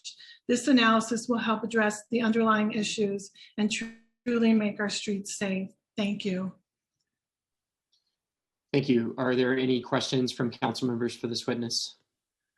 Okay, seeing none, our next panelist will be Dulcie Canton. Dulcie? Can everyone hear me? Yes. Hi, my name is Dulcie Canton, and I'm a member of Families for Safe Streets and survived a hit and run crash on August 7th, 2014. I was biking home and my friend Jay was skateboarding. We waited patiently at the light at Bleecker and Wilson. I was wearing all of the cycling gear meant to keep us safe: a helmet, light-colored clothing, front and rear light, and a bell. It was important to me as a Black woman and a cyclist to be the perfect role model. When the light turned green and I started to follow Jay through the intersection, I heard a car engine rumble, and then boom, a Chevy Camaro crashes into the rear of my bike and my person. I remember flying up into the air and landing in the street on my right shoulder like a human rag doll. My very first thoughts were, am I going to die? Is this the end? Will my family have to plan and attend my funeral? Where's my bike, and is she okay? Thank goodness I can feel my hands and toes. I know my name, I'm conscious. I think back now about the excruciating physical pain I was in and my fears, knowing that NYPD doesn't have a good track record of working with Black and communities of color. As a Black woman, I have firsthand personal experience. My mother survived a hit and run crash in the Bronx in the 2000s, and the police, NYPD, was of no help. When I was in the hospital, I called a coworker and he referred me to Steve Vaccaro, lawyer. He said he will take care of you. He got to working on my case immediately, traveling back to the crash site and completing an investigation with my friend Jay that the NYPD failed to do. He gathered witness statements, obtained not one, but 2 CCTV videos of the crash from a nearby building superintendent, and was giving a right side driver mirror to the Camaro from one of the witnesses. Being injured in a crash is very traumatic. I was unable to work for weeks, was in pain from the concussion and a broken ankle, and terrified to get on my bike. I had to set up a GoFundMe to pay my rent and for food. I knew I wanted to bike again once my body recovered, but that I would also need talk therapy to get over the PTSD. It was all so much to go through at the time, and I'm very thankful for everyone who helped me. But sadly, the NYPD was of absolutely no help. I expected to at least get a call from the detective. No call. About 3 weeks later, my head was feeling a bit better. So I called the 83rd precinct myself, only to be told that the detective assigned my case went on vacation.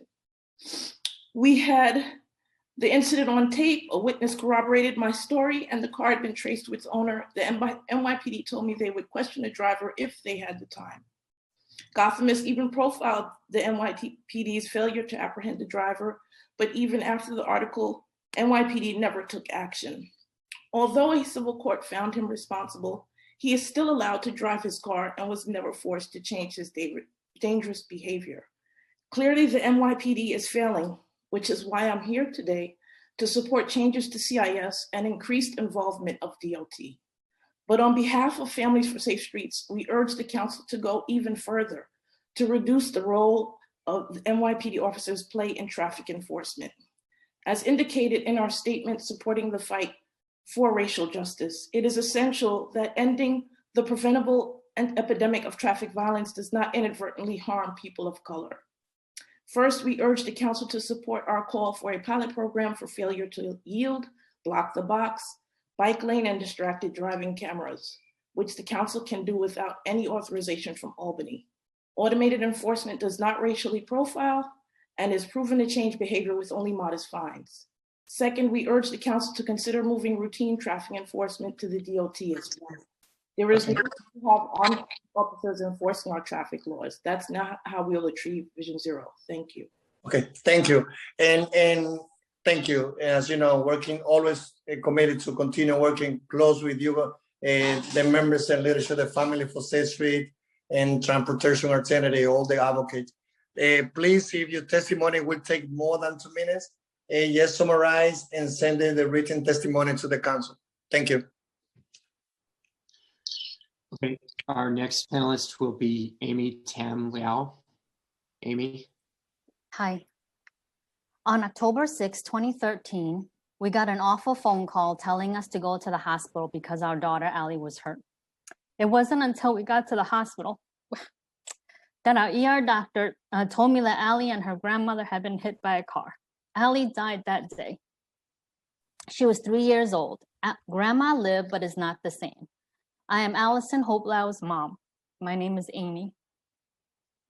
At the hospital, the police officers told my husband that there was nothing they could do and provided excuses for the driver. The driver didn't see Allie and Grandma. The driver had a blind spot. They actually took the time to provide extensive detail on what part of the car can cause this blind spot and never mentioned that Allison and her grandma had the signal and the right of way. It was as though they had already made up their mind before the investigation was complete. Our nightmare was compounded when the newspapers read that Allie had broken free from Grandma's hand and that she was walking behind Grandma. NYPD was cited as the source. The next day, the owner of a dash camera submitted a video to the police of the crash.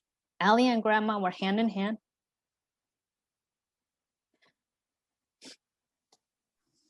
I'm sorry, and take your time. Okay. A distracted driver of an SUV made an aggressive left turn, failed to yield, and hit them both. Knocked Allie to the ground and rolled over her with both the front and rear tires. The video is available for anyone to see. Okay, to prevent these crashes, the rest of my testimony has been submitted. I'm just gonna skip to this part. To prevent these crashes and lack of justice from happening to others, I strongly support changes to CIS and increased involvement from the DOT. The DOT has been leading the fight for Vision Zero, does not have the same pro-driver biases as the NYPD, and has the expertise to conduct a detailed systemic analysis at every crash to make our streets safer. Thank you. Thank you for your testimony. Our next panelist will be Marco Connor Diacqua. Marco. That begins. Yes, thank you, Chair Rodriguez, and thank you for spearheading this bill and hearing. I represent Transportation Alternatives. As Deputy Director, we are the city's nonprofit advocacy organization for livable and safe streets. We strongly support Intro 2224. New Yorkers need an overhaul of the current crash investigation process. It is abundantly clear that the status quo is not working for anyone, yet the NYPD and DAs we heard from today want to maintain the status quo. And I want to address the misinformation that they provided. Most importantly, I urge everyone to not believe the spin put forth by the city agencies today and the DA saying that enforcement and prosecution of the worst reckless driving will somehow be taken away with this bill, and that the highly trained CIS officers somehow won't be doing crash investigations anymore, and that confidential private data will somehow be made publicly available for all to see. That is not true. It is spin and fear-mongering, and it is disinformation that I pray that the council and reporters do not buy into. Intro 2224 would still allow for prosecution when appropriate in compliance with state law. And to address DOT's 4-person Office of Emergency Response that responds to CIS crashes, if the post-crash assessments of that DOT unit were heeded by this administration, we would have achieved Vision Zero already. It should not have taken decades of advocacy and hundreds of deaths to convert the Queens Boulevard of death. How our city provides crash information to reporters informs the changes that the public demands, and Intro 2224 would help address that. Now, we just heard the most gut-wrenching account from crash victims and survivors, providing a damning condemnation of the NYPD's and DA's current crash response. Those are just the tip of the iceberg. NYPD routinely engages in harmful victim blaming and premature statements to media. It's clear that NYPD is either unwilling or unable to adequately address victim blaming. In addition, they fail to investigate crashes. They fail to investigate thousands of hit and run crashes that result in injuries. A recent TA report documents this. An 8-year-old child was tragically killed just this very morning in Brooklyn in a hit and run. In addition to inadequate investigations of hit and runs, since at least 2015, NYPD has likely been in violation of state law that requires them to adequately investigate thousands of failure to yield crashes under the right-of-way law. And importantly, the current criteria determining CIS crash response allows for complete discretion by the NYPD to respond to any crash they want to, not just the crashes that they are presented. NYPD could unilaterally expand the cases CIS responds to right now. CIS is recognized as perhaps the best crash investigation unit in the country. The problem is that their leadership clearly does not believe that their work is worthy of expanding. Commissioner O'Neill said thanks, but no thanks to additional funding for CIS in 2019. In closing, we recommend 1, expanding crash investigation and response to include NYPD, including CIS officers, DOT, and the Department of Health. 2, create a pathway for quick implementation of street redesigns following a crash. 3, include a victim advocate from the Department of Health to provide a social worker on site to immediately support the crash victim and loved ones in navigating the confusing and often heartless process of hospital, legal, insurance, and law enforcement interactions that would follow any serious crash. And finally, we suggest removing NYPD from the tens of thousands of property-only and minor injury crashes. There is no need for armed police officers to respond to these crashes. So in the words of Councilmember Rodriguez, Intro 2224 is about coordination. It's about centering victim needs, comprehensively addressing the root causes. We strongly support Intro 2224 and urge its enactment as soon as possible. Thank you. Thank you, Marco. Our next panelist will be Steve Vaccaro. Steve. Yes, thank you to the committee. And listening to this testimony today, I feel like I and the clients who I represent as an attorney representing crash victims and the families of fatal crash victims, I feel like we're living in two different alternative realities. I cannot believe the representations that I heard from Ms. Royster at NYPD of the regarding the collision investigation squad, that they give out resources to crash victims. All of the crash victims you've heard from today were represented by our law firm. And you will hear from 2 more. And none of them will tell you that they received some list of resources or frequently asked questions. And you see them nodding their heads there. And if you can be told lies by the police department officials who are giving you statements in this hearing, then you can bet that there's a lot more lies that they're telling. They do not give resources to crash victims, and they do not give the consideration to these cases that they deserve. And that is why we need the DOT involved. I was told because of technical limitations, I would not be able to actually publish this video to you, but I'm going to show you. This is Mario Valenzuela, 14-year-old riding his bicycle on Borden Avenue in Queens. There is a truck that is over the double yellow to the left. He is behind the truck, and this is the video that NYPD says proves that Mario was completely at fault. He was not at fault. The truck driver makes an unsignaled left turn into Mario and kills him right there. And in the NYPD Collision Investigation Squad report that was done by a veteran investigator that I've dealt with many times, a Detective Conlon, and signed off on by Sergeant Denig, who was at this hearing and maybe still is, they made no mention of the fact that the truck was over the double yellow to the left before suddenly cutting to the right.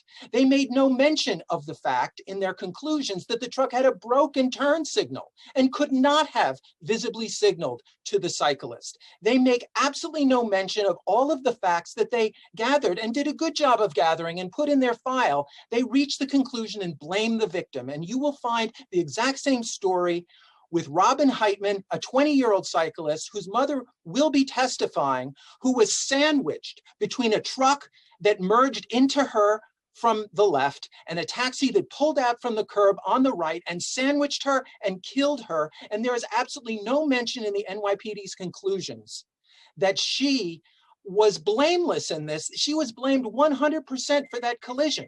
The evidence is there in the file, but NYPD does not understand that cyclists have a right to be on the road, and the Collision Investigation Squad has repeatedly cranked out decisions that blame the cyclists, no matter how blameless they were. I strongly encourage this bill to get the DOT involved with the NYPD so that they will understand the traffic laws with all of their wonderful specialized training and actually apply them. Thank you. Thank you for your testimony. Our next panelist will be Kimberly Goldfield. Kimberly.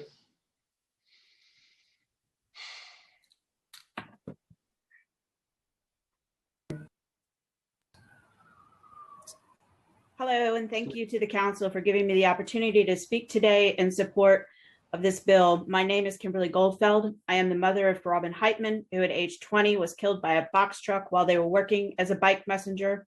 Anticipating a right turn as part of their job, Robin was traveling in the right-hand lane of 6th Avenue between the intersections with West 23rd and West 24th Streets. As Robin was traveling in the right-hand lane, a box truck began to change lanes into Robin's path of travel. At the same time, a taxi cab was attempting to pull off the curb into traffic. As a result, at 9:24 a.m. on June 24, 2019, Robin was run over by the box truck and killed. Many people were on the street that morning, including several eyewitnesses who saw the truck run Robin over, bouncing high as it did. However, the truck did not stop, nor did the taxi cab. They continued on only to be pulled over a few blocks later by a pedestrian who flagged them down, telling them they needed to return to the scene. Detective Center with the NYPD CIS was assigned to Robin's case. Despite his professional manner and his seeming willingness to help determine the cause of Robin's death, he ignored critical information, which caused his report to place the blame squarely on Robin. And I quote, "After reviewing all available information, the cause of this collision is, in all capitals, bicyclist error. The contributing factors to this collision are the bicyclist's improper lane use and possible reaction to an uninvolved vehicle," unquote. Detective Center's report contains information that should not have been ignored, to include the fact that the driver of the taxi cab did not look when he pulled out. The operator of the box truck was cited on scene for several equipment violations, but was not offered an interpreter, and his cooperation was minimal. Both the operator of the box truck and the truck itself were allowed to leave the scene. As a result of Detective Center's finding that Robin was at fault, the DMV has decided not to hold a fatality hearing. This decision is currently being appealed, as the driver of the box truck needs to be held accountable for the fact that he ran Robin over, left the scene, and then stated he never knew he had run someone over. Physical evidence has shown that there were no defects in 6th Avenue that would have caused the truck to bounce as it did. There is no reason the operator could not have known he ran someone over. Robin's autopsy clearly showed that the truck ran them over. My understanding is that CIS is charged with determining whether a crime has been committed in cases such as these. Instead, responsibility needs to be determined and fully shouldered with appropriate consequences to include education of the driver involved and changes to the infrastructure. There are far too many vehicles on the street and not enough room for pedestrians and cyclists. What little infrastructure is available to cyclists in the form of bike lanes is often not usable due to vehicles and vendors using it as a parking lane. There needs to be protected bike lanes on every street. There needs to be fewer vehicles on the road. As a result of the negligence of the driver of the box truck and his poor driving skills, Robin Heitman lost their life. The driver of the box truck was not held accountable for his actions. The incident could have been prevented had the driver received proper driving education. The crash could have also been prevented with the presence of better infrastructure and fewer vehicles on the road. Instead, NYPD CIS stated it was Robin's fault and closed the case. In conclusion, please note the background I'm using today. This is a bandana I received during Robin's memorial ride on June 27, 2019. It hangs on my wall along with the keys to Robin's bike lock that I placed on their ghost bike. This bandana should not exist, but it does because of the irresponsible actions of the driver of the box truck. This mother should not have had to write her daughter's obituary, but she did because there are far too many vehicles on the streets and not enough responsibility being assumed by the drivers of those vehicles. Thank you for your time. Thank you for your testimony. Our next panelist will be Martha Valenzuela. And if we could just try and keep things close to 2 minutes, please. Thank you. Time begins. Okay. Chairman Rodriguez and members of the City Council Transportation Committee. My name is Marta Valenzuela. Thank you for the opportunity to speak about my beloved son, Mario Valenzuela, who was killed by a Relic truck driver on September 21st, 2019, and the terrible injustice for the police investigation that blamed him for his own death. He was in fact not at fault. The second injustice could be prevented by the Bill Intro 2224, which I ask you to enact into law. My beautiful son, my beautiful 14-year-old son, Mario, was out with his friends riding bicycles when he was killed. Mario loved to ride his bike and he knew how to keep safe in traffic. Even to this day, it's too painful for me to watch the video showing the truck driver killing Mario. But you have heard from my attorney, Steve Vaccaro, who has also registered for this hearing to show you the video and to explain how the NYPD Collision Investigation Squad completely misunderstood the crash and unfairly blamed Mario. It was too terrible to lose my son in a traffic crash. He went out with his friends on that Saturday and he never came home. I never had the chance to protect Mario from that truck driver. I never had the chance to say goodbye to Mario. For a mother, these are terrible things that make my heart ache. We parents put so much of ourselves into raising a child to become an adult. The horror of having Mario suddenly ripped from our family by aggressive truck driver is unspeakable. Because of that unfair and incorrect decision of the police to blame Mario for his own death, this is something I must relive over and over again. Whenever anyone asks me about Mario, I must also explain the injustice of the police in falsely blaming him. It is impossible for me to have peace, to have closure for his terrible loss. When the official government account of what happened is a lie, we look to our government to provide justice for the people at a moment like this.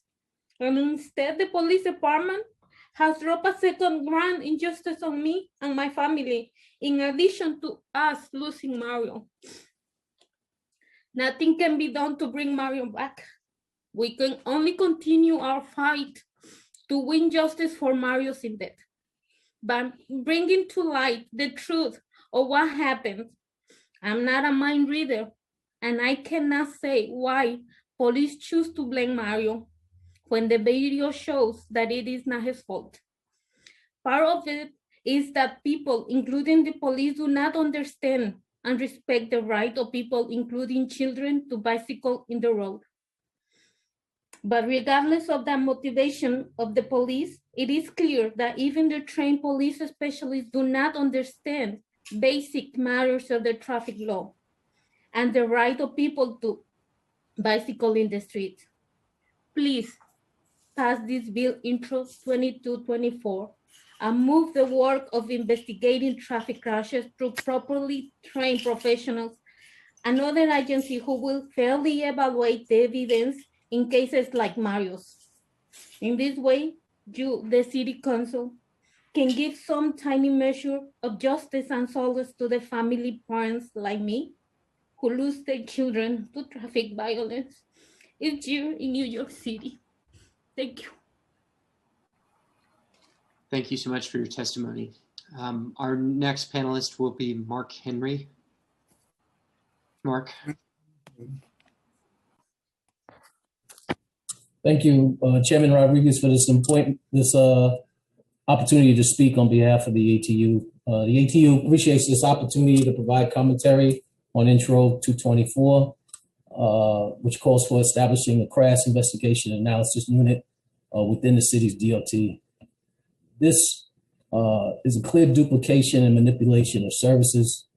Often legislation in transportation and transit spheres get developed without little or any discussion from labor or the agencies that are impacted by this intro. We have shared in previous comments with this committee and other committees about how the ATU is without a contract currently, and this intro seeks to corral or control the narrative on accidents and is not designed to present true unbiased opinion of facts. The council, by introducing this legislation, kind of reflects the same thing that I deal with the MTA on a day-to-day basis, and only provides a slant on motor vehicle operators. And the city has many motor vehicle operators, not only in police, fire, sanitation, taxis, public bus transit, school buses, etc. Currently, we know the NYPD handles all accident investigations and should continue to do so. Stripping them of their duties, and they're highly trained and certified in the function of evaluating accidents, lacks merit, and just demonstrates a lack of fiscal sense. Given the unquestionable authority to a new investigative unit would be embedded in the DOT, it, to me, just seems like a waste of resources, and it's time consuming.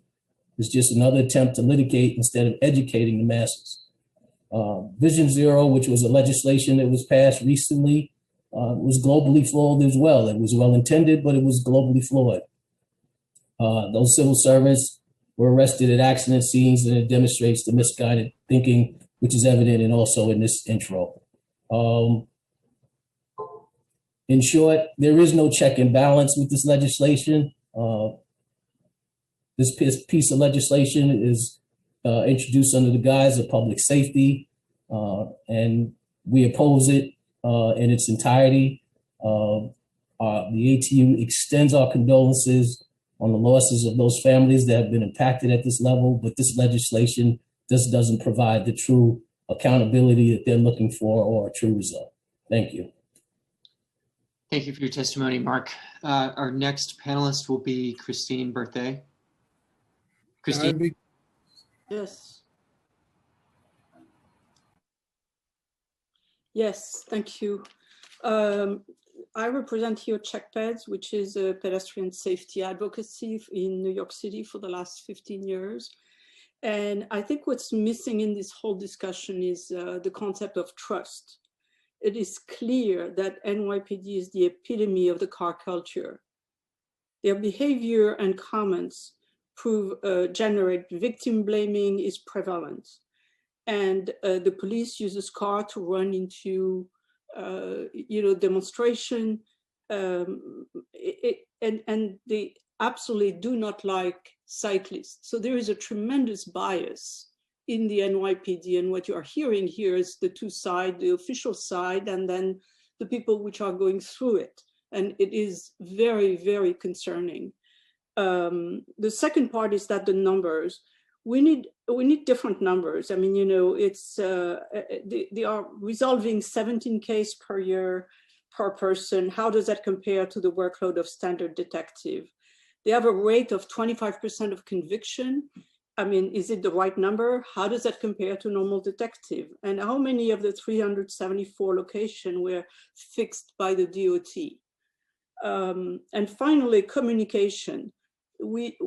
I very often talk to the precinct. I am on the community board. And what I hear from the agents concerning victims is horrifying. The comments are callous. The comments are about they don't care about the pedestrian and the people killed. And they always find an excuse to make the car driver the person who is blameless. That communication. So I think we have a much bigger problem, which is how do we fix this mentality, and whether I believe that moving the unit to the DOT would help, but this goes way deep and we have a lot of work. Thank you. Thank you for your testimony. Our next panelist will be Lauren Secular. Lauren. Time begins.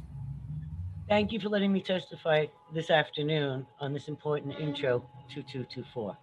My name is Lauren Secular and I work with the AMA Local District 34. I am in support of this intro.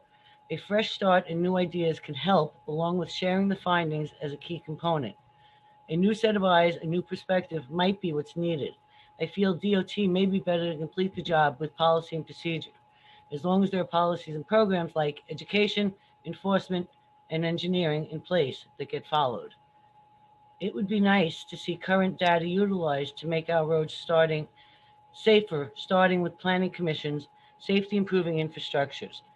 We all benefit when we have more data, which we cannot seem to get. I have no issues where it lies. It's in the tools that are given is the key. Policy, what constitutes an investigation, needs to be clear. I remain unclear as to the preparedness of DOT to vamp up the 26 folks that NYPD had. We need to have this on the books for the incoming administration. I realize DOT has to split its resources by conducting investigations and developing new proposals for safer roads based on the information gathered from a crash scene. Currently, the squad has never shown up as a factor in policy making. CIS brass do not testify at city council hearings on traffic safety. In my opinion, the squad's work informs little and deters nothing. I've dedicated my time to micromobility and safety. Law enforcement is only one endpoint for these investigations. We all ride for different reasons as well. Fun, adventure, to bond with friends, to relax, as a moving meditation, to make the commute more interesting, to get through traffic easier, to accomplish goals. The reasons are as infinite as they are diverse. Thank you for allowing me to be heard. Thank you, Lauren, for your testimony. Our next panelist will be Tanya Cruz. Tanya. Time begins. Good afternoon, Chair Rodriguez, Councilmember Miller, Transportation Committee, and DA Katz. Thank you, Chair Rodriguez, for sponsoring Intro 2224, and listening to my testimony. I'd like to speak to the personal impact that today's policies and procedures has had and forever changed my life with one incident. While crossing the street, my father was struck by a Winnebager being driven by a 70-plus-year-old male, more concerned about an oncoming car potentially running his stop sign. This was the investigating officer's report verbally given to me and my grieving mother. More than decades later, we have an opportunity to broaden the scope and the bandwidth, increase manpower, and establish reporting transparency of investigations. Isn't that the driving goal? Do we say criminality and justice is not only the core, but the only driving goal, leaving the door open for downplaying additional resources outside of the NYPD and DOT toolbox? I am concerned we are missing the opportunity to concurrently work while maintaining law, order, and transportation safety goals, thus delivering safe travels while enjoying all means of transportation New York City has granted to all. We can't bring my father back. However, New York City Council, NYPD, New York City DOT, and the DA office has a chance to improve, secure additional resources, and increase entities to better assist our mayor's directives. I thank DOT for all their assistance and guidance for many, many years, to DA Katz for your encouragement and leadership, and I look forward to working with Chief Royster. The 105th and Southeast Queens corridors need your TLC. Councilman Miller, you always have our back. Giving my best and always here to assist. Our lives are in your hands. Thank you for your testimony, Tanya. Our next panelist will be Glenn Bilovsky. Glenn? Begins now.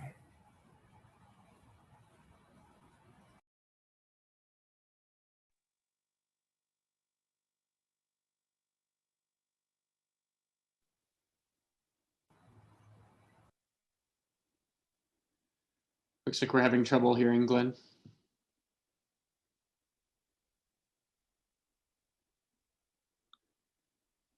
Okay, we'll go to the next person and then we can circle back to Glenn. Our next panelist will be Jesse Earlbaum. Jesse? Hey, you can hear me, okay. Yes. Thank you very much, Chair Rodriguez, for bringing this issue up. My name's Jesse Earlbaum. I'm a New York City motorcycle rider. I'm also one of the founding members of the New York Motorcycle and Scooter Task Force, an organization started over a decade ago by New York City riders with the purpose of making motorcycle riding in New York City safer. As of today, we have nearly 3,000 members in our group, ranging from social riders for whom riding is a fun group activity, to sport riders who hone their skills on closed circuits, to daily motorcycle commuters, such as myself, who choose motorcycles as an energy and cost-efficient way to get to work. Our organization strongly supports this bill, as I do personally as a lifelong New Yorker. New York City motorcycles have a death problem and a data problem. Since 2010, New York City has managed to lower road fatalities about 15% overall. That's great, but it hides our deaths, that of motorcyclists. Overall fatalities went down, but deaths of motorcycle riders during that same period went up 13%. I'd like to know why. But I cannot know the answer to this question without data, and this data is inaccessible to me. It is inaccessible to me because it is locked up behind NYPD's tradition of secrecy and distrust in the public. At this moment, I have an open FOIL request for crash data from CIS. It was filed in early October 2020 and has yet to receive any more than the automated reply that it has been received. The fact that I have to file a FOIL request in the first place is a huge barrier to accessing this information for the public good. In all likelihood, I will eventually have to sue my own city if I want to see this important information.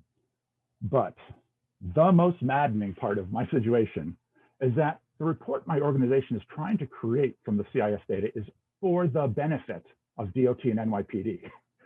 My org is one of a number of New York City motorcycle orgs which have been working for 2 years with NYPD and DOT as part of Vision Zero. We've been called in to help the city reduce the rate of death of New York City motorcycle riders. It is outrageous to me that I am stymied from doing this job because of NYPD intransigence and their default stance of secrecy. This stance might serve the task of law enforcement well, but it is a huge disservice in the larger and more urgent task of public safety and health on our roads. This is why we strongly support creating a new agency to take over this critical task. The Office of the Chief Medical Examiner, the OCME, is proof that a highly technical investigations can be conducted effectively outside of the NYPD at large scale. They handle about 8,500 investigations a year, not 300 something, and still serve the public interest. Thank you very much to the chair and everybody for having this issue come up. Thanks very much. Thank you, Jesse, for your testimony. Next, we will go back to Glenn Bilofsky, if we have his audio now.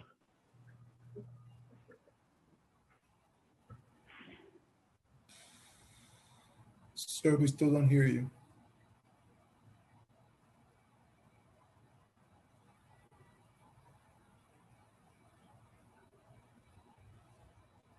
Glenn, I'm sorry, it seems like your audio is not working. If you could just submit your written testimony if you're not able to speak with us. Thanks. Chair Rodriguez, I think we've reached the end of our public testimony. Thank you, Elliot, for the great job that you have done it. And also thank you to every members of the central staff of the council. As also from my end, thank you to my chief of staff, Elizabeth Conformer, to my legislative director, Evelyn Collado, and to my communication person, Tomas Garita, for working with me in this. And thank you to the co-prime of this bill, Speaker Johnson and Council Member Lander.